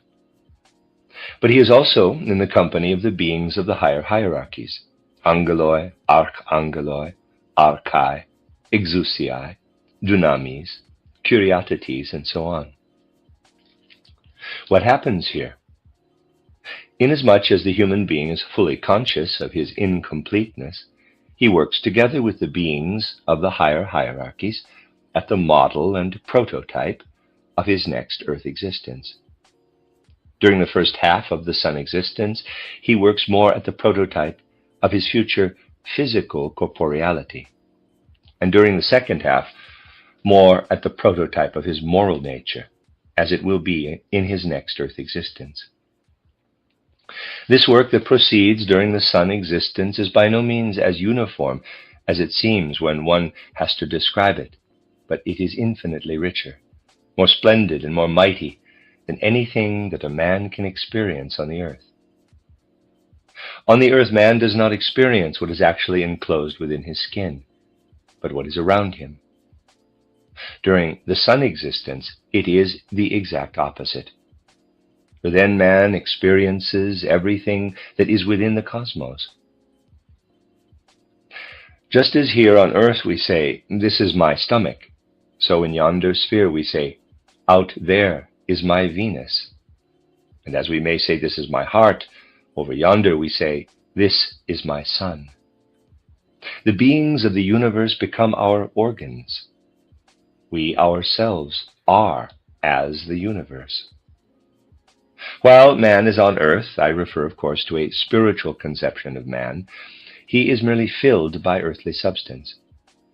This inner world of the human being is, in very truth, more all-embracing, more splendid than the cosmos outside man on the earth. On the earth, man is not conscious of all that is concealed within his being, but it is much greater, much more majestic than anything he sees on earth. And what thus lies concealed within him is revealed to him during the sun existence. Out of what is then his world, he forms and shapes his physical and moral nature for his next life on earth. He also works at his karma.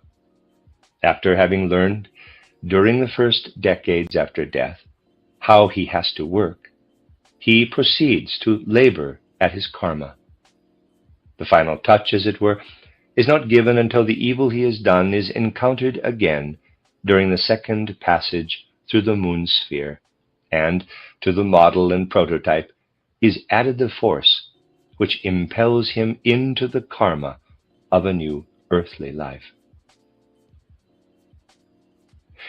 In order to have more precise insight into how karma is formed, we must think of the following. Stars. What are they in reality? Scientists speak of the stars as if they were orbs of burning gas or the like. It is by no means so. Suppose you were on the planet Venus. The Earth would then appear to you more or less as Venus appears to you now, and you would describe the Earth as you now describe Venus. You would estimate that on the Earth, which is the theater of man's existence, there are so and so many souls. But wherever a star shines, there are souls. There are souls on the moon. The souls of the great primeval teachers intermingled, in a sense, with the souls of the angeloi. On Mercury, there are the souls of the archangeloi, among whom we live when we pass through the sphere of the archangeloi. The god Mercury is an archangelic being. On Venus are the archai, and upon the sun are the exousiae, dunamis, curiosities, in whose company man forms his karma. We must see in the shining stars the outer signs of colonies of spirits in the cosmos. Wherever a star is seen in the heavens, there in that direction is a colony of spirits.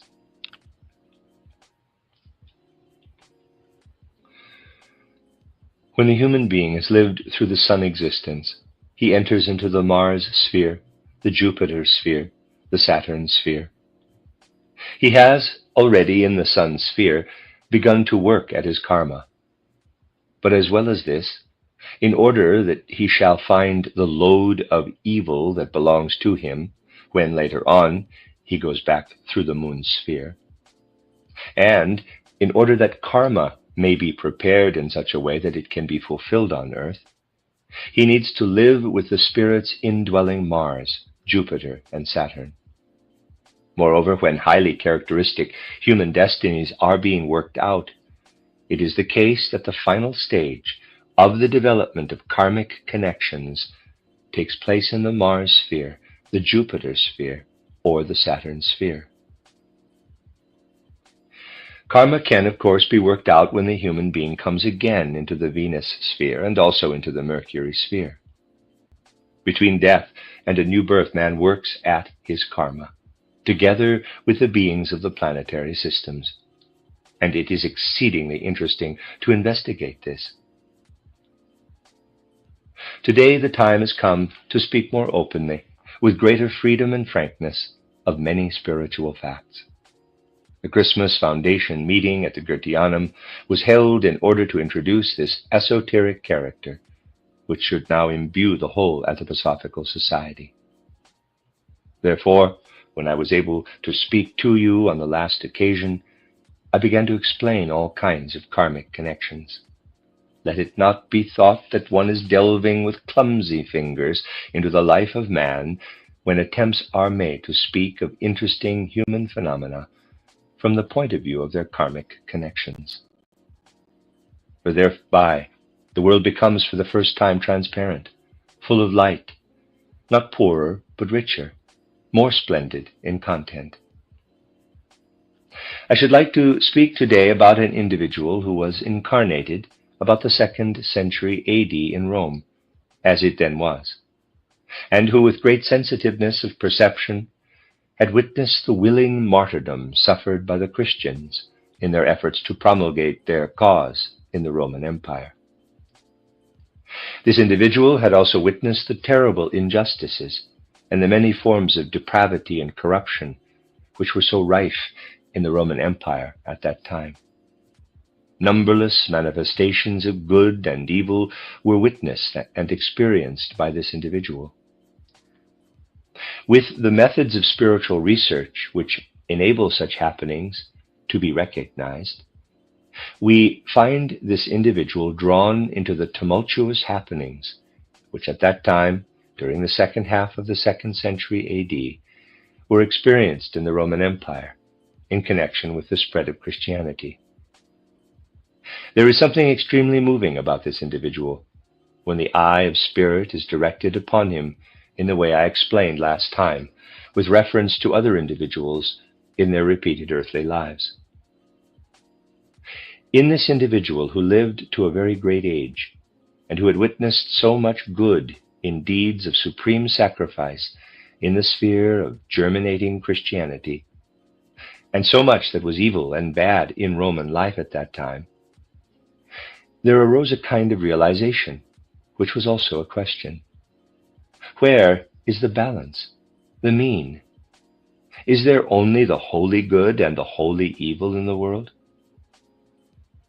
With the consciousness of imagination and inspiration, one can follow quite clearly how this individual was subsequently reborn in the 11th century as a woman. The experiences undergone in the life as a woman leveled out the hard, steel-like angularity of soul which had developed during the Roman incarnation, when he had reached a great age. This trait was softened and mellowed and became a faculty of inner thoughtful contemplation of good and evil. This individual then came again to the earth in the 18th century and was born as the German poet Friedrich Schiller. And now, study Schiller's life and see how it develops, striving to find a middle condition, a balance, a mean. Schiller needed Goethe before he could get rid of all that had remained in him from the conviction that there is only good, there is only evil. Read Schiller's dramas, and you will understand them if you think of his earlier incarnation. What circumstances lie behind Schiller's life and outlook? The experiences he had undergone in the Roman incarnation continued to be alive within him, but he had subsequently incarnated as a woman in the Middle Ages, and then in his life between death and a new birth. It was in the Saturn sphere that the most significant development of his karma took place. Initiation knowledge, of the degree that can be attained only in advanced age, is necessary in order to understand the essential nature of the Saturn sphere. The question may be asked, how is it possible to acquire knowledge of life on the stars and the like? I have told you that when the human being reaches imaginative consciousness, he beholds his whole life in a great tableau. But he also beholds it divided into epochs. When inspiration is attained, and the emptied consciousness wipes out this tableau, something shines out of every such epoch. Instead of beholding his own life between birth and the 7th year, a man beholds at this place in the life tableau the happenings of the moon existence.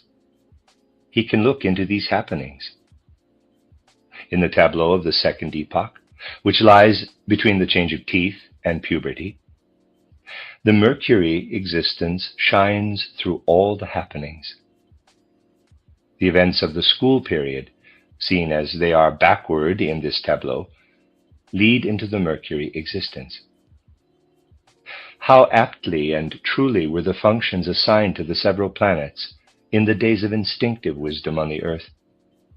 Statistics reveal that the human being is most healthy not in the years between birth and the change of teeth, nor after puberty, but during the school period, as it is called, between the ages of 7 and 14, because that is the time when Mercury works most strongly into the human being in his earth existence. In the tableau arising from the epoch, stretching between puberty and about the 21st or 22nd years, the processes and beings belonging to Venus are seen. Again, it was genius that ascribed to Venus the initial stages of the sex life. The Sun existence shines through the epoch lying between the ages of 21 and 42. The Mars existence through the epoch lying between the years 42 and 49. The Jupiter existence through the epoch from 49 to 56. And the Saturn existence through the epoch from 56 to 63. Truth to tell, even an initiate cannot see the circumstances of life between death and a new birth in which Saturn plays a part until he has passed the 63rd year of his life. Before then, it is possible to learn about this existence in many different ways, but in actual vision, it is possible to behold these happenings and their connections only when one has passed the 63rd year of life. So you will realize why it is that I am only now speaking of matters connected with the Saturn existence. As I said, Schiller developed his karma above all in the sphere of Saturn. To behold this Saturn existence in the way I have indicated causes great amazement, because it is so different from anything one can experience on the earth. In the consciousness of the beings on Saturn, there is only past. There is no present at all.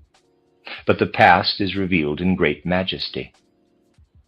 Let me try to make a comparison with something that might happen on the earth. It does not happen, but hypothetically it is possible. Imagine that you have no idea what you look like.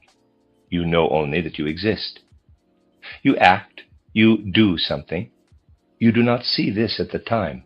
You see it only when it has become the past. You walk. You do not see your own steps or the movements you make, but immediately afterward, these moments change into a snowman, and you draw the whole movement after you when you look round and see what you have been doing. Such is the life of these strange spirits upon Saturn. They are never aware of what they do out of an immediate resolve of the present, but they perceive it only when it has become the past. This is a difficult conception for the ordinary consciousness, but it is so, nevertheless. Individualities like that of Schiller, who are also forming their karma, live in similar conditions of existence. Such individuals develop a wonderful vision of the past, and so the soul of Schiller, before he was born in the year 1790, lived in the spiritual world with a majestic vision in retrospect of all the past that was connected with his own karma. And then on the earth, this changed into the reaction. The vision of the past is now transformed into enthusiasm for ideals of the future.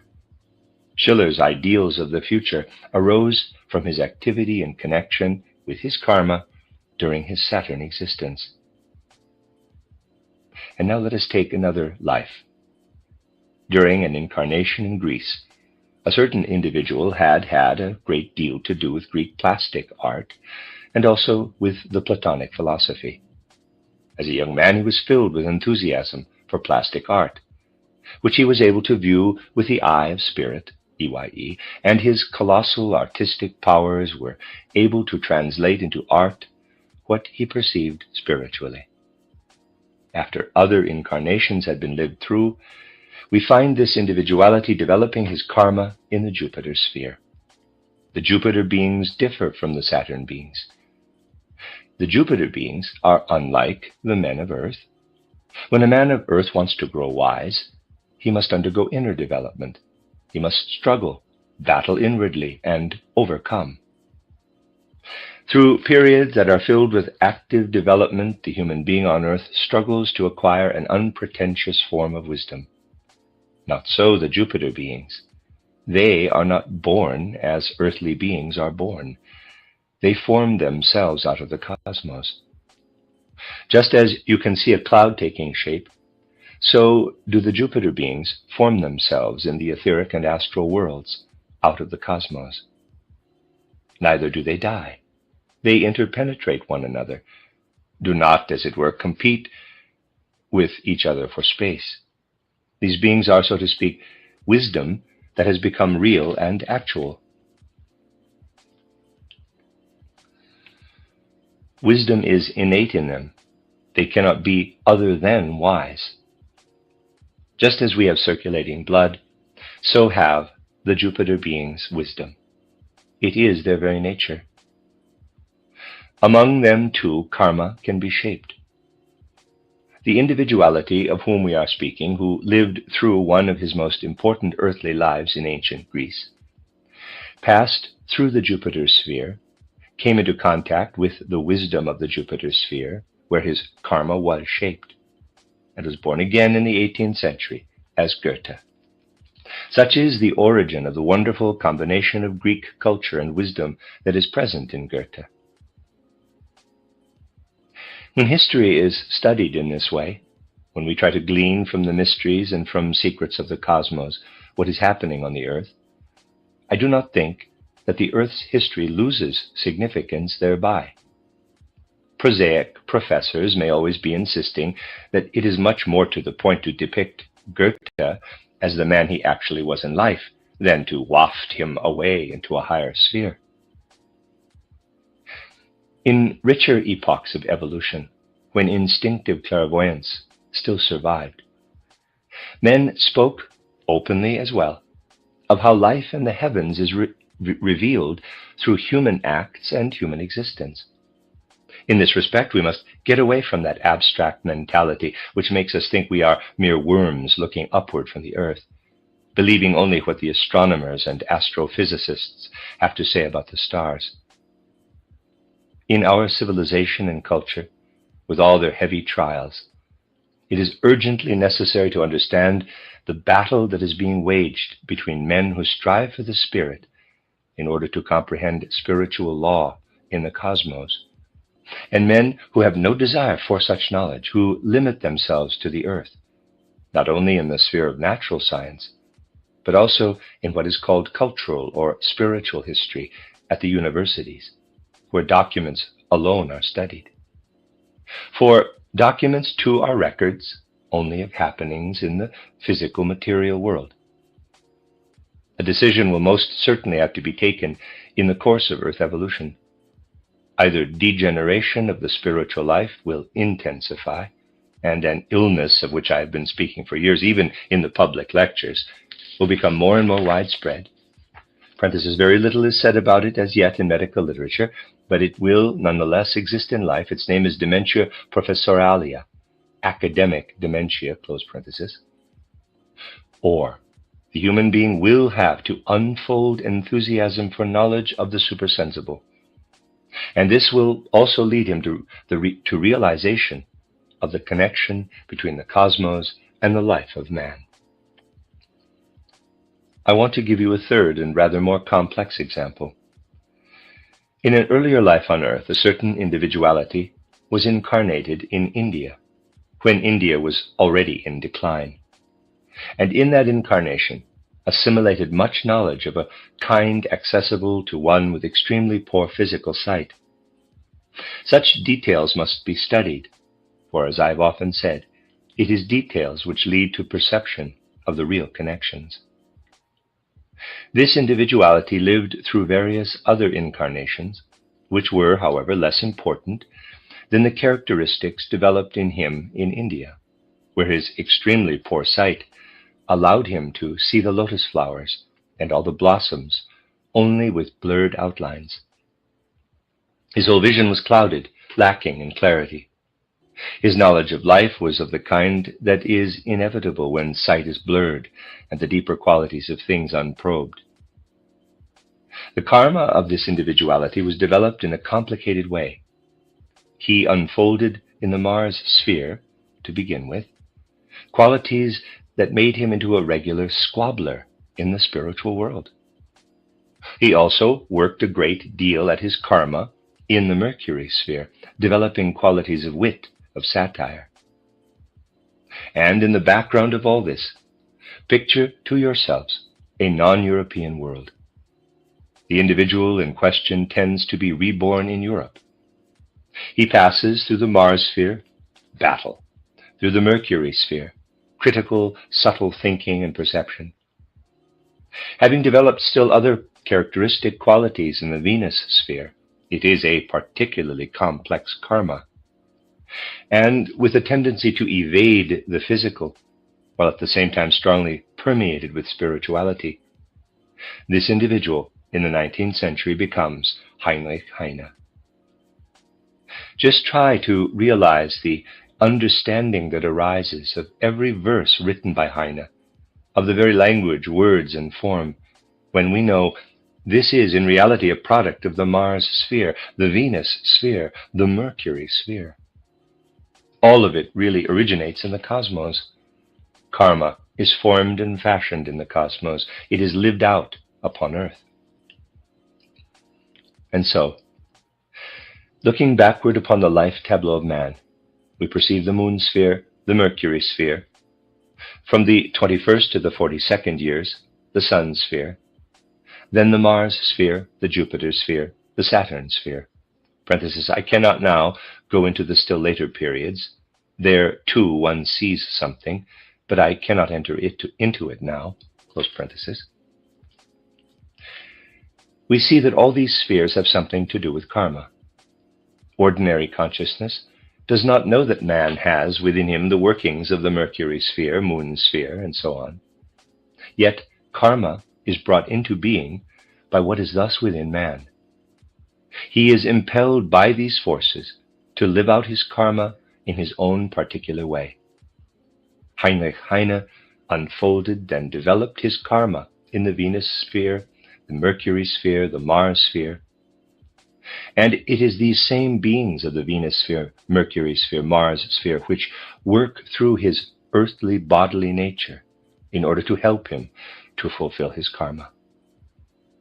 And so, by virtue of his karma, the whole being of man stands within the cosmos, gives expression to the cosmos here on earth. In one case, in this way, in another, in that. These things must be studied with a free and wide outlook. When I say to you that Goethe, in the Jupiter sphere, transformed what he had absorbed in ancient Greece into deep instinctive wisdom, which comes out in all his creations, because living beings are at work, this will have a different result in another case. At the time when the culture of ancient Mexico had fallen deeply into decline, though the echoes of the mysteries and their cults still persisted, there lived a certain individual. He came into close contact with the magic arts, the decadent manifestations of the mystery epoch in ancient Mexico. And he understood the sense in which such beings as Quetzalcoatl, Tezcatlipoca, Taotl had been living realities. Sorry about the pronunciations of those words. Orthodox books on cultural history, as a rule, mention hardly anything more than the names of these beings. Nevertheless, there was a time when men had living conceptions of all these gods, of Quetzalcoatl, Tezcatlipoca, Taotl. They had actual connection with supersensible beings. These matters were understood by the individual to whom I am referring, and comparatively quickly, without an intermediate incarnation, He was born again in the 19th century as the occultist Eliphas Levi. Having passed through the Jupiter sphere in his life between death and a new birth. In ancient Mexico, he had been connected with such things as sorcery, magic arts, and the like, and had absorbed an outworn, decadent kind of knowledge. A peculiar, primitive form of wisdom, an inferior wisdom, was in this case transformed in the Jupiter sphere into the kind of content we find in the books of Eliphas Levi. Whereas the Jupiter sphere produced in Goethe, as the fruit of the earlier incarnation, a mellow, Olympic fire and great wisdom. Eliphas Levi dabbles with a kind of charlatanism in all sorts of magical formula and the like. The earthly life is, of course, the decisive factor in what the stars are able to make of our karma. But the stars, that is to say, the beings who live where the stars indicate their existence, the stars transform into karma those things which, here on earth, become elements in the constitution of karma. It is in this way that we shall try more and more to deepen anthroposophy. And if a great deal seems paradoxical and strange, as it certainly will, we must not mind it. In the paradoxical and the strange lies the truth. Man's life is based upon foundations that are deeper and more complex than is usually believed. In order to understand it, our thoughts must not be fettered to the earth, but take wings out into the expanses of the cosmos. On the earth, man gazes at matter and too easily forgets the spirit. The opposite is the case as soon as only a little imaginative knowledge leads us to the realms of the heavens.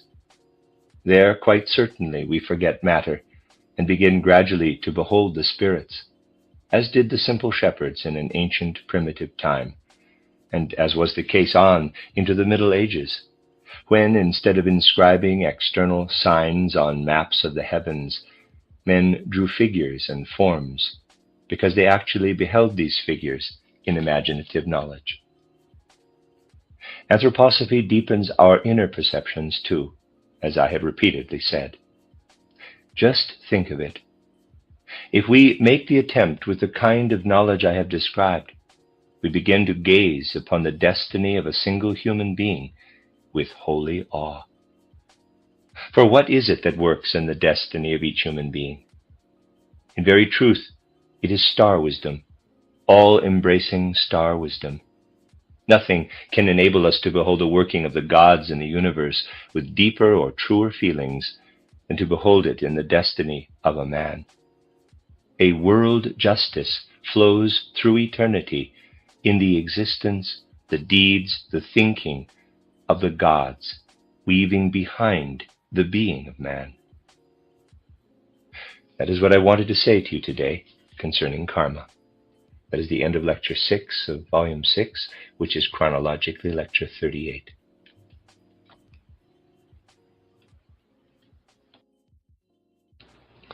You are listening to RudolfSteinerAudio.com. This is a reading of Karmic Relationships, Esoteric Studies by Rudolf Steiner, Volume 6. This is Lecture 7 in that volume, which is chronologically Lecture 48 in the series. The delay in arriving yesterday prevented me from speaking to you, as it was my wish, about what has been happening in the Anthroposophical Society since the Christmas Foundation meeting at the Goetheanum. As the purpose and intentions of that meeting will have become known to friends through the news sheet, I propose to speak briefly about the most important points only, and then to continue with more intimate studies concerning the significance of this Christmas Foundation meeting for the Anthroposophical Society. The Christmas meeting was intended to be a fundamental renewal, a new foundation of the Anthroposophical Society. Up to the time of the Christmas Foundation meeting, I was always able to make a distinction between the Anthroposophical movement and the Anthroposophical Society. the latter represented, as it were, the earthly projection of something that exists in the spiritual worlds, in a certain stream of the spiritual life. What was taught here on the earth and communicated as anthroposophical wisdom, this was the reflection of the stream flowing in spiritual worlds through the present phase of the evolution of mankind. The Anthroposophical Society was then a kind of administrative organ for the anthroposophical knowledge flowing through the anthroposophical movement.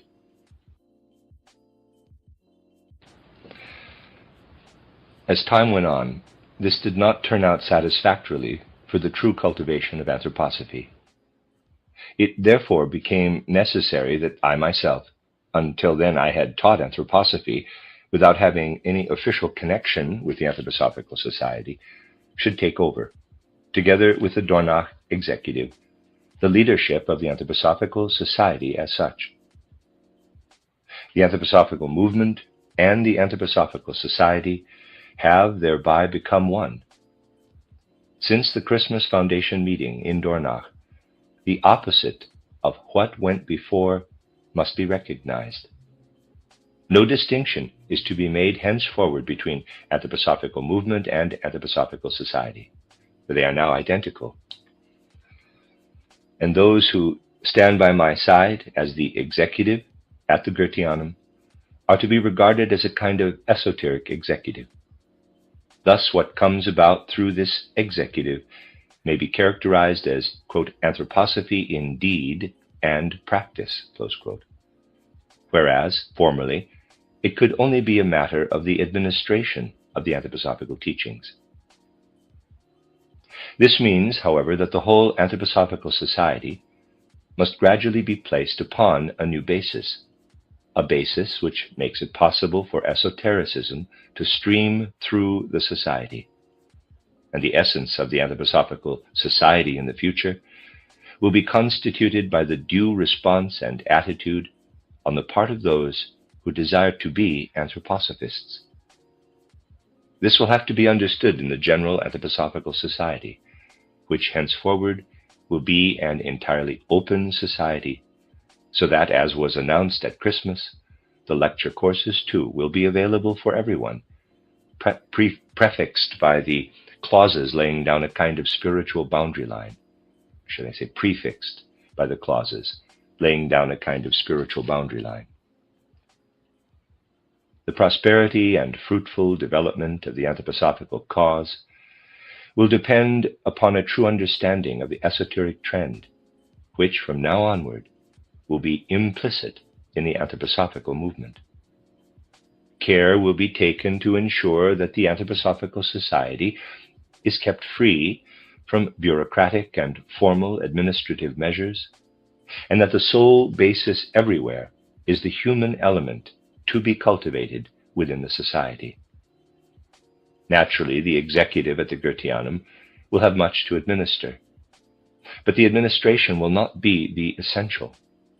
The essential will be that the executive at the Goetheanum will act in this or that matter out of its own initiative. And what the executive does, what in many ways it has already begun to do, that will form the content of the Anthroposophical Society. Thereby a great many harmful tendencies that have arisen in the society during recent years will be eliminated. Difficulties will be in store for many members, because all kinds of institutions, founded out of goodwill, as the saying goes, did not prove equal to what they claimed to be, and have really sidetracked the anthroposophical movement. Henceforward, the anthroposophical movement will, in the human sense, be that which flows through the Anthroposophical Society.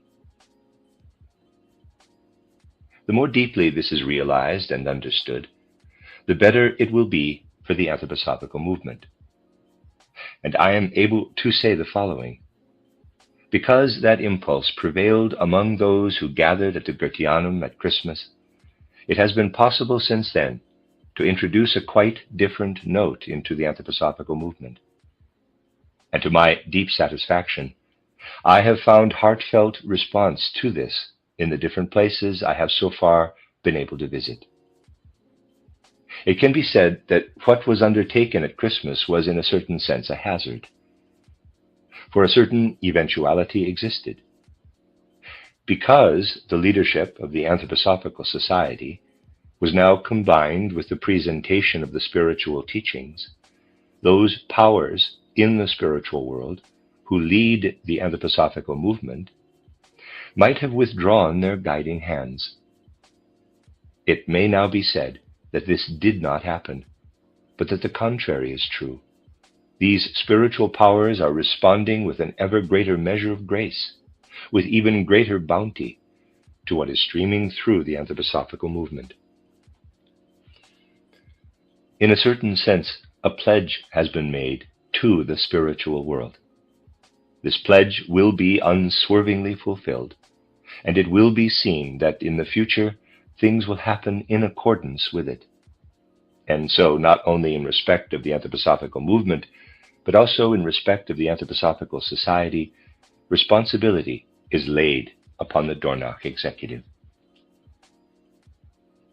I have only spoken these few preliminary words in order to lead up to something that it is now possible to say, and is of such a nature that it can become part of the content of the anthroposophical movement. I want to speak about something that has to do with the karma of the Anthroposophical Society itself. When we think today of how the Anthroposophical Society exists in the world as the embodiment of the anthroposophical movement, we see a number of human beings coming together within the Anthroposophical Society.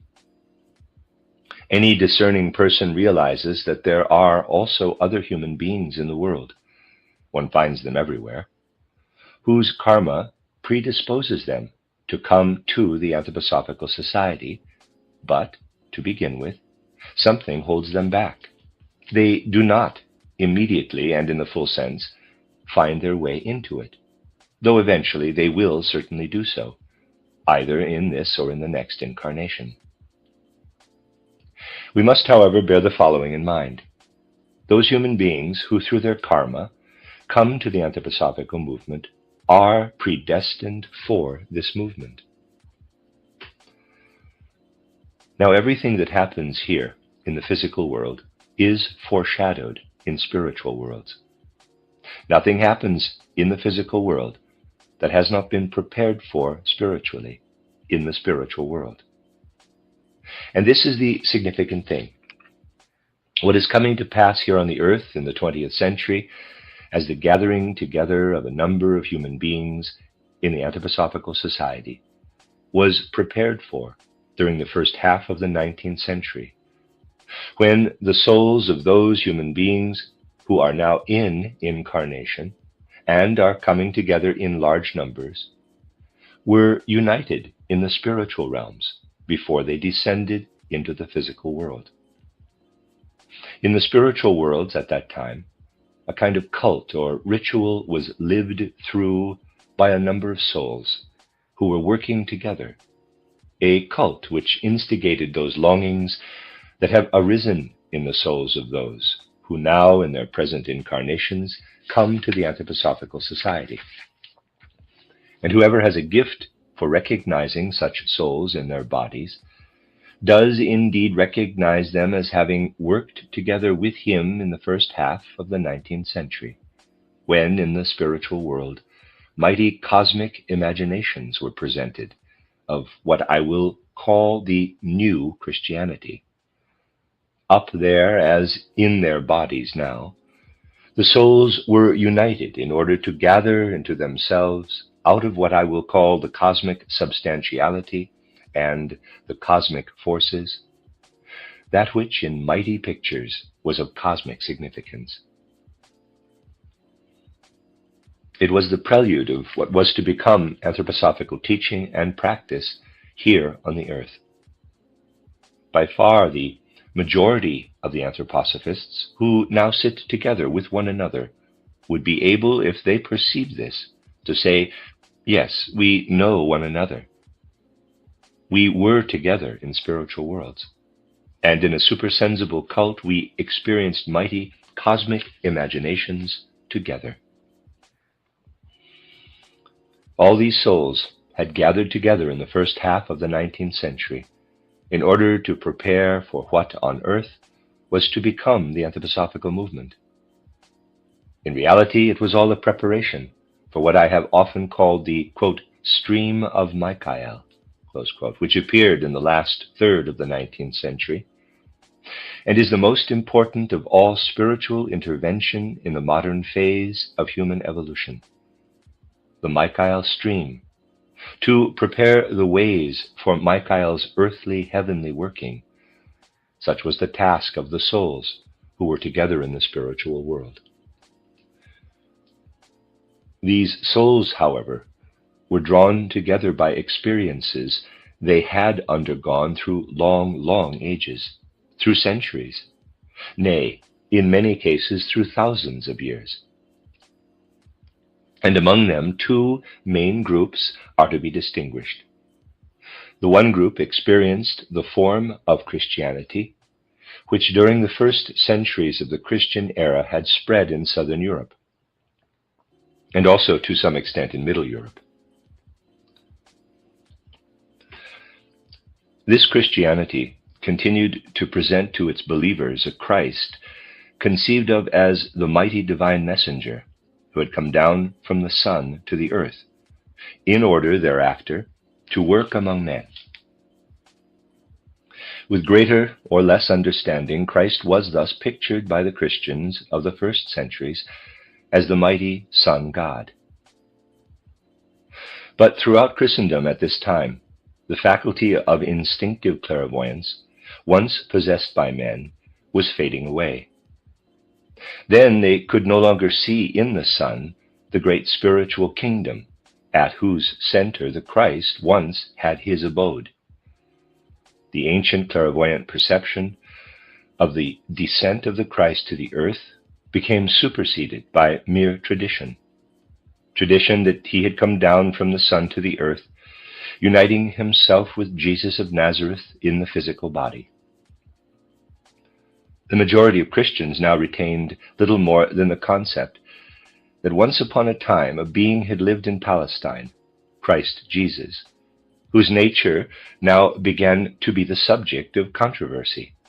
Had this being been fully God? Or was he both God and man? And if so, how was the divinity related to the humanity? These questions, with others arising from them, were the problems and the causes of strife in the church councils. Eventually, the mass of the people had nothing left to them but the decrees issued by Rome. There were, however, among the Christians certain individuals who came more and more to be regarded as heretics. They still preserved as a living remembrance the tradition of the Christ as a being of the Son. To them, a Son being, by nature foreign to this earth, was once incarnate. He descended to existence in this physical, material world. Until the 7th and 8th centuries, these individuals found themselves placed in conditions which caused them to say, in what is now making its appearance in the guise of Christianity, there is no longer any real understanding of the nature of the Christ.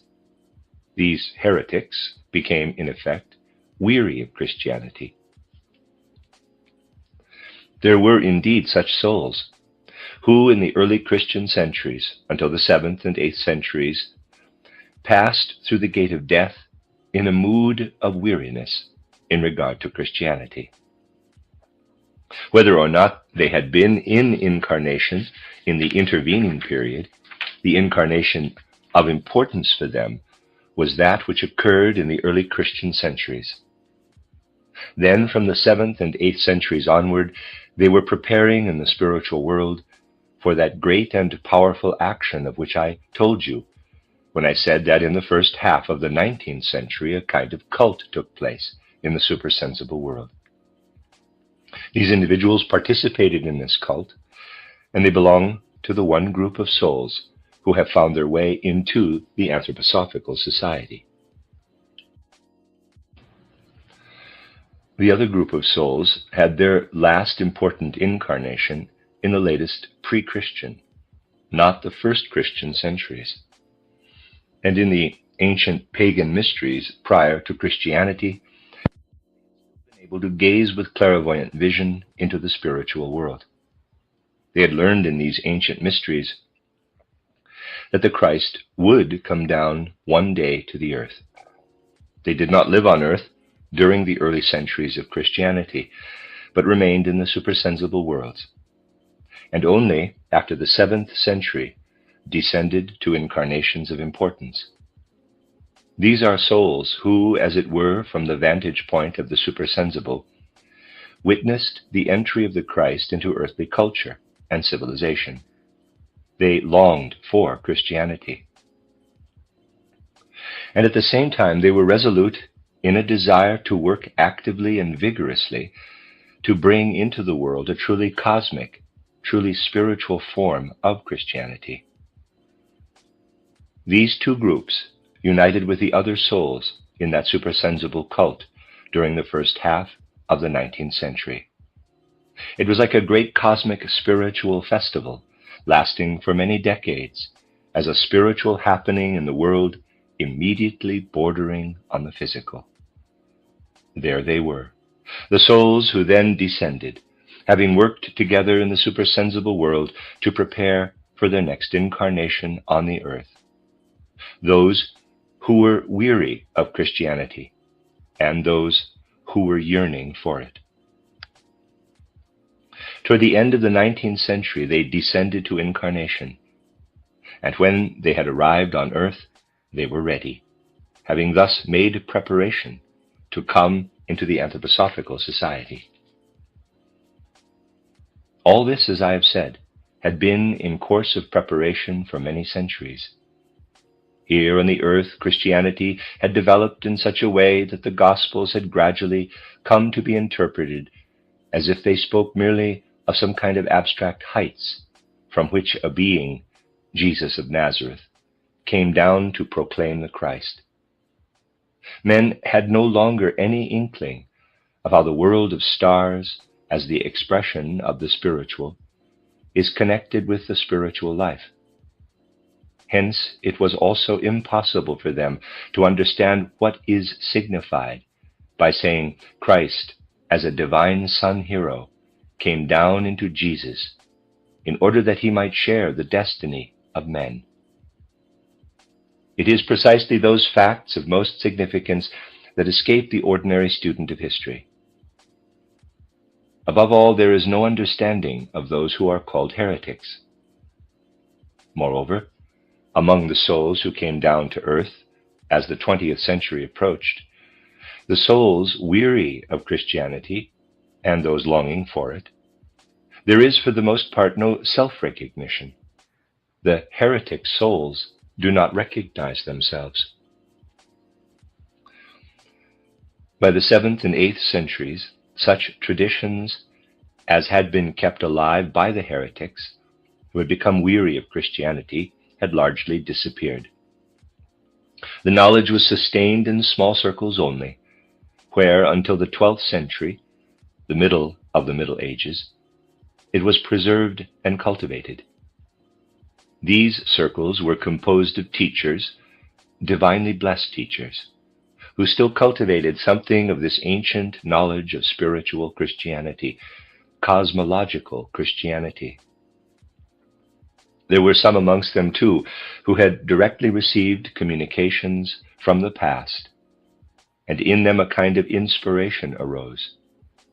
Thus they were able to experience a reflection, whether strong or faint, a true image, of what in the first Christian centuries men had been able to behold under the influence of a mighty inspiration of the descent of the Sun God, leading to the mystery of Golgotha. And so, two main streams were there. One, as we have seen, is the stream which derives directly from the heretical movements of the first Christian centuries. Those belonging to it were fired still by what had been alive in the Platonism of ancient Greece. So fired were they that when through the tidings emanating from ancient times their inner vision opened, they were always able, under the influence of a genuine, albeit faint, inspiration, to perceive the descent of the Christ to the earth, and to glimpse his work on the earth. This was the Platonic stream. For the other stream, a different destiny was in store. To this stream belonged those souls, above all, who had their last important incarnation in the pre-Christian era, and who had glimpsed Christianity as something ordained for the future. The task of this stream was to prepare the intellect for that epoch which had its beginning in the first half of the 15th century. This was to be the epoch when the human intellect would unfold, the epoch of the spiritual soul. It was prepared for by the Aristotelians, in contrast, but in harmonious contrast, to what the Platonists had accomplished. And those who propagated Aristotelian teachings until well into the 12th century were souls who had passed through their last really important incarnation in ancient pagan times, especially in the world of Greek culture. And then, in the middle of the Middle Ages, in the 12th and 13th centuries, there came about that great and wonderful spiritual understanding, if I may call it so, between the Platonists and the Aristotelians. And among these Platonists and Aristotelians were the leaders of those who, as the two groups of souls I have described, advanced the anthroposophical movement. By the 12th century, a certain school had come into being, as it were through inner necessity, a school in which the afterglow of the old Platonic seership lit up once again. It was the great and illustrious school of Chartres. In this school were great teachers to whom the mysteries of early Christianity were still known, and in whose hearts and souls this knowledge kindled a vision of the spiritual foundation of Christianity. In the school of Chartres, in France, where stands the magnificent cathedral, built with such profusion of detail, there was a concentration, a gathering together, as it were, of knowledge that only shortly before had been widely scattered, though confined to the small circles of which I have spoken. One of the men with whom the school was able to forge a living link was Peter of Compostela. He was able, with inspired understanding, to bring the ancient spiritual Christianity to life again within his own heart and soul. A whole succession of wonderful figures were teachers in Chartres. Truly remarkable voices spoke of Christianity in the school of Chartres in this 12th century. There, for example, we find Bernard of Chartres, Bernardus Sylvestris, John of Salisbury, and above all the great Alanus ab Insulis, mighty teachers indeed. When they spoke in the school of Chartres, it was as if Plato himself, interpreting Christianity, were working in person among them. They taught the spiritual content and substance of Christianity. The writings that have come down from them may seem full of abstractions to those who read them today, but that is due simply to the abstract trend that characterizes modern thinking. The impulse of the Christ is implicit in all the descriptions of the spiritual world contained in the writings of these outstanding personalities. I will give you an idea of how Bernardus Sylvestris and Alanus ab Insulis, above all, taught their initiated pupils. Strange as it will seem to the modern mind, such revelations were indeed given at that time to the pupils of Chartres. It was taught, new life will come to Christianity. Its spiritual content and essence will be understood once again when Kali Yuga, the age of darkness, has come to an end and the dawn of a new age breaks. And with the year 1899, this has already come to pass for us, who are living at the present time. This is the great and mighty change that was to come for humanity at the end of Kali Yuga, the mighty impulse given 2 decades previously through the advent of Michael. This was prophetically announced in the school of Chartres in the 12th century, above all by Bernardus Sylvestris and Alanus ab Insulis. But these men did not teach in the Aristotelian way. They did not teach by way of the intellect. They gave their teachings entirely in the form of mighty imaginative pictures, pictures whereby the spiritual content of Christianity became concretely real. But there were certain prophetic teachings, and I should like, by means of a brief extract, to give you an indication of one such teaching. Alanus ab Insulis spoke to the following effect to a narrow circle of his initiated pupils, quote, "As we contemplate the universe today, we still regard the earth as the center. We judge everything from the earth as the center. In the terrestrial conception which enables us to unfold our pictures and our imaginations, if this conception alone were to fertilize the coming centuries, progress would not be possible for mankind. We must come to an understanding with the Aristotelians, who bring to humanity the intellect, which must then be spiritualized, so that in the 20th century it may shine forth in a new and spiritual form among men. We in our time regard the earth as the center of the cosmos. We speak of the planets circling around the earth. We describe the whole heaven of stars as it presents itself to physical eyes, as if it revolved around the earth. But there will come one who will say, let us place the sun at the spatial center of the cosmic system. But when he who will thus place the sun at the center of the spatial universe has come, the picture of the world will become arid.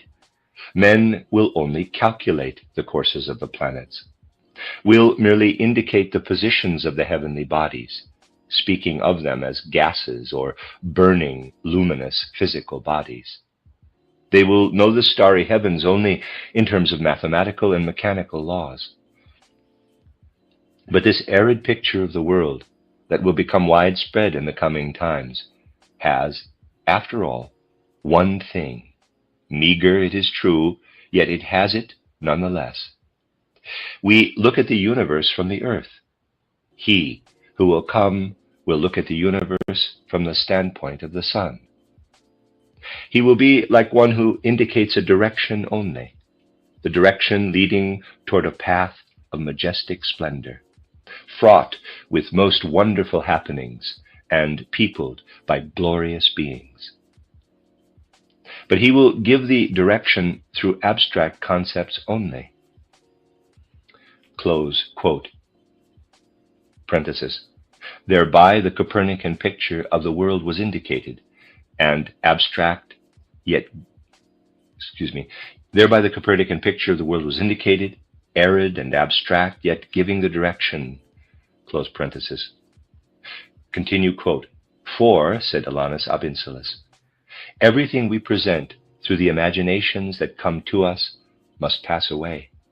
It must pass away, and the picture men now have of the world must become altogether abstract, hardly more than a pointer along a path strewn with wonderful memorials.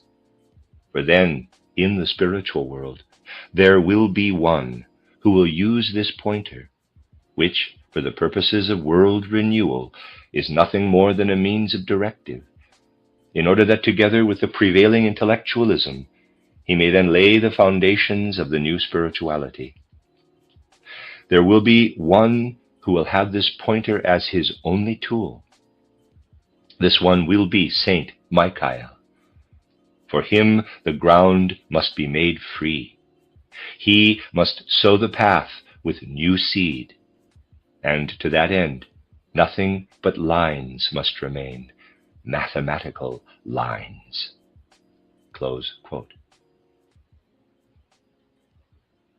a kind of magic breathed through the school of Chartres when Alanus ab Insulis was giving such teachings to a few of his chosen pupils. It was as if the ether world all around were set astir by the surging waves of this mighty Michael teaching. And so a spiritual atmosphere was imparted to the world. It spread across Western Europe, down into southern Italy, where there were many who were able to receive it into themselves. In their souls, something arose like a mighty inspiration, enabling them to gaze into the spiritual world.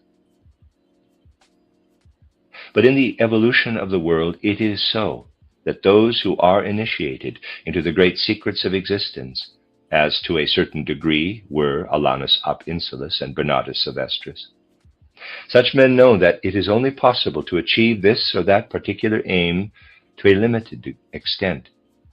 A man like Alanus ab Insulis said to himself, "We, the Platonists, must go through the gate of death. For the present, we can live only in the spiritual world. We must look down from the spiritual world, leaving the physical world to those others whose task it is to cultivate the intellect in the Aristotelian way. The time has come now for the cultivation of the intellect." Late in his life, Alanus ab Insulis put on the habit of the Cistercian order. He became a Cistercian. And in the Cistercian order, many of these Platonic teachings were contained. Those among the Cistercians who possessed the deeper knowledge said to themselves, "Henceforward we can work only from the spiritual world. The field must be relinquished to the Aristotelians." These Aristotelians were for the most part in the order of the Dominicans. And so in the 13th century, the leadership of the spiritual life in Europe passed over to them. But a heritage remained from men such as Peter of Compostela, Alanus ab Insulis, Bernard of Chartres, John of Salisbury, and that poet who from the school of Chartres wrote a remarkable poem on the 7 liberal arts.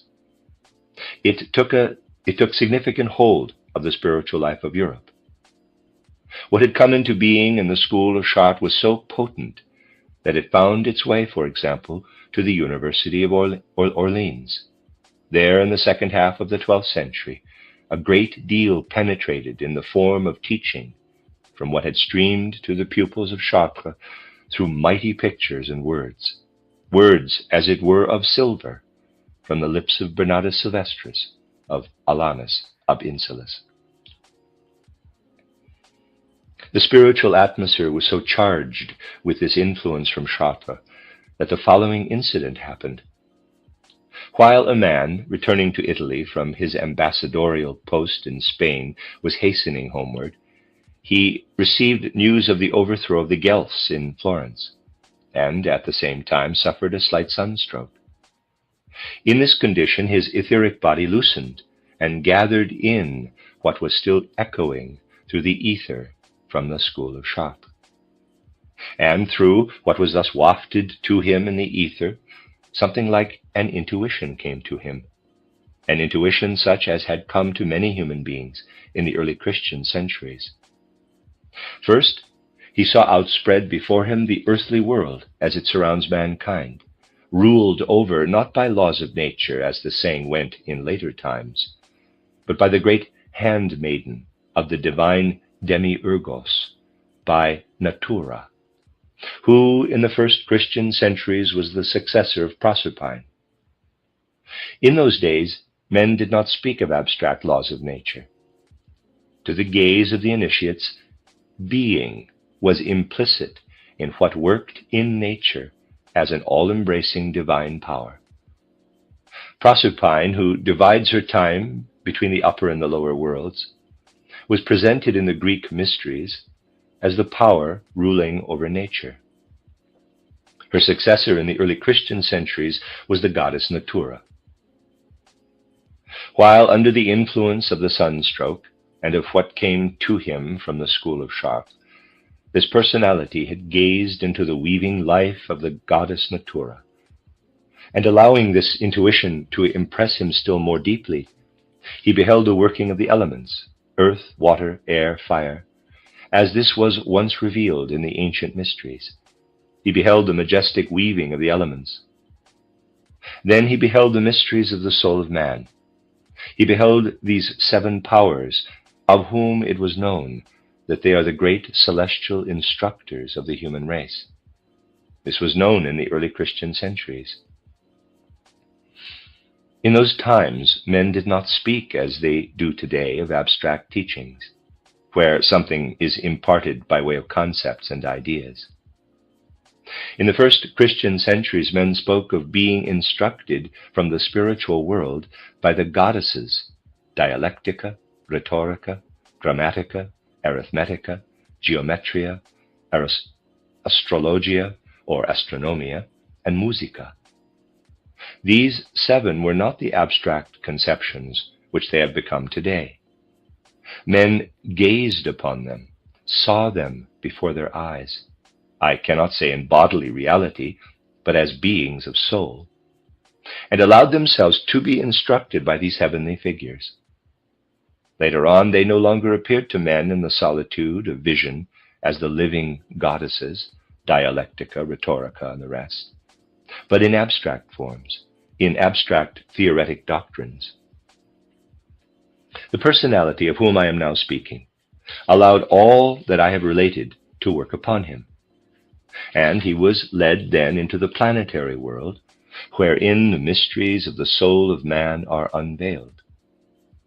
Then in the world of stars, having traversed the, quote, great cosmic ocean, close quote, he was led by Ovid, who, after he had passed through the gate of death, had become the guide and leader of souls in the spiritual world.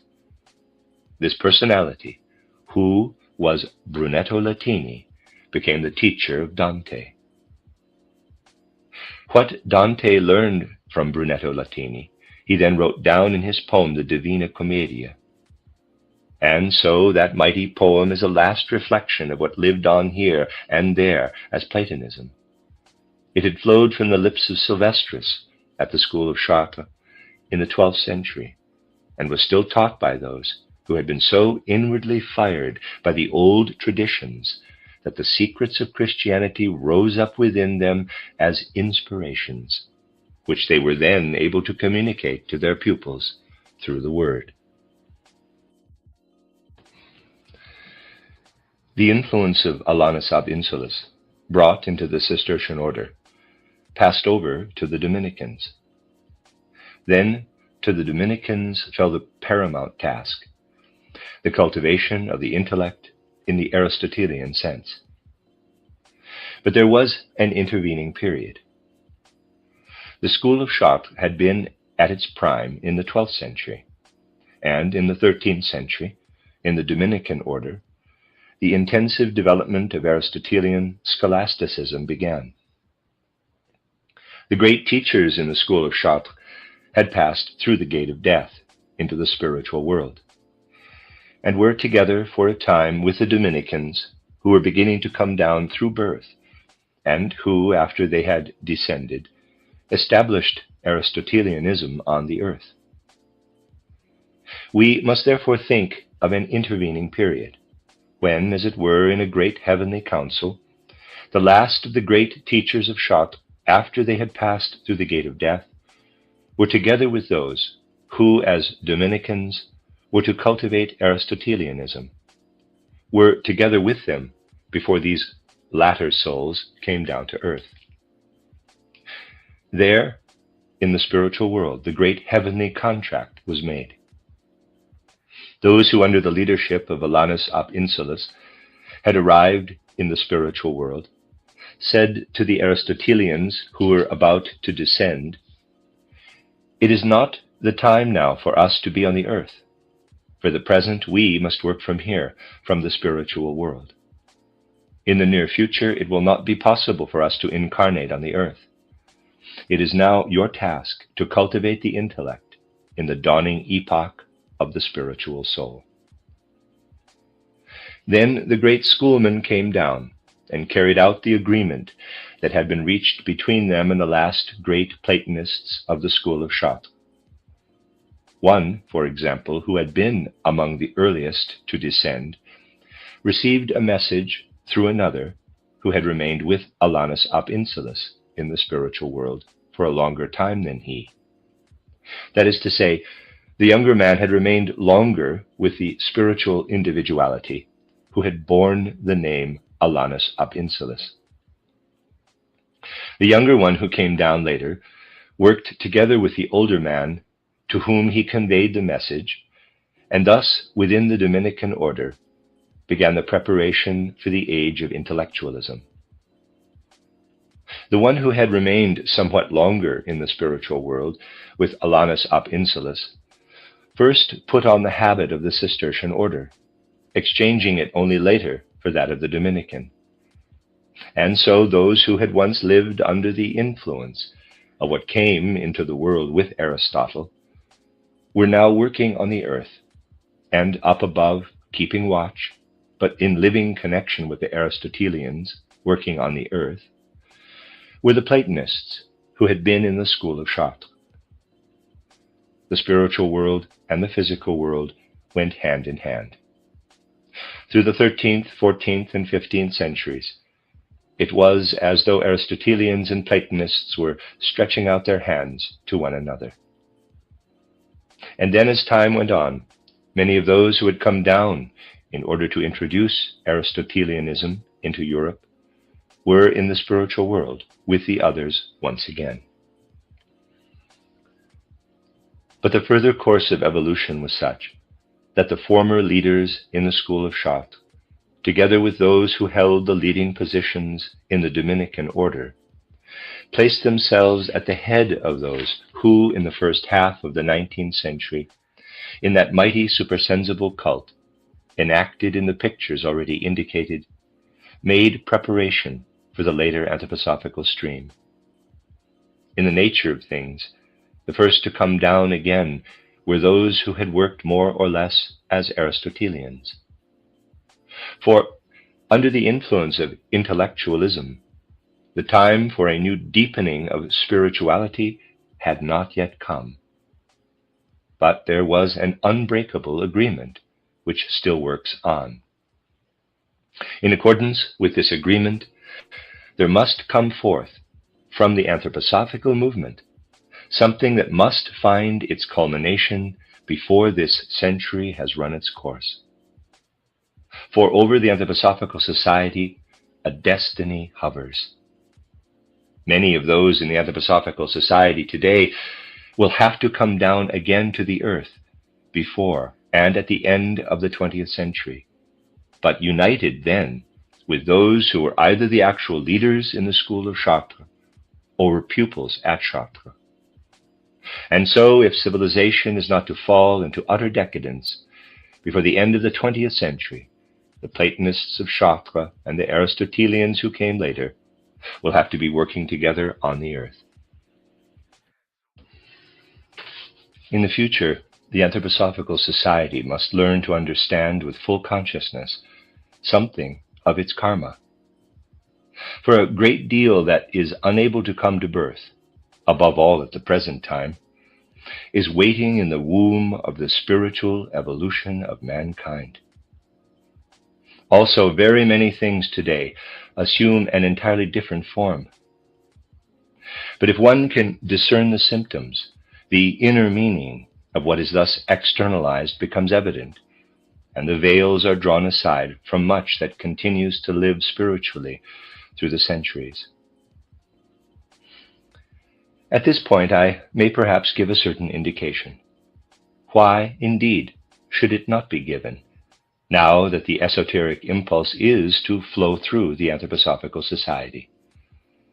I should like to speak of something that will show you how observation of surrounding circumstances opens up a vista into manifold connections. When I myself, in preparing for the anthroposophical movement, was led along a particular path of destiny, this showed itself in a strange connection with the Cistercian order, which is closely connected in its turn with Alanus ab Insulis. Footnote: Let me say here, for those who like to weave legends, that I, in respect of my own individuality, am in no way to be identified with Alanus ab Insulis. I only want to prevent legends arising from what I am putting before you in an esoteric way. The essential point is that these things stem from esoteric sources. End of footnote. In an altogether remarkable way, my destiny allowed me to discern through the external circumstances such spiritual connections as I have now described. Perhaps some of you know the articles in the Goetheanum Weekly entitled Mein Lebensgang, the course of my life. I have spoken there of how in my youth I was sent not to a gymnasium, but to a Realschule, and only later acquired the classical education given in the gymnasia. I can only regard this as a remarkable dispensation of my karma. For in the town where I spent my youth, the gymnasium was only a few steps away from the Realschule, and it was by a hair's breadth that I went not to the gymnasium but to the Realschule. If, however, at that time I had gone to the gymnasium in the town, I should have become a priest in the Cistercian order.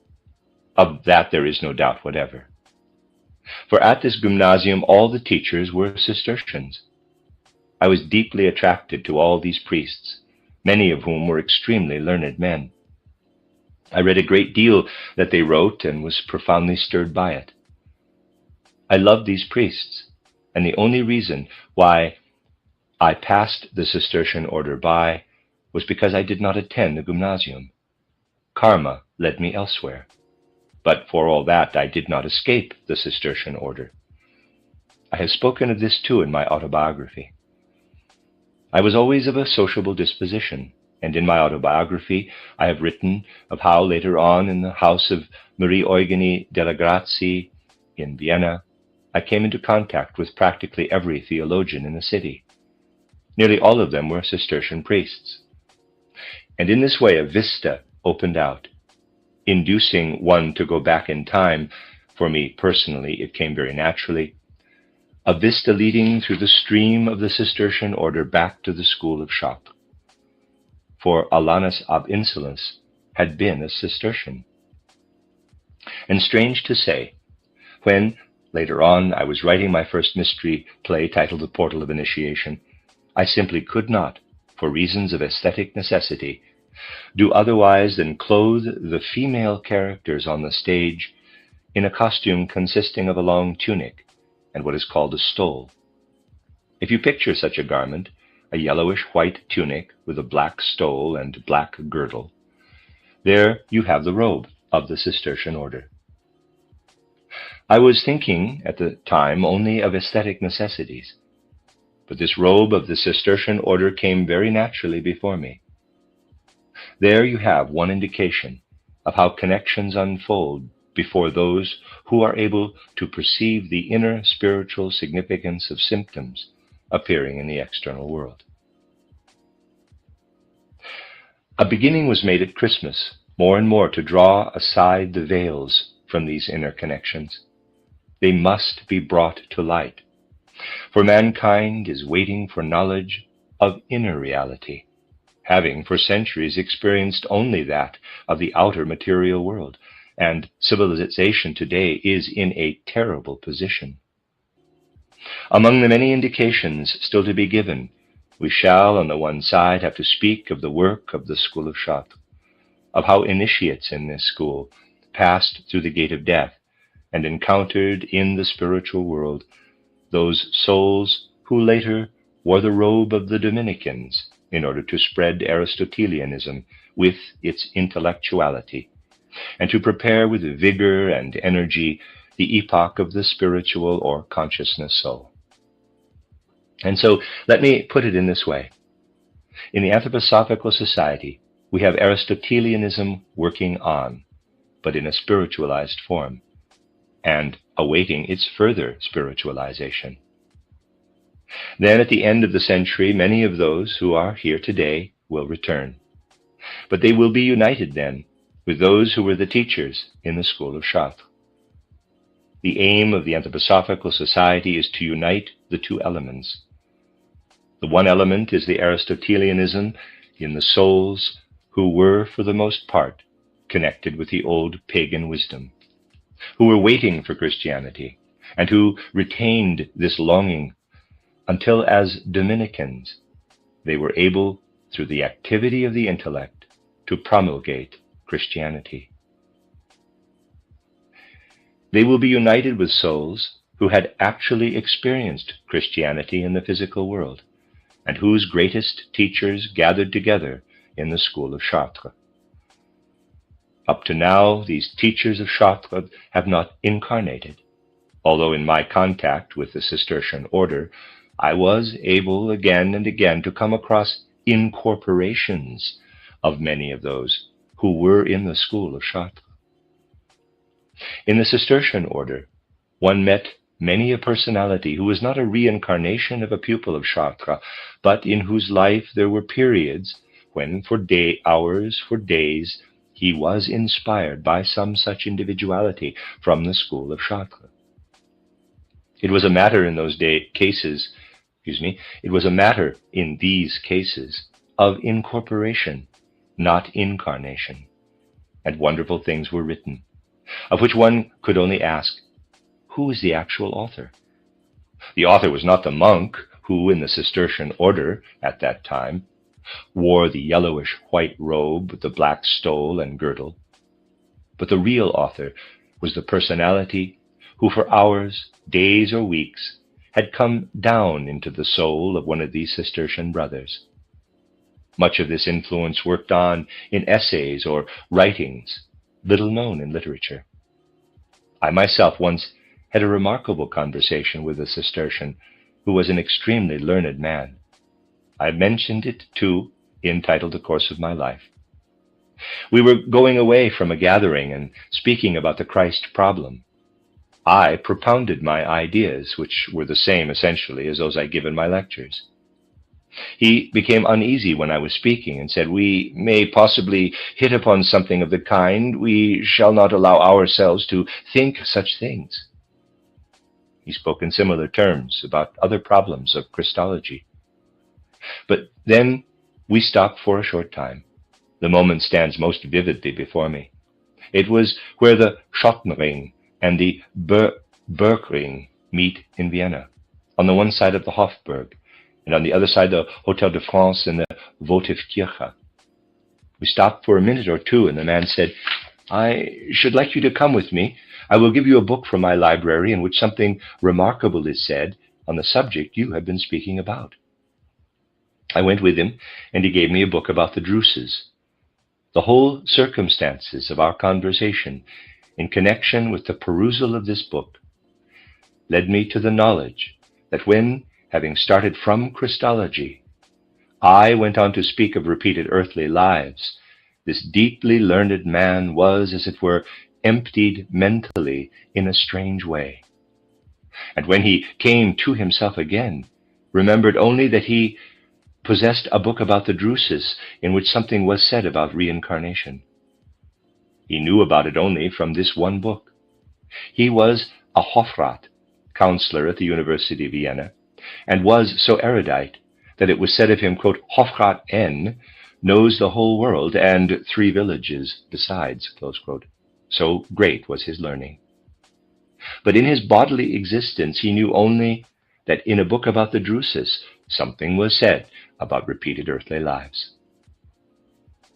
This is an example of the difference between what men have in their subconsciousness and what flows as the spiritual world through their souls.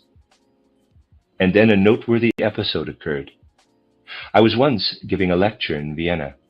The same person was there, and after the lecture, he made a remark which could only be interpreted in the sense that at this moment he had complete understanding of a certain man belonging to the present age and of the relation of this man to his earlier incarnation.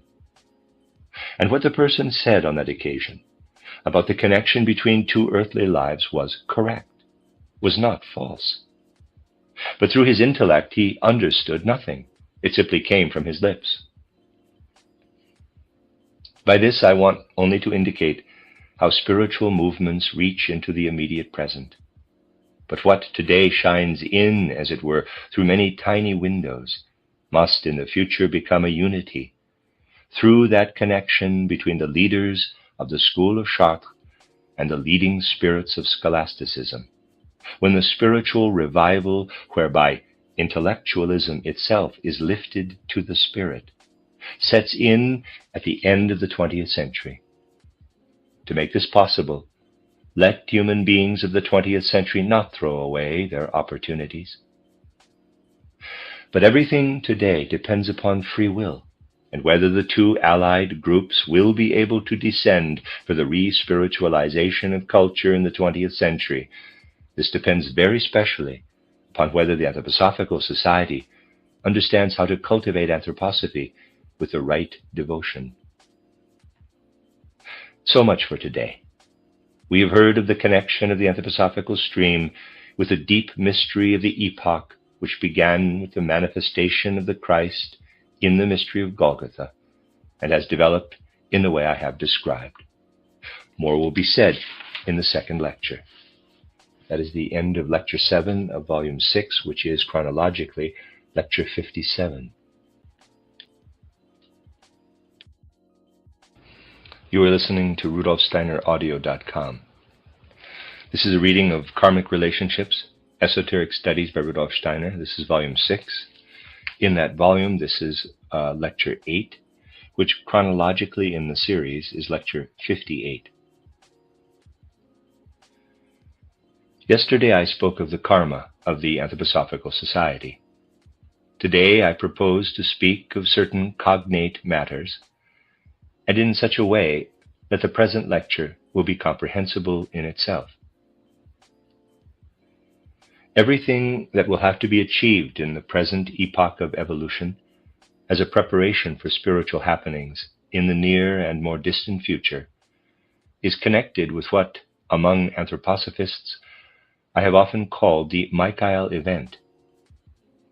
And in connection with this Michael event, I want to speak today about something that concerns the anthroposophical movement. In speaking of a happening such as this Michael event, it must always be remembered that the world develops by stages. When we study the evolution of the world with the faculties which man's earthly life, between birth and death, enables him to possess today, we see humanity evolving on the earth. We see ancient peoples arising from still earlier peoples. We see that from the background of very ancient Oriental civilizations, from the Indian, the Chinese, the Arabian, and the Chaldean Egyptian peoples, the Greeks and the Romans gradually emerge.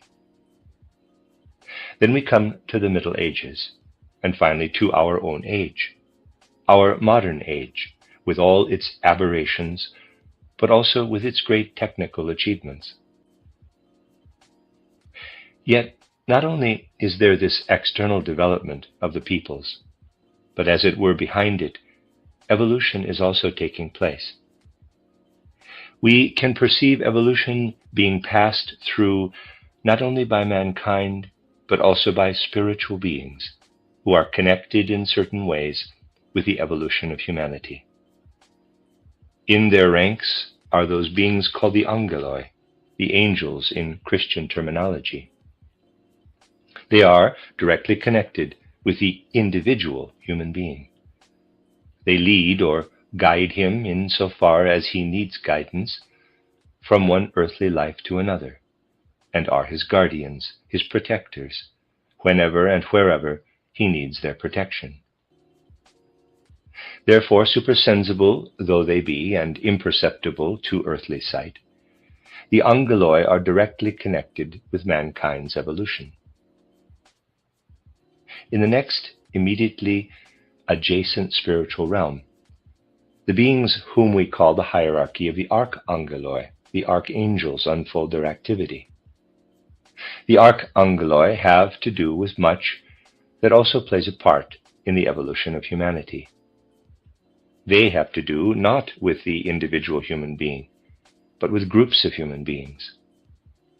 Thus, as I have said in many anthroposophical lectures, the evolution of the peoples is under the rulership of archangelic beings. But it is also the case that certain epochs in Earth evolution receive their essential impulses from individual archangeloi. For example, during the 3 centuries preceding the last third of the 19th century, namely during the 19th, 18th, and 17th centuries and part of the 16th, we must think of the civilized world as being essentially under the dominion of the archangel known to Christians capable of speaking of these things as Gabriel. This period was therefore the age of Gabriel.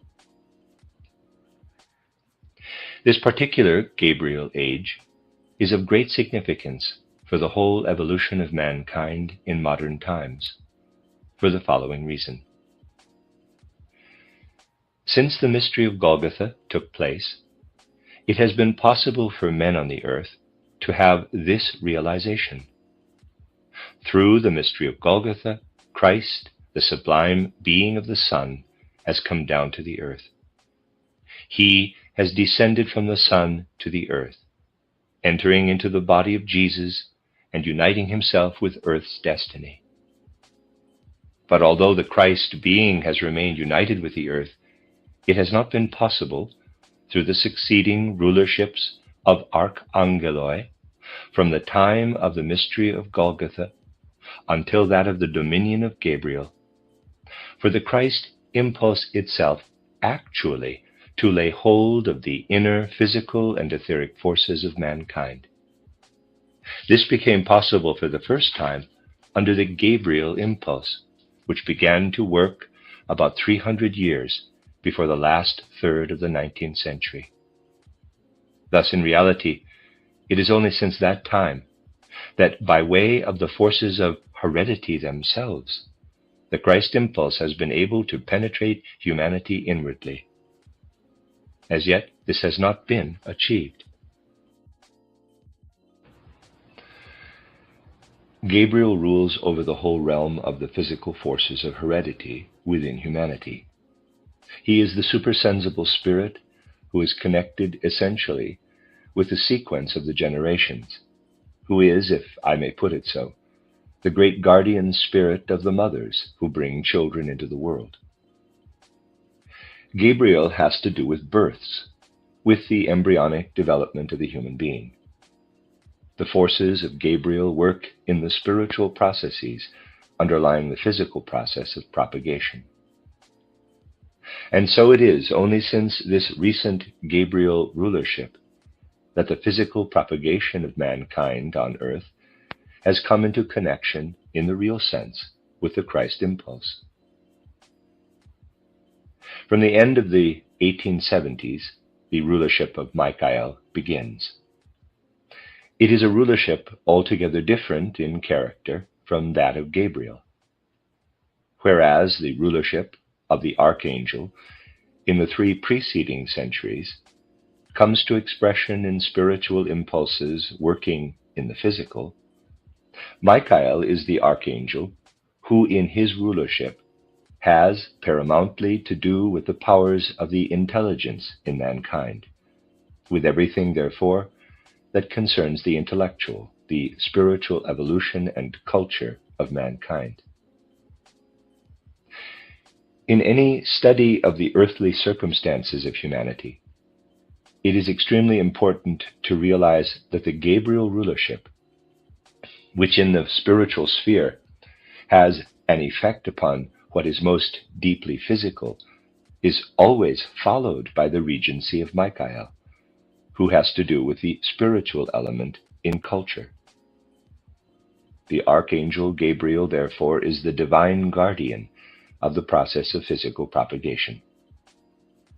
The spirit who has to do with the development of the sciences, of the arts, of the cultural element of the epoch, is the archangel known in Christianity as Michael.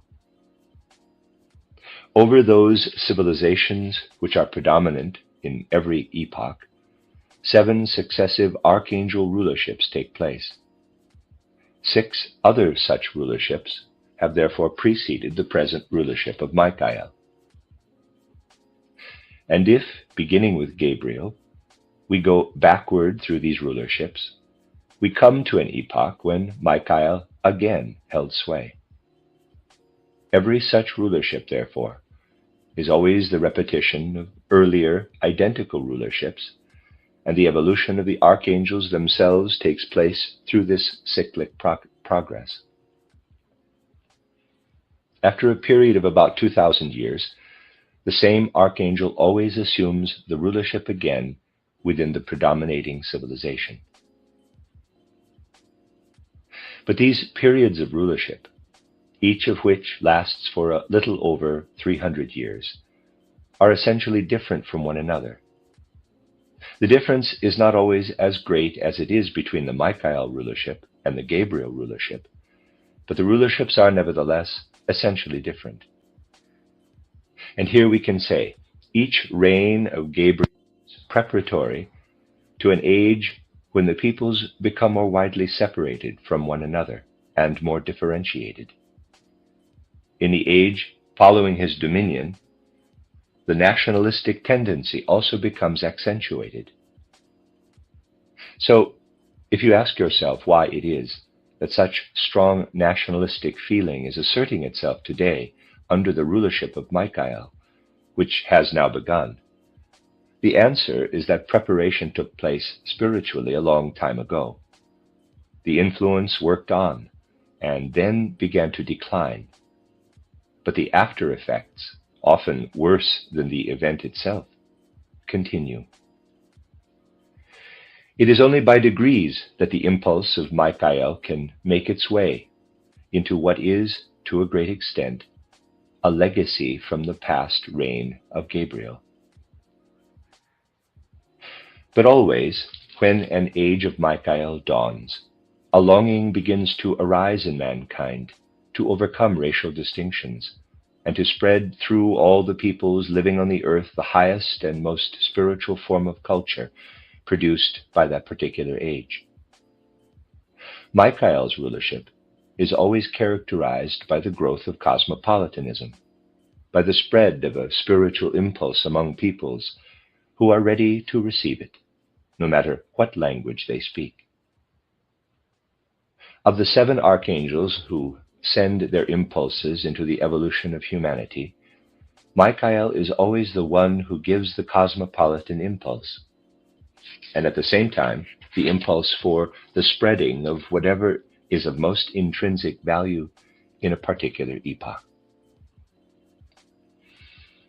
If we turn now to past times in the evolution of humanity, asking ourselves in what period the previous Michael age occurred, we come to the epoch which culminated in those cosmopolitan deeds springing from the impulse of the lofty spiritual culture of Greece, whose fruits were carried over to Asia through the campaigns of Alexander.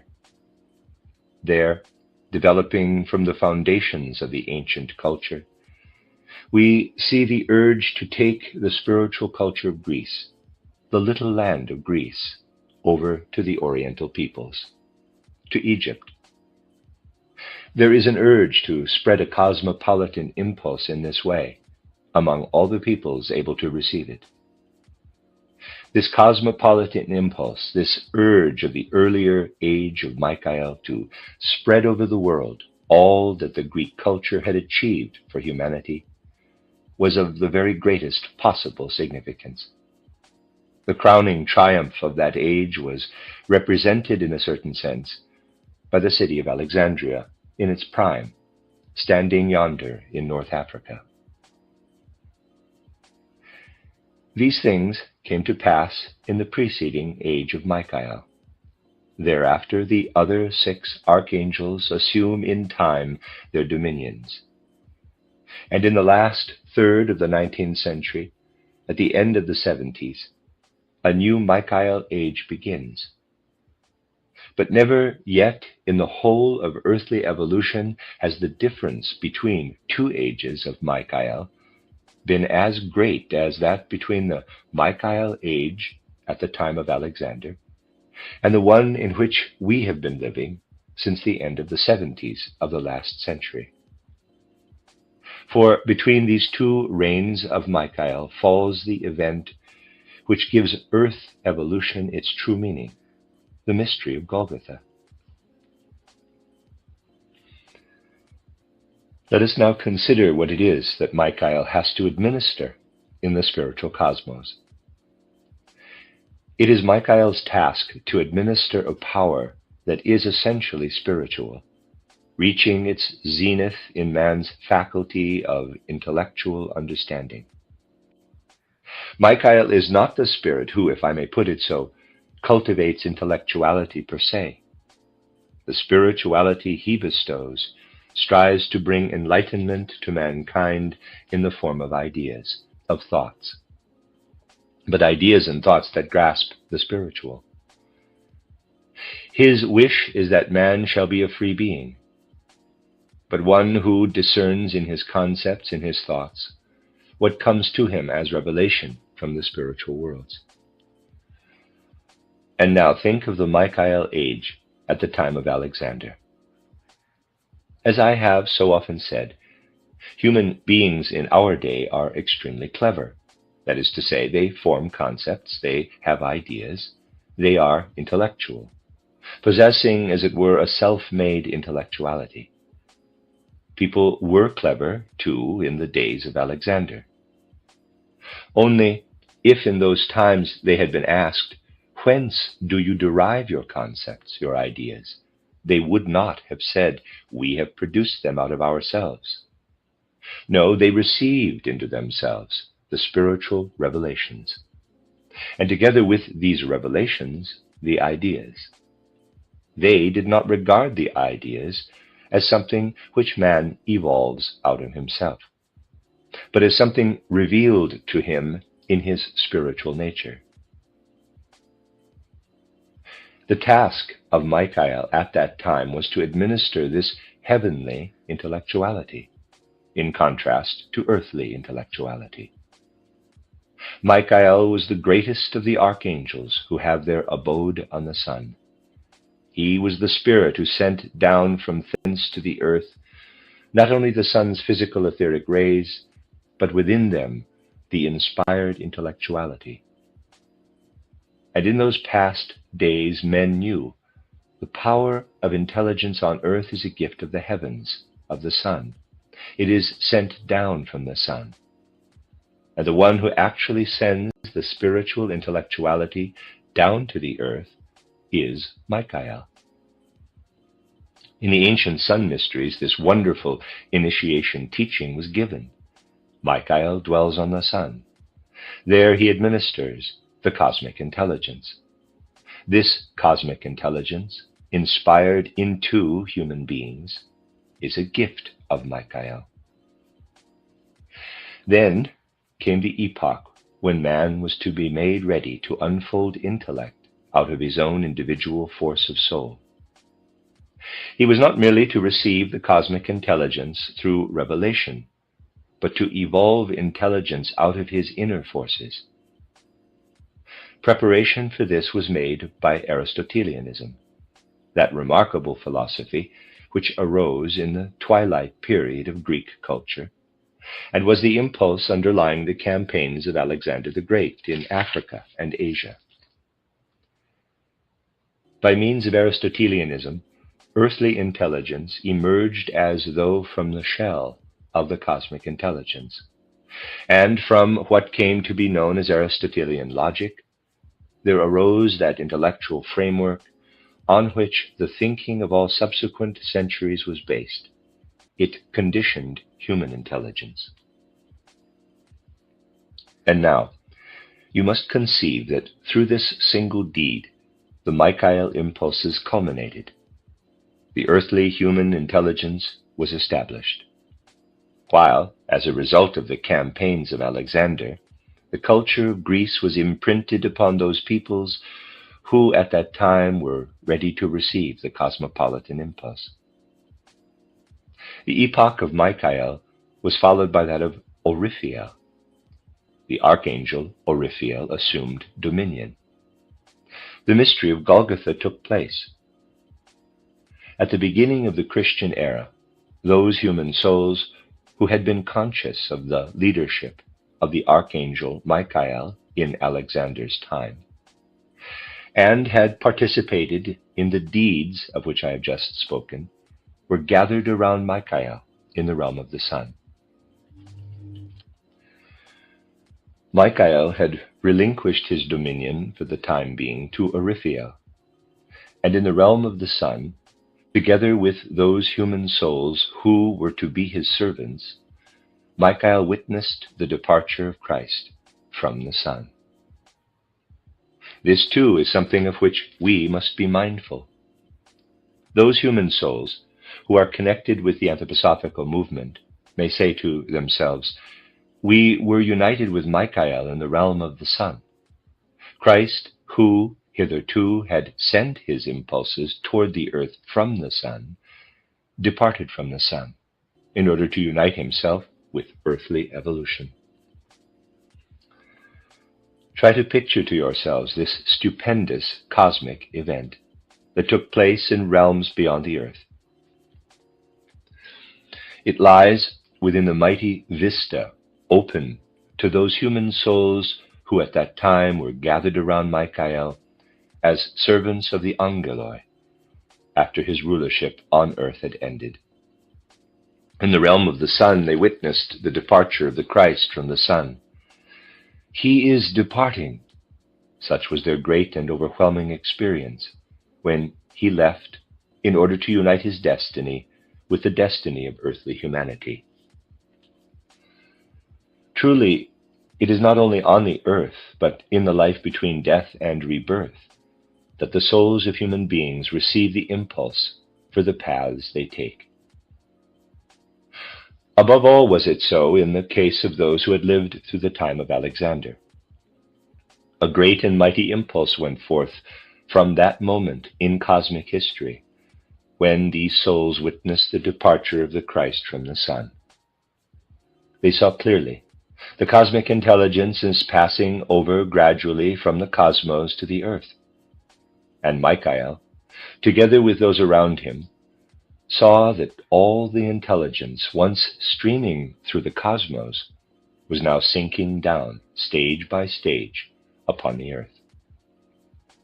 Michael and those who belonged to him, no matter whether they were in the spiritual world or incarnate for a brief earthly life, were able to visualize the rays of the intelligence arriving in the 8th century of the Christian era in the earthly realm itself.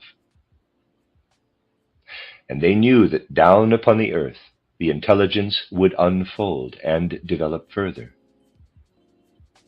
Now on the earth, the appearance of the first, in quotes, self-made thinkers could be observed. Hitherto, great human beings who were thinkers had received their thoughts by way of inspiration. The thoughts had been inspired into them. Only now, from the 8th century A.D., were there those who could be called self-made thinkers, those who produced their own thoughts out of themselves. And within the archangelic host in the realm of the sun, the mighty proclamation rang forth from Michael. "The power belonging to my kingdom and under my administration in this realm is here no longer. It streams downward to the earth and must there surge onward." From the 8th century onward, this was the spectacle of the earth as witnessed from the sun. And within it was the great mystery. The forces, which are preeminently the forces of Michael, have descended from the heavens and are now upon the earth. This was the profound secret which was known to initiates in schools such as those I spoke of yesterday. For example, the renowned school of Chartres. In earlier times, when men wished to discover the true nature of intelligence, they had been obliged, in the mystery centers, to look upward to the sun. Now, the intelligence was upon the earth, though not as yet very clearly perceptible. But gradually there was recognition that human beings were now evolving who possessed an individual intelligence of their own. One of those in European civilization in whom the first sparks of personal thinking were alight was Johannes Scotus Erigena. I have often spoken of him. But there had been a few others, even before him, whose thoughts were not merely inspired, who no longer received revelations, but who could be called self-made thinkers. And now this individual thinking became more and more widespread. There was a possibility in Earth evolution of making this self-produced thinking serve a particular end. Consider what it represented. It was, in actuality, the sum total of those impulses from Michael's realm in the heavens which had found their way to the earth. And for the time being, Michael was called upon to allow the intelligence to unfold without his participation. Not until the year 1879 was he to reassume his rulership. In the meantime, the intelligence developed in such a way that at the first stages he could not have exercised his dominion. His influences could not be exerted over men who were unfolding their own individual thoughts. His time had not yet come. This profound secret of the descent of the pan-intelligence in the evolution of humanity was known in a few mystery centers over in the East. And so, within these particular Oriental mysteries, a few chosen pupils could be initiated into this secret by certain deeply spiritual, highly developed men. Through dispensations of a nature which it is difficult for the earthly intellect to comprehend, the illustrious court of which I have spoken at the Goetheanum and in other places came into touch with this secret of which certain Oriental mysteries were fully cognizant. In the 8th and at the beginning of the 9th century, under the leadership of Harun al-Rashid, this court wielded great power over in Asia. Harun al-Rashid was a product of Arabian culture, a culture tinged with Mohammedanism. The secret of which I have spoken found its way to some of Harun al-Rashid's initiated counselors, or to those who possessed at least a certain degree of knowledge. And the brilliance of his court was due to the fact that it had come in touch with this secret. At this court were concentrated all the treasures of wisdom, of art, of the truths of religious life to be found in the East, colored, of course, by Mohammedanism. In the days which in Europe at the court of Charlemagne, who was a contemporary of Harun al-Rashid, men were occupied in collating the first rudiments of grammar, and everything was still in a state of semi-barbarism, where flourished in Baghdad that brilliant center of Oriental, Western, Asiatic spiritual life. Harun al-Rashid gathered around him men who were conversant with the great traditions of the Oriental mysteries, and he had by his side one particular counselor who had been an initiate in earlier times, and whose spiritual driving forces were still influenced by the previous incarnations. He was the organizer of all that was cultivated at the court of Harun al-Rashid in the domains of geometry, chemistry, physics, music, architecture, and the other arts. Above all, a distinguished art of poetry. In this renowned and scintillating assembly of sages, it was felt more or less consciously, the earthly intelligence that has come down from the heavens upon the earth must be placed in the service of Mohammedan spiritual life. And now consider this. From the time of Muhammad, from the time of the early caliphs onward, Arabian culture was carried from Asia across North Africa into Europe, where it spread as the result of warlike campaigns. But in the wake of those who by means of these campaigns spread Arabism as far even as Spain, France was affected by it, and spiritually the whole of Western Europe, there also came outstanding personalities. The wars waged by the Frankish kings against the Moors, against Arabism, are known to all of you. But that is the external aspect. That is what happens in external history. Much more important is it to know how the spiritual streams flow on perpetually within the evolution of mankind.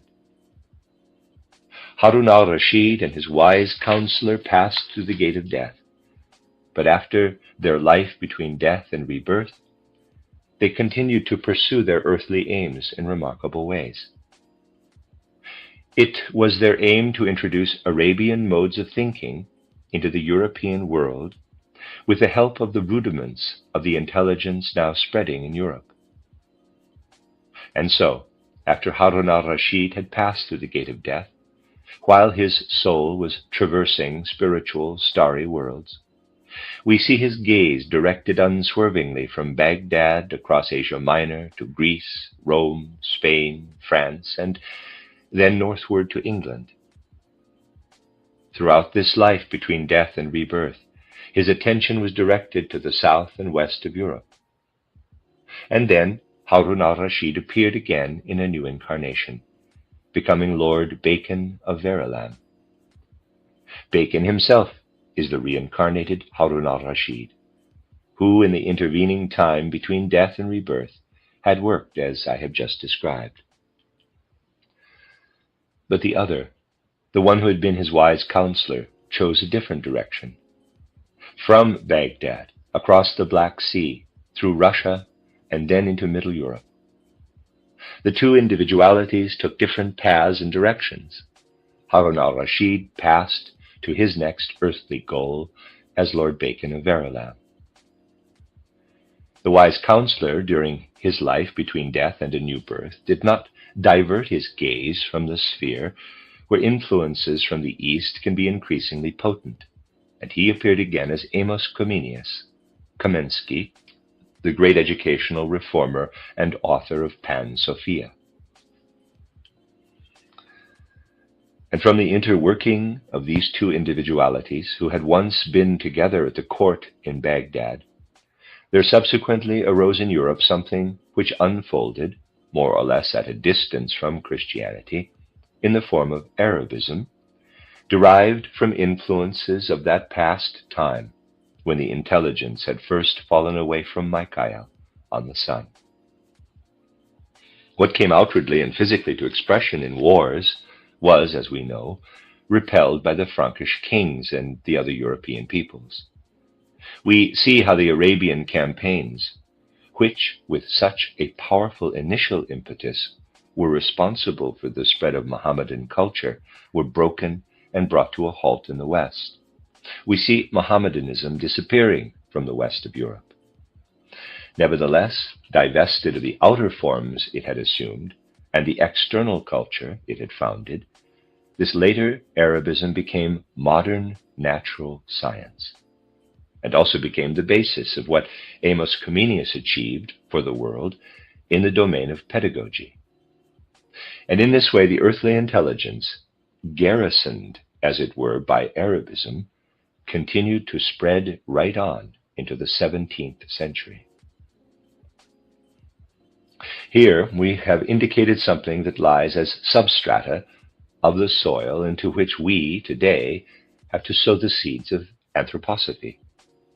We must ponder deeply over the inner and spiritual reality behind these things. In Europe, while this stream was flowing over from Asia as the spiritual continuation of that illustrious court of Baghdad, Christianity was also developing and spreading. But the spread of Aristotelianism in Europe was fraught with great difficulties. The natural science of Aristotle had been carried to Asia by the mighty deeds of Alexander, and the impulses flowing from Hellenistic spiritual life. But here it had been seized upon by Arabism. In Europe, within the expanding Christian culture, Aristotelianism was at first known in a diluted form only. Then, in the manner which I have already indicated, Aristotelianism joined hands with Platonism, which was based directly upon the ancient teachings of the Greek mysteries. But at the very outset, Aristotelianism spread in Europe by slow degrees, while Platonism took the lead and prompted the establishment of schools, one of the most important being the school of Chartres. At Chartres, the scholars of whom I spoke yesterday, Bernard, Sylvestris, Bernard of Chartres, John of Salisbury, and foremost among them all, Alanus ab Insulis, were all working in the 12th century. In this school, men spoke very differently from those whose teachings were merely an echo of Arabism. The teachings given in the school of Chartres were pure and genuine Christianity, illumined by the ancient mystery wisdom still remaining within reach of men. And then something of immense significance took place. The leading teachers of Chartres, who, with their Platonism, had penetrated deeply into the secrets of Christianity, and who had no part in Arabism, went through the gate of death. Then there took place for a brief period at the beginning of the 13th century a great heavenly conference. And when the most outstanding of the teachers, foremost among them Alanus ab Insulis, had passed through death and were in the spiritual world, they united in a momentous cosmic deed with those who at that time were with them, but who were destined in the very near future to come into earthly existence, for the purpose of cultivating Aristotelianism in a new way. Among those preparing to descend were individualities who had participated with deep intensity of soul in the working of the Michael impulse during the time of Alexander.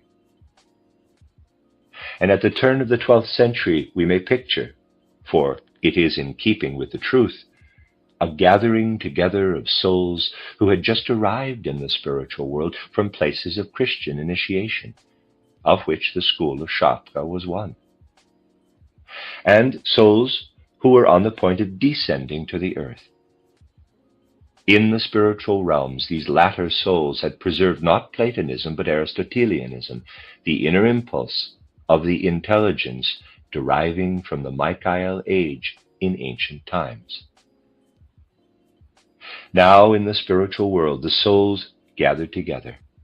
Among them, too, were souls who could say, "We were with Michael, and together with him we witnessed the intelligence streaming down from the heavens upon the earth.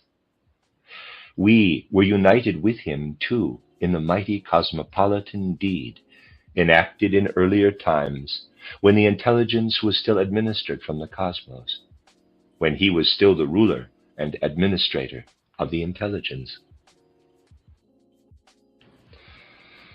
And now, for the time being, the teachers of Chartres handed over to the Aristotelians the administration and ordering of the affairs of the spiritual life on earth. Those who were now to descend and were by nature fitted to direct the earthly personal intelligence took over the guidance of spiritual life on earth from the Platonists, who could work truly only when the intelligence was being administered, quote, "from the heavens," close quote. It was into the Dominican order, above all, that those individualities in whose souls the Michael impulse was still echoing on from the previous age of Michael found their way. And from the Dominican order issued that scholasticism which wrestled through many a bitter but glorious battle to master the true nature and operation of the intelligence within the human mind. Deeply rooted in the souls of those founders of Dominican scholasticism in the 13th century was this great question: what is taking place in the domain of Michael? There were men, later on known as nominalists, who said, concepts and ideas are merely names. They have no reality. The nominalists were under an Ahrimanic influence, for their real aim was to banish Michael's dominion from the earth. In asserting that ideas are only names and have no reality, their actual aim was to prevent Michael's dominion from prevailing on earth. And at that time, the Ahrimanic spirits whispered to those who would lend their ear, "The cosmic intelligence has fallen away from Michael and is here on the earth. We will not allow Michael to resume his rulership over the intelligence." But in that heavenly conference, and precisely here lies its significance, Platonists and Aristotelians together formed a plan for the furtherance of the Michael impulses. In opposition to the nominalists were the realists of the Dominican order, who maintained ideas and thoughts are spiritual realities contained within the phenomena of the world. They are not merely nominal. If one understands these things, one is often reminded of them in a really remarkable way. During my last years in Vienna, one of my acquaintances among other ordained priests was Vincenz Knauer, the author of the work titled Hauptprobleme der Philosophie, which I have often recommended to anthroposophists. In the 19th century, he was still involved in this conflict between nominalism and realism. He was trying to make it clear that nominalism is fallacious, and he had chosen a very apt example to illustrate his arguments. It is also given in his books. But I remember with deep satisfaction a certain occasion when I was walking with him along the Währingstrasse in Vienna. We were speaking about nominalism and realism. With all his self-controlled enthusiasm, which had something remarkable about it, something of the quality of genuine philosophy, in contrast to the philosophy of others who had more or less lost this quality, Knauer said on that occasion, "I always make it clear to my students that the ideas made manifest in the things of the world have reality, and I tell them to think of a lamb and a wolf. The nominalists would say, a lamb is muscle, bone, matter. A wolf is muscle, bone, matter. What receives objective existence in lamb flesh, as the form, the idea of the lamb, that is only a name. In quotes, lamb is a name there and not as idea, a reality. Similarly, as idea, wolf is not anything real, but only a name." But, Knauer went on, it is easy to refute the nominalists, for one need only say to them, "Give a wolf nothing but lamb's flesh to eat for a time and no other food whatever. If the idea lamb contains no reality, is only a name, and if the lamb is nothing but matter, the wolf would gradually become a lamb. But it does not do so. On the contrary, it goes on being the reality wolf. In what stands there before us as the lamb, the idea lamb has, as it were, gathered the matter and brought it into the form. Similarly with the wolf, the idea wolf has gathered the matter and cast it into the form." This was the fundamental issue in the conflict between the nominalists and the realists, the reality of what is apprehensible only by the intellect. Thus we see that it was the task of the Dominicans to work in advance at the right time for the next Michael rulership. And whereas, in accordance with the decisions of that heavenly conference at the beginning of the 13th century, the Platonists, the teachers of Chartres, for example, remained in the spiritual world and had no incarnations of significance, the Aristotelians were to work at that time for the cultivation of the intelligence on earth. And from scholasticism, which only much later, in the modern age, was distorted, caricatured, and made Ahrimanic by Rome, from scholasticism there has proceeded all intellectual striving, insofar as it has kept free from the influence of Arabism. So at that time, when these two streams of spiritual life are to be perceived in Middle and Western Europe, on the one side, the stream with which Bacon and Amos Comenius were connected, on the other side, the stream of scholasticism that was and is Christian Aristotelianism, takes its place in the evolution of civilization in order to prepare, as was its task, for the new age of Michael.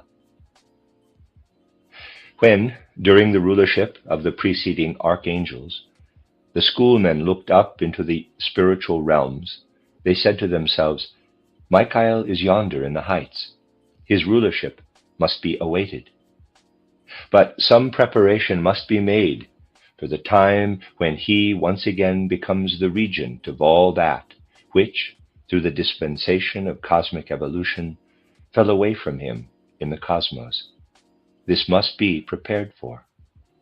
And so a stream began to flow, which, though diverted into a false channel through ultramontanism, continued and carried with it the impulse of preparation proceeding from the 13th century.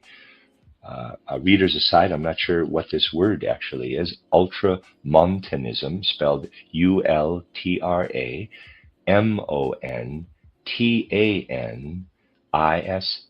I've never seen that word before, ultramontanism. End of reader's aside. It was a stream, therefore, whose source is Aristotelian and whose influence worked directly on the ordering of the intelligence that was now in the earthly realm. With this stream is connected that of which I spoke yesterday, saying that one who had remained a little longer with Alanus ab Insulis in the spiritual world came down as a Dominican and brought a message from Alanus ab Insulis to an older Dominican who had descended to the earth before him. An intense will was present in the spiritual life of Europe to take strong hold of the thoughts. And in realms above the earth, these happenings led, at the beginning of the 19th century, to a great, far-reaching act in the spiritual world, where that which later on was to become anthroposophy on the earth was cast into mighty imaginations. In the first half of the 19th century, and even for a short period at the end of the 18th, those who had been Platonists under the teachers of Chakra, who were now living between death and rebirth, and those who had established Aristotelianism on earth, and who had long ago passed through the gate of death, all of them were united in the heavenly realms in a great super-earthly cult or ritual. Through this act, all that in the 20th century was to be spiritually established as the new Christianity after the beginning of the new Michael age in the last third of the 19th century, all this was cast into mighty imaginations. Many drops trickled through to the earth.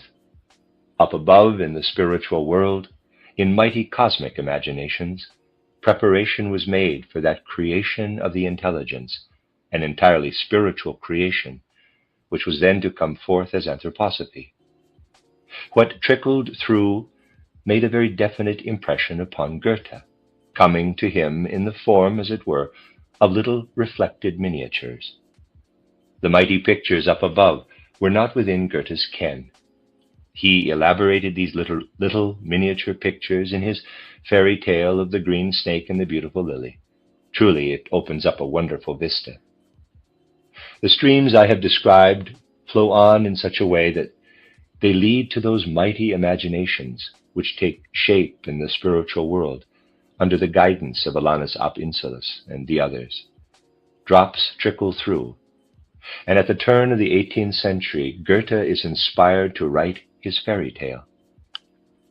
It was, we might say, a first presentation of what had been cast in mighty imaginations in the spiritual world at the beginning of the 19th, indeed by the end of the 18th century. In view of this great supersensible cult during the first half of the 19th century, it will not surprise you that my first mystery play, titled The Portal of Initiation, which in a certain respect aimed at giving dramatic form to what had thus been enacted at the beginning of the 19th century, became alike in outer structure to what Goethe portrayed in his fairy tale. For having lived in the super-earthly realms in imaginative form, anthroposophy was to come down to the earth. Something came to pass in the super-earthly realms at that time. Numbers of souls who in many different epochs had been connected with Christianity came together with souls who had received its influences less directly. There were those who had lived on earth in the age when the mystery of Golgotha took place, and also those who had lived on earth before it. The two groups of souls united in order that in regions beyond the earth, anthroposophy might be prepared. The individualities who, as I said, were around Alanus ab Insulis, and those who, within the Dominican stream, had established Aristotelianism in Europe, were united too with Brunetto Latini, the great teacher of Dante. And in this host of souls there were very many of those who, having again descended to the earth, are now coming together in the Anthroposophical Society. Those who feel the urge today to unite with one another in the Anthroposophical Society were together in supersensible regions at the beginning of the 19th century in order to participate in that mighty imaginative cult of which I have spoken. This too is connected with the karma of the Anthroposophical movement. It is something that one discovers not from any rationalistic observation of this Anthroposophical movement in its external, earthly form only, but from observation of the threads that lead upward into the spiritual realms. Then one perceives how this Anthroposophical movement descends. At the end of the 18th and beginning of the 19th centuries, it is in very truth the heavenly Anthroposophical movement. What Goethe transformed into little miniature images in the fairy tale of the green snake and the beautiful lily were drops that had trickled through. But it was to come down in the real sense in the last third of the 19th century. Since then, Michael has been striving, but now moving downward from the sun to the earth, to take hold of the earthly intelligence of men. We know that since the mystery of Golgotha, Christ has been united with the earth, with humanity on earth. But to begin with, he was not outwardly comprehended by human beings.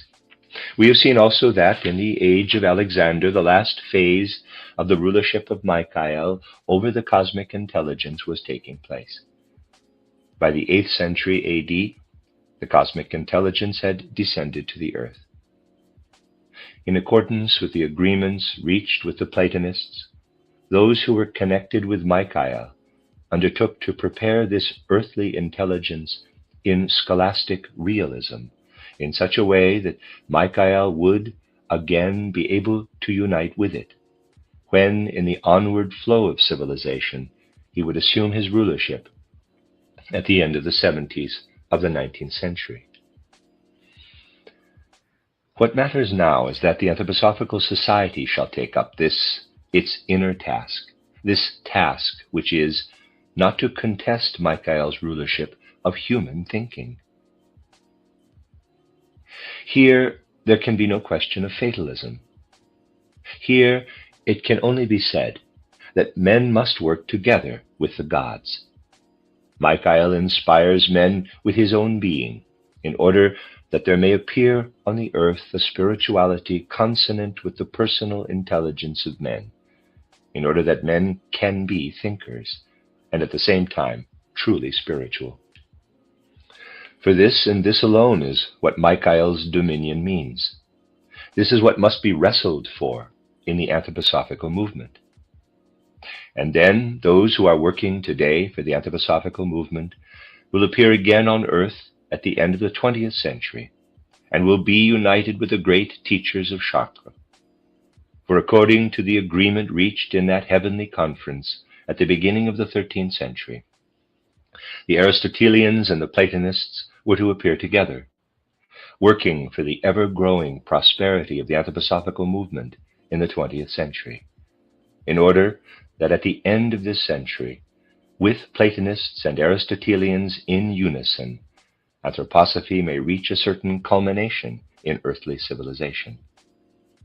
If it is possible to work in this way, in the way predestined by Michael, then Europe and modern civilization will emerge from decline. But verily in no other way than this. The leading of civilization out of decline is bound up with an understanding of Michael. I have now led you toward an understanding of the Michael mystery, reigning over the thinking and the spiritual strivings of mankind. This means, as you can realize, that through anthroposophy something must be introduced into the spiritual evolution of the earth, for all kinds of demonic, Ahrimanic powers are taking possession of men. The Ahrimanic powers in many a human body were exultant in their confidence that it would no longer be possible for Michael to take over his rulership of the cosmic intelligence, which had fallen down to the earth. And this exultation was particularly strong in the middle of the 19th century, when Ahriman already believed Michael will not again recover his cosmic intelligence, which made its way from the heavens to the earth. Verily, great and mighty issues are at stake. For this reason, it is not to be wondered at that those who stand in the midst of this battle have to go through many extraordinary experiences. Stranger things have been said about the anthroposophical movement than about any other spiritual movement. The curious statements made indicate in themselves that with its spirituality and its connection with the mystery of Golgotha, it is beyond the comprehension even of some of the most enlightened minds of the present day. Does anyone ever tell you that he has seen a man who is black and white at the same time? I hardly think you would regard him as sane if he said such a thing to you. But today people are quite capable of writing in a similar strain about the anthroposophical movement. In his book, The Great Secret, Maurice Maeterlinck, for example, taking me to be the pillar of the anthroposophical movement, applies in regard to myself a kind of logic entirely similar to that used by someone who claims to have seen a man who is black and white, a European and a Moor at the same time.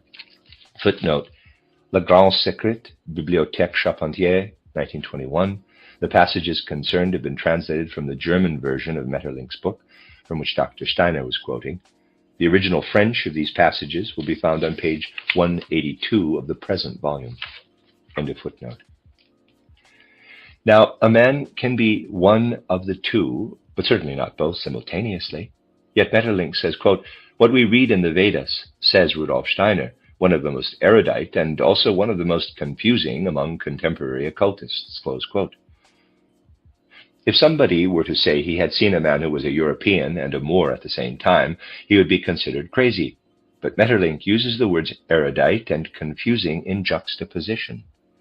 He also says, quote, "Rudolf Steiner, who, when he does not lose himself in visions, plausible perhaps, but incapable of verification, of the prehistoric ages, and in astral jargon concerning life on other planets, is a clear and shrewd thinker who has thrown remarkable light on the meaning of this judgment," close quote. He is referring to ossirification, quote, "and of the identification of the soul with God," close quote. In other words, therefore, when Rudolf Steiner is not talking about anthroposophy, he is a clear and shrewd thinker. Maeterlinck allows himself to say this, and other remarkable things too. For example, the following quote: "Steiner has applied his intuitive methods, which amount to a kind of transcendental psychometry, in order to reconstruct the history of the Atlanteans, and to reveal to us what takes place on the sun, the moon, and in other worlds. He describes the successive transformations of the entities which become men, and he does so with such assurance that we ask ourselves, having followed him with interest through the introductions which denote an extremely well-balanced, logical, and comprehensive mind, if he has suddenly gone mad, or if we are dealing with a hoaxer, or with a genuine seer," close quote. Now, just think what this means. Maeterlinck states that when I write books, the introductions are admittedly the product of an, quote, "extremely well-balanced, logical, and comprehensive mind," close quote. But when he reads on, he does not know whether I have suddenly gone mad, or whether I am a hoaxer, or a genuine seer. Well, after all, I have not written only books. It is always my custom to write an introduction to each book first. Very well then, I write a book. Metterlink reads the introduction, and I seem to him to have an extremely well-balanced, logical, and comprehensive mind. Then he reads on, and I turn into someone who makes him say, I don't know whether Rudolf Steiner has suddenly gone mad, or whether he is a hoaxer or a seer. Then it happens again. I write a second book. When he reads the introduction, Metterlink again accepts me as having an extremely well-balanced, logical, and comprehensive mind. Then he reads the further contents, and again does not know whether I am a lunatic, or a hoaxer, or a seer, and so it goes on. But suppose everybody were to say, when I read your books, you seem, at the beginning, to be very clever, balanced, and logical, but then you suddenly go mad. People who are logical when they begin to write, and then as they write on suddenly become crazy, must indeed be extraordinary creatures. In the next book, they switch round, are logical at the beginning, and later on, again, lunatics. There seems to be a rhythmical sequence. Well, after all, there are rhythms in the world. Such examples indicate how the most enlightened minds of the present age receive what must be established as the Michael epoch in the world, and what has to be done in order that the cosmic intelligence, which, in accordance with the world order, fell away from Michael in the 8th century A.D., may again be found within earthly humanity. The whole Michael tradition must be renewed. Michael, with his feet upon the dragon. It is right to contemplate this picture which portrays Michael the warrior, defending the cosmic spirit against the Ahrimanic powers under his feet.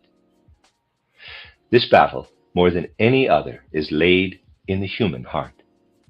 There, within the hearts of men, it is and has been waged since the last third of the 19th century. Decisive indeed will be what human hearts do with this Michael impulse in the world in the course of the 20th century. And in the course of the 20th century, when the first century after the end of Kali Yuga has elapsed, humanity will either stand at the grave of all civilization, or at the beginning of that age, when, in the souls of men who in their hearts ally intelligence with spirituality, Michael's battle will be fought out to victory. The end of Lecture 8, which is chronologically Lecture 58. You're listening to RudolfSteinerAudio.com. This is a reading of Karmic Relationships, Esoteric Studies by Rudolf Steiner, Volume 6. And this is the last lecture in Volume 6, Lecture number 9, which in the chronological sequence is Lecture 59.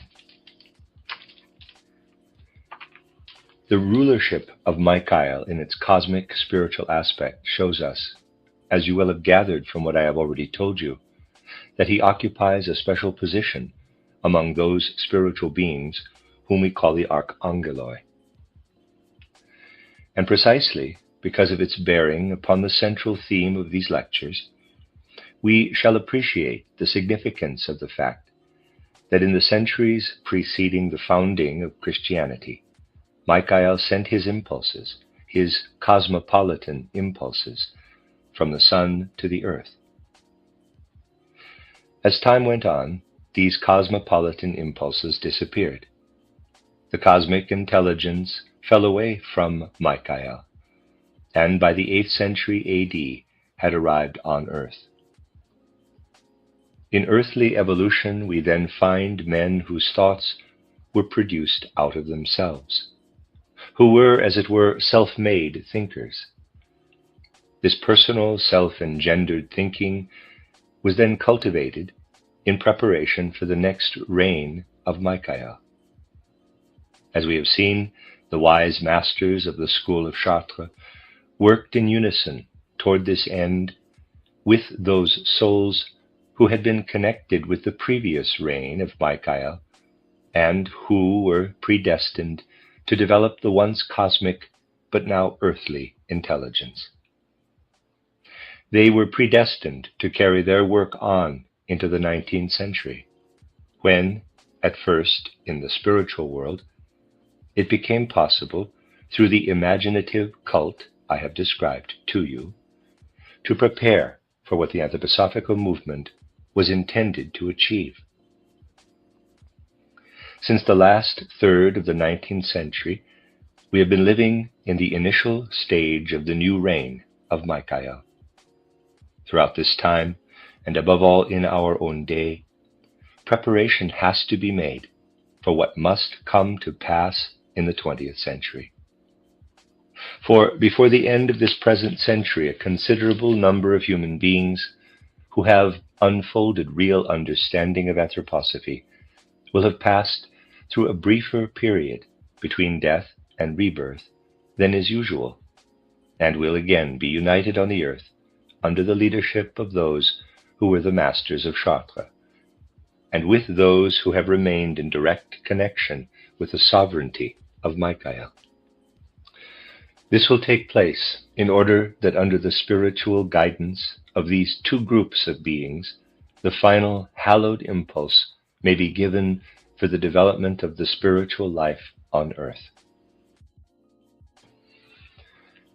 Anthroposophy can only be of real significance for those who want to ally themselves with it.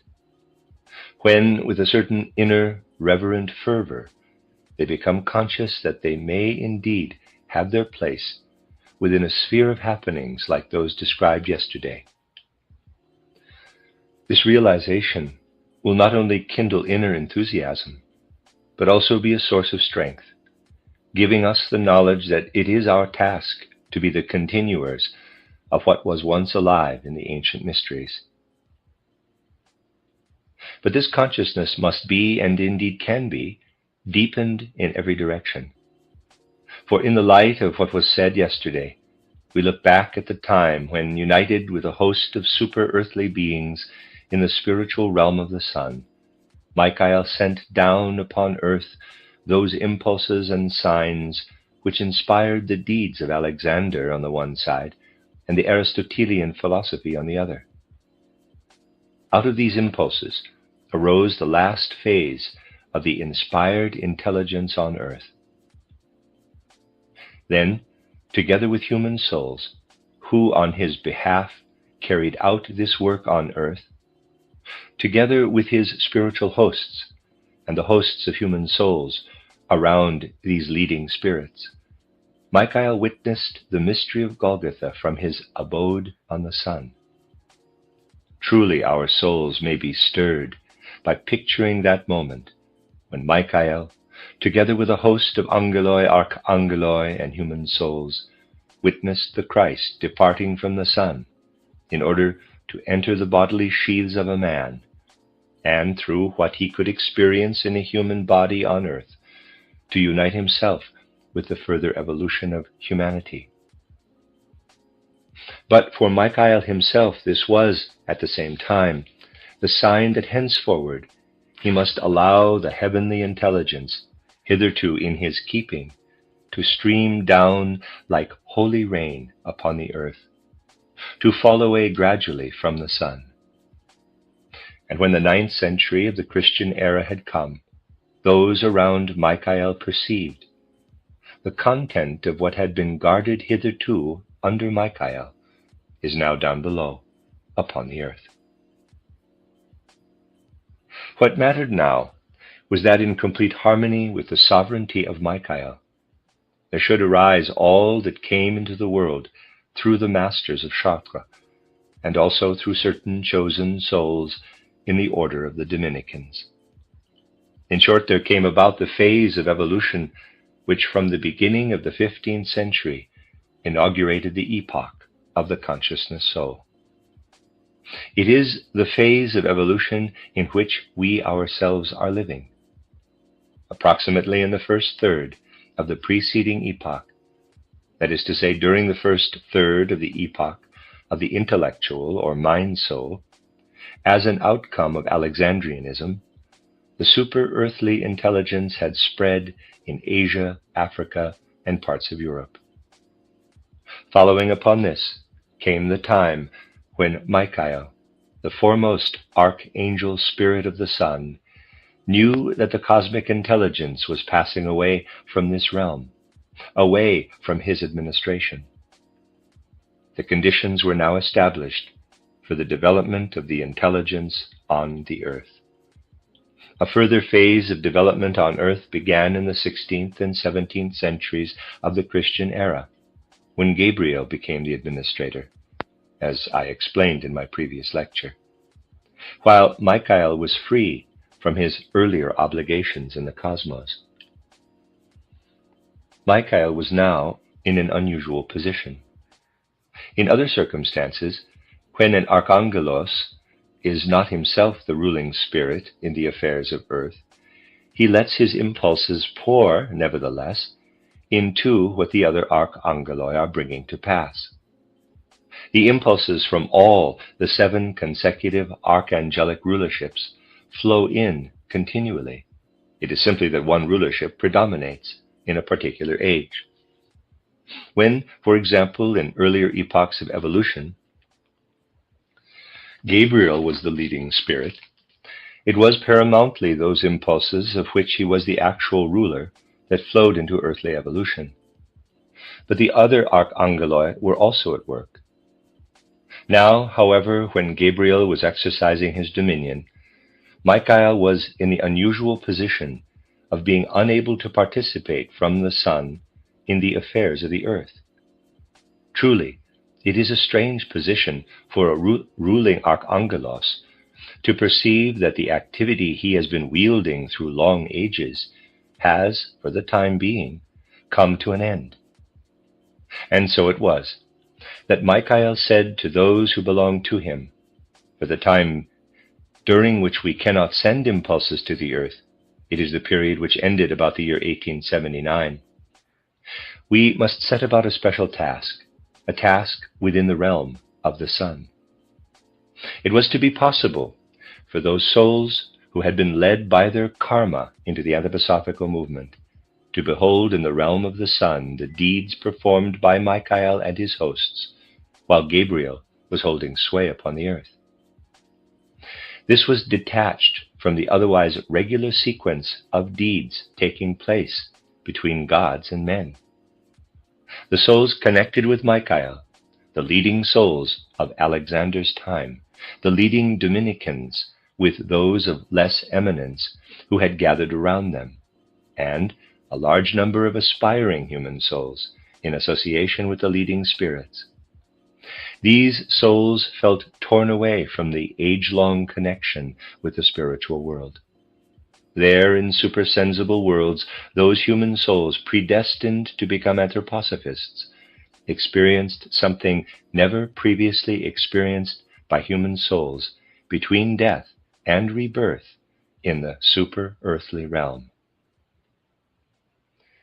In earlier times, during the period between death and a new birth, the karma for the future earthly existence had been elaborated by human souls in connection with leading spiritual beings.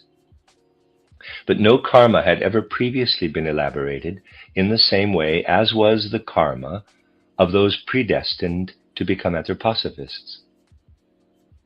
Never before in the realm of the sun, between death and rebirth, had there been accomplished such work as was possible under the leadership of Michael, when, as was now the case, he was free of the concerns of the earth. Something came to pass in the supersensible worlds. It was something that lies implanted deep down in the hearts of the majority of anthroposophists today, although in the unconscious, wrapped in sleep or dream.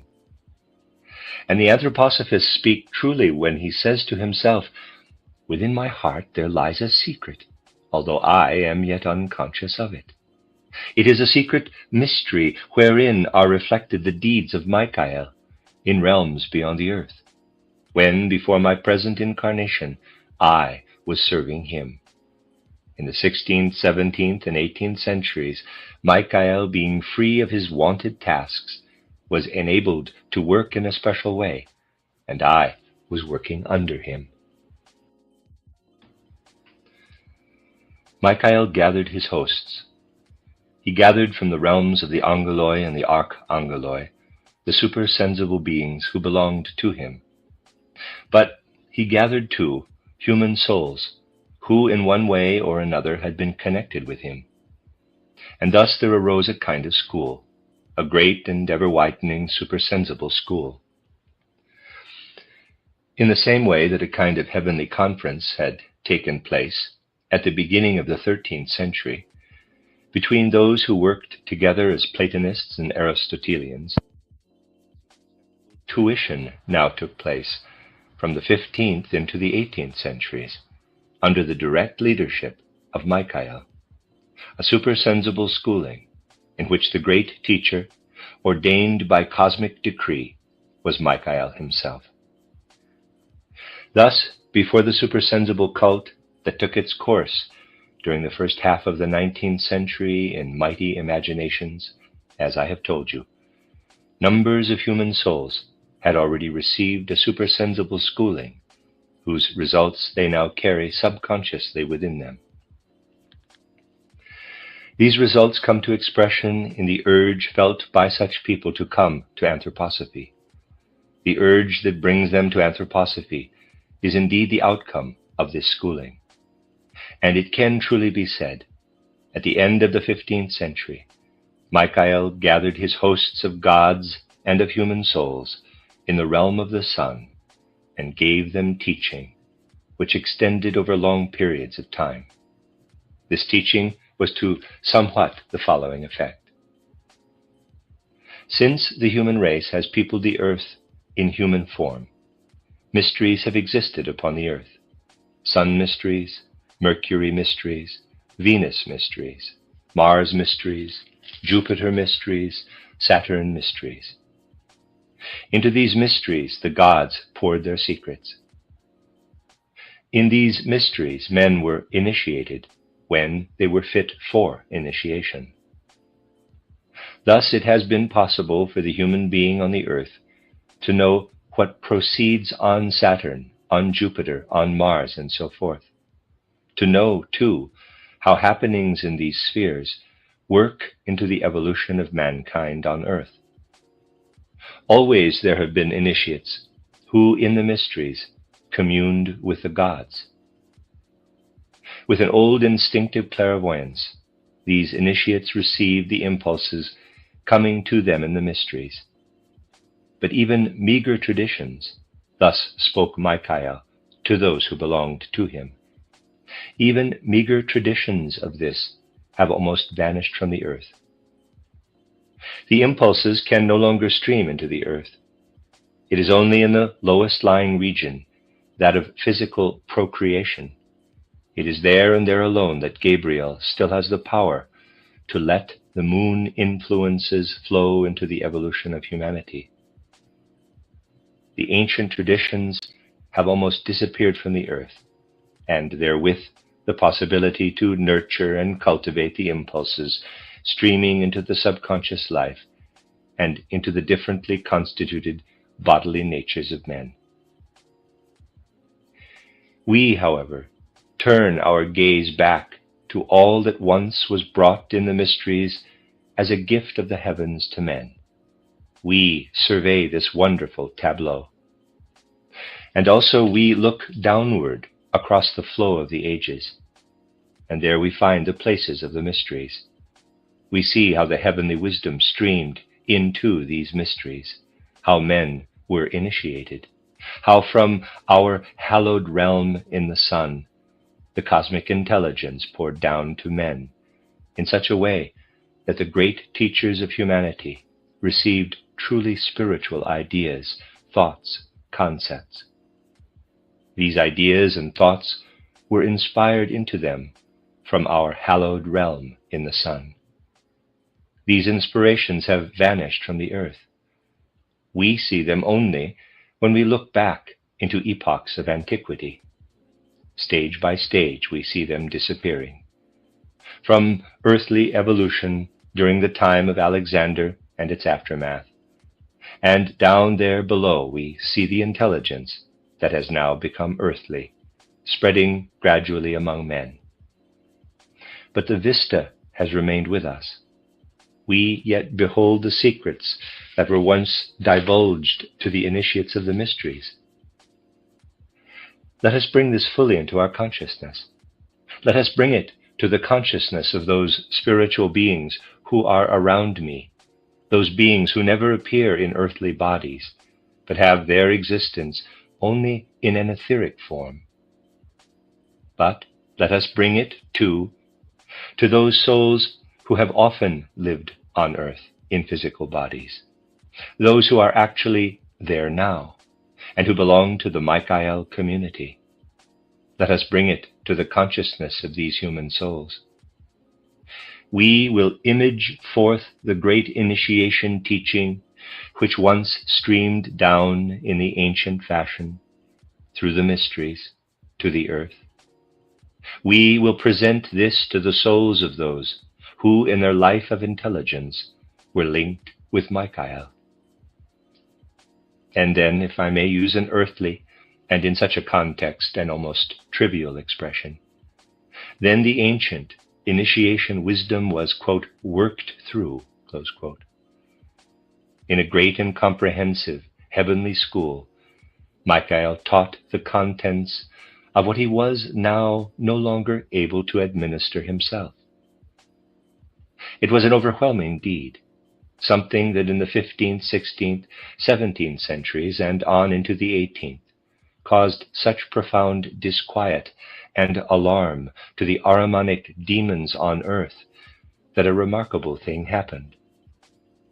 Between heavenly deeds and earthly deeds at this time, polaric contrast was established.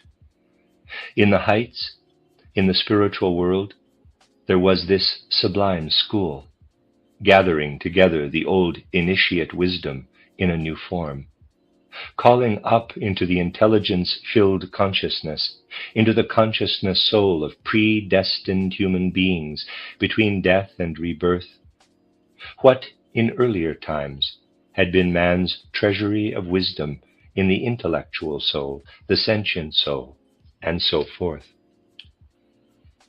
In inner words, seeming stern in many respects when they were uttered, Michael placed before those who belonged to him the picture of cosmic relationships, the anthroposophical relationships.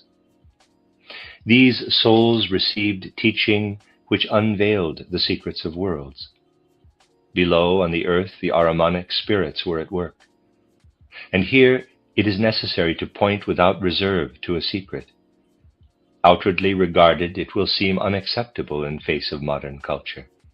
But it is, nevertheless, a divine secret, and one of which anthroposophists must be cognizant in order to be able to lead civilization in the right way to the end of the 20th century. While Michael above was teaching his hosts, there was founded in the realm lying immediately below the surface of the earth a kind of sub-earthly Ahrimanic school.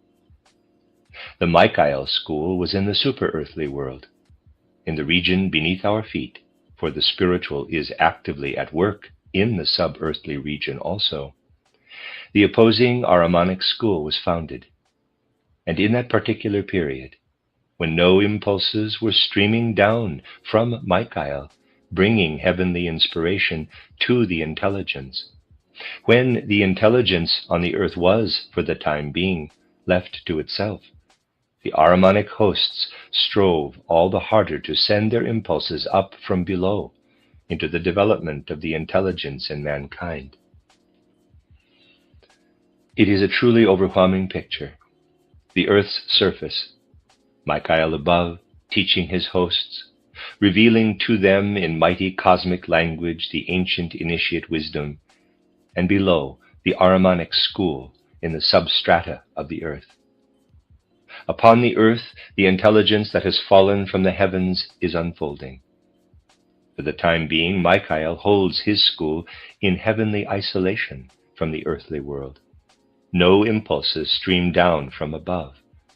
And there, below, are the Ahrimanic powers, sending up their impulses with all the greater strength.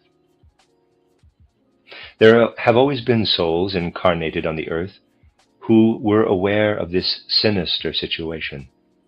Anyone conversant with the spiritual history of this epoch, especially the spiritual history of Europe, will everywhere find evidence of the fact that there were individuals here and there, often quite simple men, who had an inkling of this sinister situation, abandonment of humanity by the Michael rulership, and impulses rising from below like demonic vapors, striving to conquer the intelligence.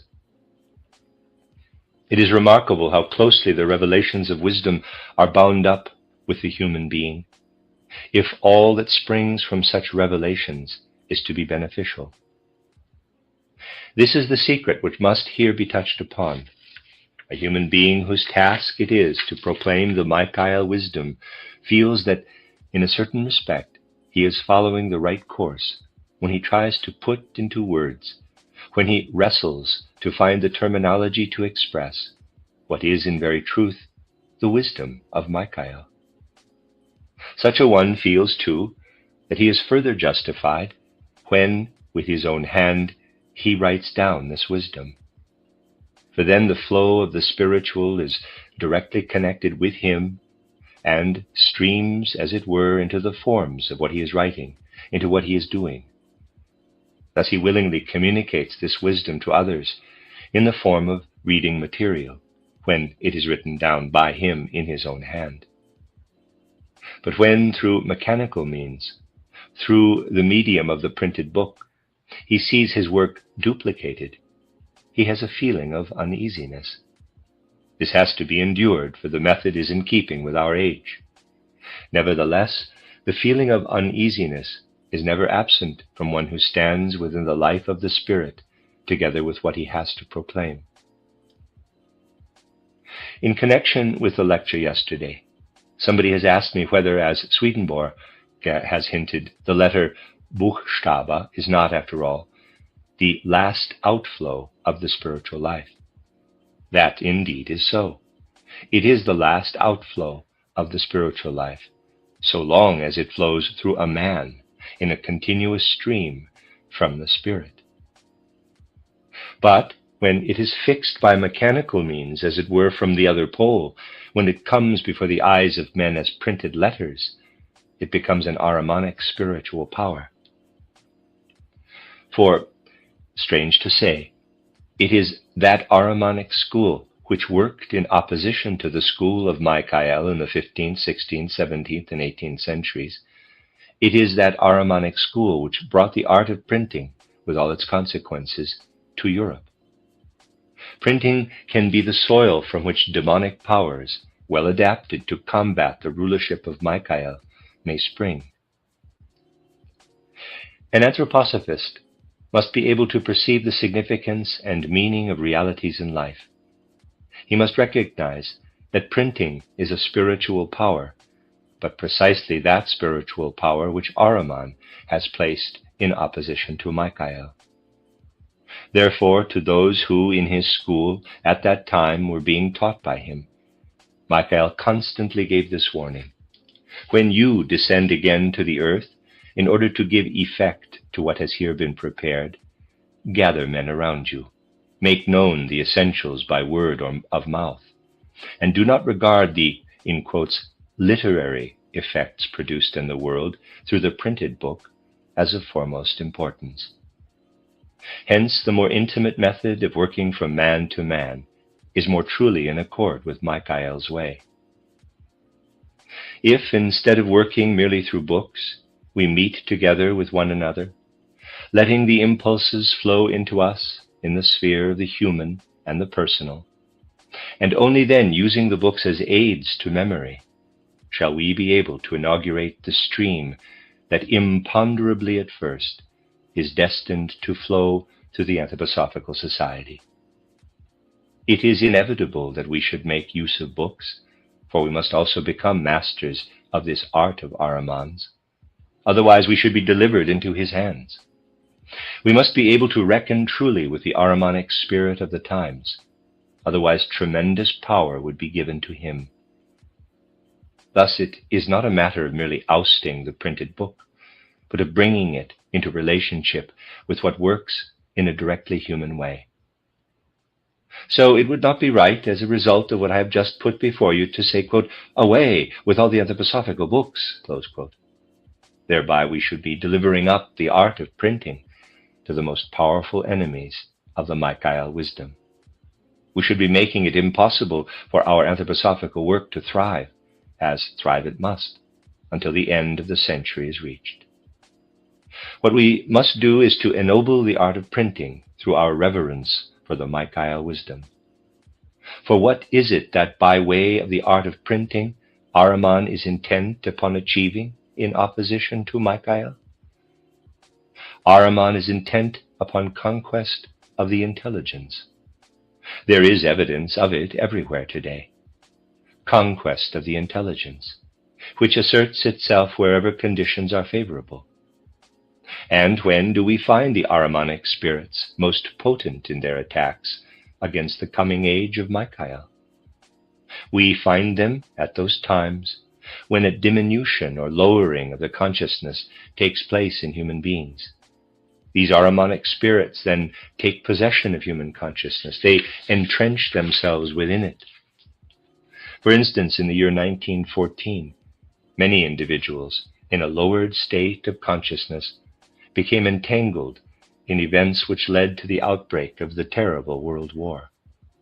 And within the lowered consciousness of such men, the hosts of Ahriman promoted the World War, promoted it by way of human beings. The real causes of that war will never be brought to light by documents contained in archives. No, one must rather look deeply into history and perceive that there, at some particular point, stood an influential personality, at this point another, and there again another, and these men were in a lowered state of consciousness. That was the opportunity for Ahriman to take possession of them. And if you want to realize how easy it is in our age for men to be possessed by Ahriman, you need think only of this example. What happened when, with the printed volumes they had brought with them, the Europeans arrived in North America, in times when Indians were still to be found in the eastern part of the land? When the Indians saw these volumes with their strange characters of script, they took the letters to be little demons. They had the right perception for these things. They were terribly frightened when they looked at all these little demonic entities, A, B, and the rest, as they appear in print. For these letters, reproduced in such a different way, do contain something that fascinates, something that casts a spell over the modern mind. And only the good outlook of Michael, with eyes open to the human element in the proclamation of wisdom, can lead men beyond the danger of this lure. But evil things may happen in this domain. At this point, let me say the following. There are certain secrets connected with the vision of world existence, which cannot be penetrated before a somewhat advanced age in life. Each particular period of life enables one who possesses initiation science to behold the individual secrets of existence. Thus, between the 21st and 42nd years of life, not before, such a man is able to gaze into the sun existence. Between the 42nd and 49th years, into the Mars existence. Into the Mars secrets.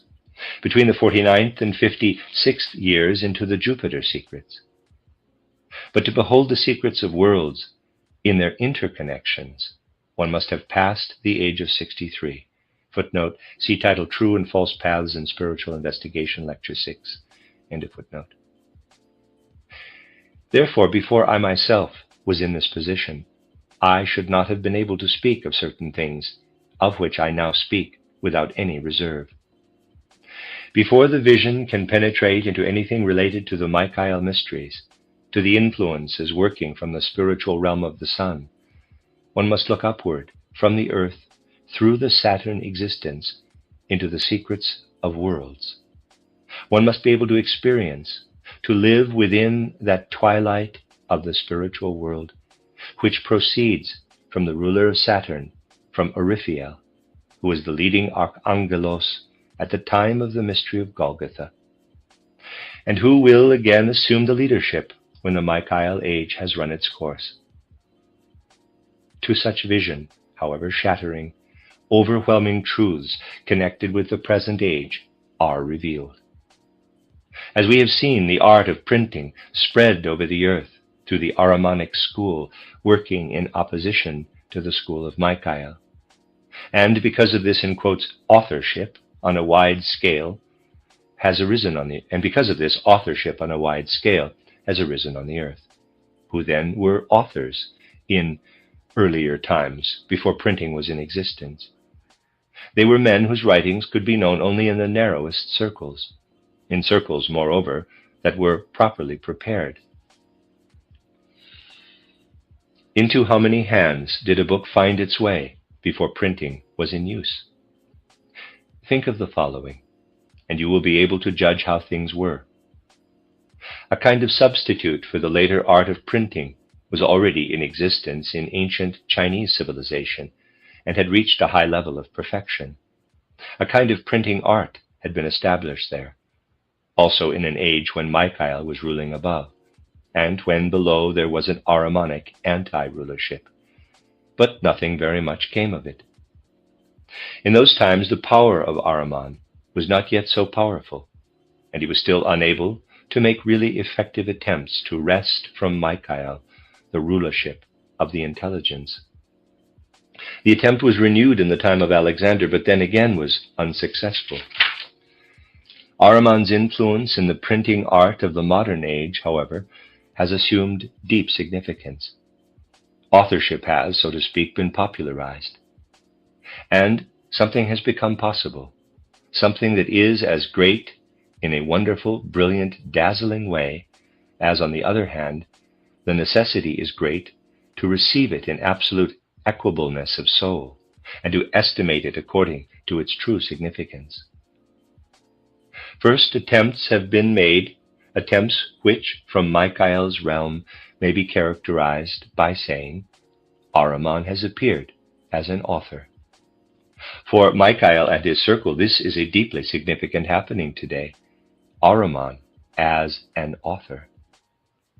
Not only have men been possessed by him, as I indicated in the case of the outbreak of the war, but in that he manifested on earth through human souls, he himself appeared as an author. That he is a most brilliant author need be no cause for astonishment, for Ahriman is a mighty, all-embracing spirit. True, he is not by nature fitted to promote the evolution of mankind on the earth, according to the intentions of the good gods. He opposes it. Nevertheless, in his own sphere, he is not only a thoroughly useful, but a beneficent power. For beings who, on one level of world happenings, are benefactors, are exceedingly harmful on another. It need not be assumed, therefore, that in characterizing the works of Ahriman, they must come in for unqualified rebuke. Provided one is conscious of what they are, one can even admire them. But the Ahrimanic character must be recognized. Michael teaches how recognition can be made today if men are willing to listen to him. For the Michael schooling has worked on, and still today it is possible for men to draw near it. Then it teaches how Ahriman himself as an author has made attempts, first attempts of a deeply shattering, deeply tragic character, working, of course, through a human being. Nietzsche's title Antichrist, his Ecce Homo, his autobiography, and the annotations entitled The Will to Power, those most brilliant chapters of modern authorship, with their own devilish content. Ahriman was their writer, exercising his sovereignty over that which, in letters on the earth, can be made subject to his dominion through the art of printing. Ahriman has already begun to appear as an author, and his work will continue. On earth, in the future, alertness will be necessary, in order that not all the productions of authorship shall be deemed of the same caliber. Works written by men will appear, but some individuals at least must be aware that a being is training himself to become one of the most brilliant authors in the immediate future.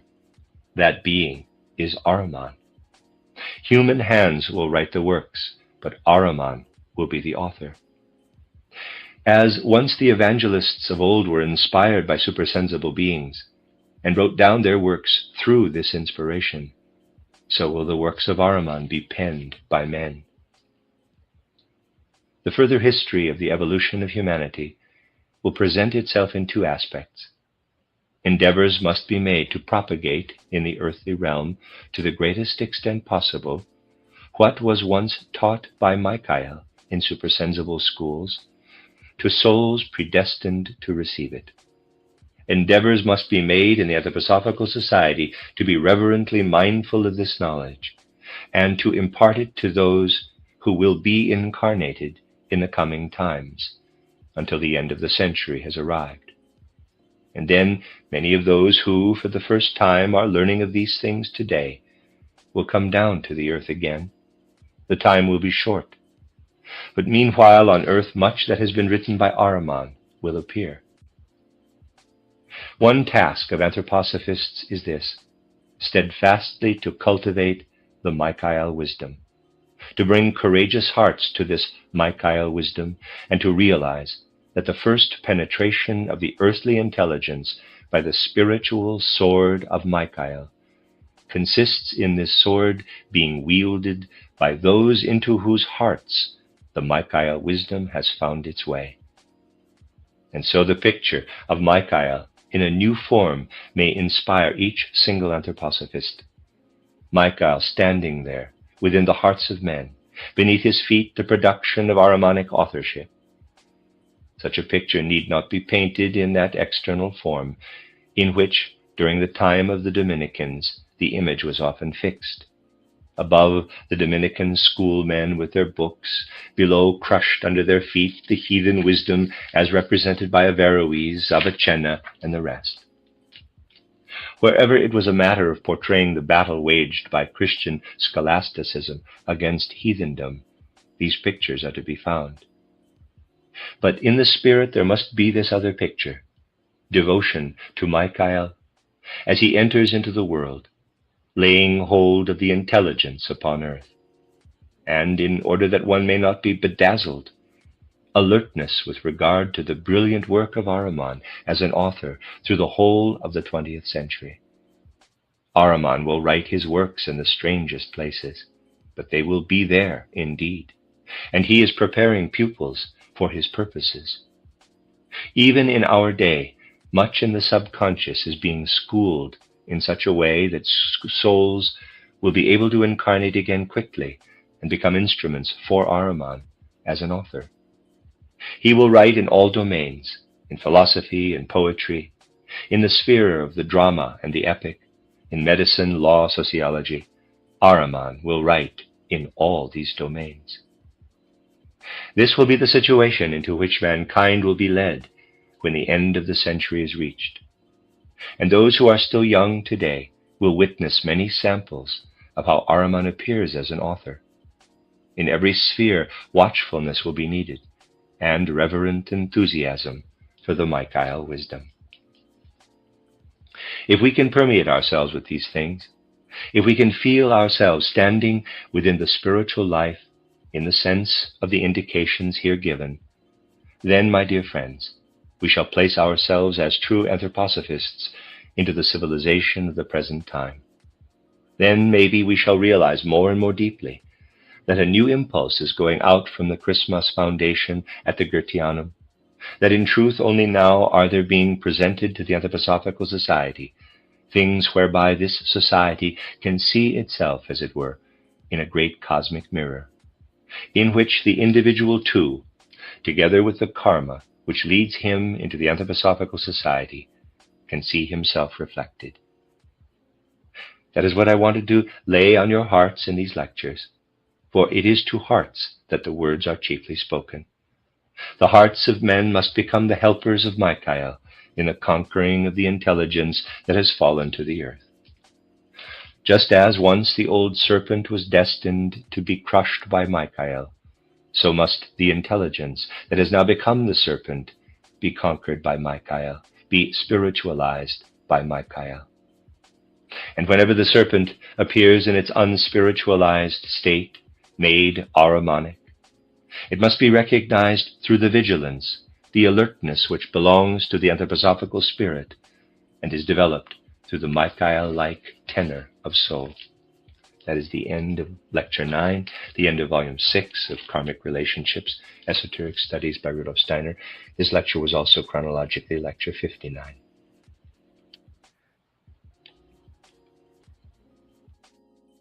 Still feeling the effects of your accident? Well, don't let insurance pressure you into settling for a quick fix. And I get it. After an accident, it is so tempting to accept that check. But even if you're strapped for cash, a quick fix is not always your best option. You need to fight for more. That is where Find Legal comes in. They connect you with an attorney who can help you fight for more than just the bare necessities. And they can help you fight to pursue compensation to address things like property damage, hospital bills, medical treatments, and potentially even things like rent, mental health care, and credit card debt. And did I mention that Find Legal makes finding a qualified lawyer so easy and affordable? Your initial consultation is free. And if your attorney doesn't win or settle, you don't even have to pay attorney fees. And that might be the difference between a healthy life and a life filled with pain and debt. Just take the first step. All it takes is 30 seconds.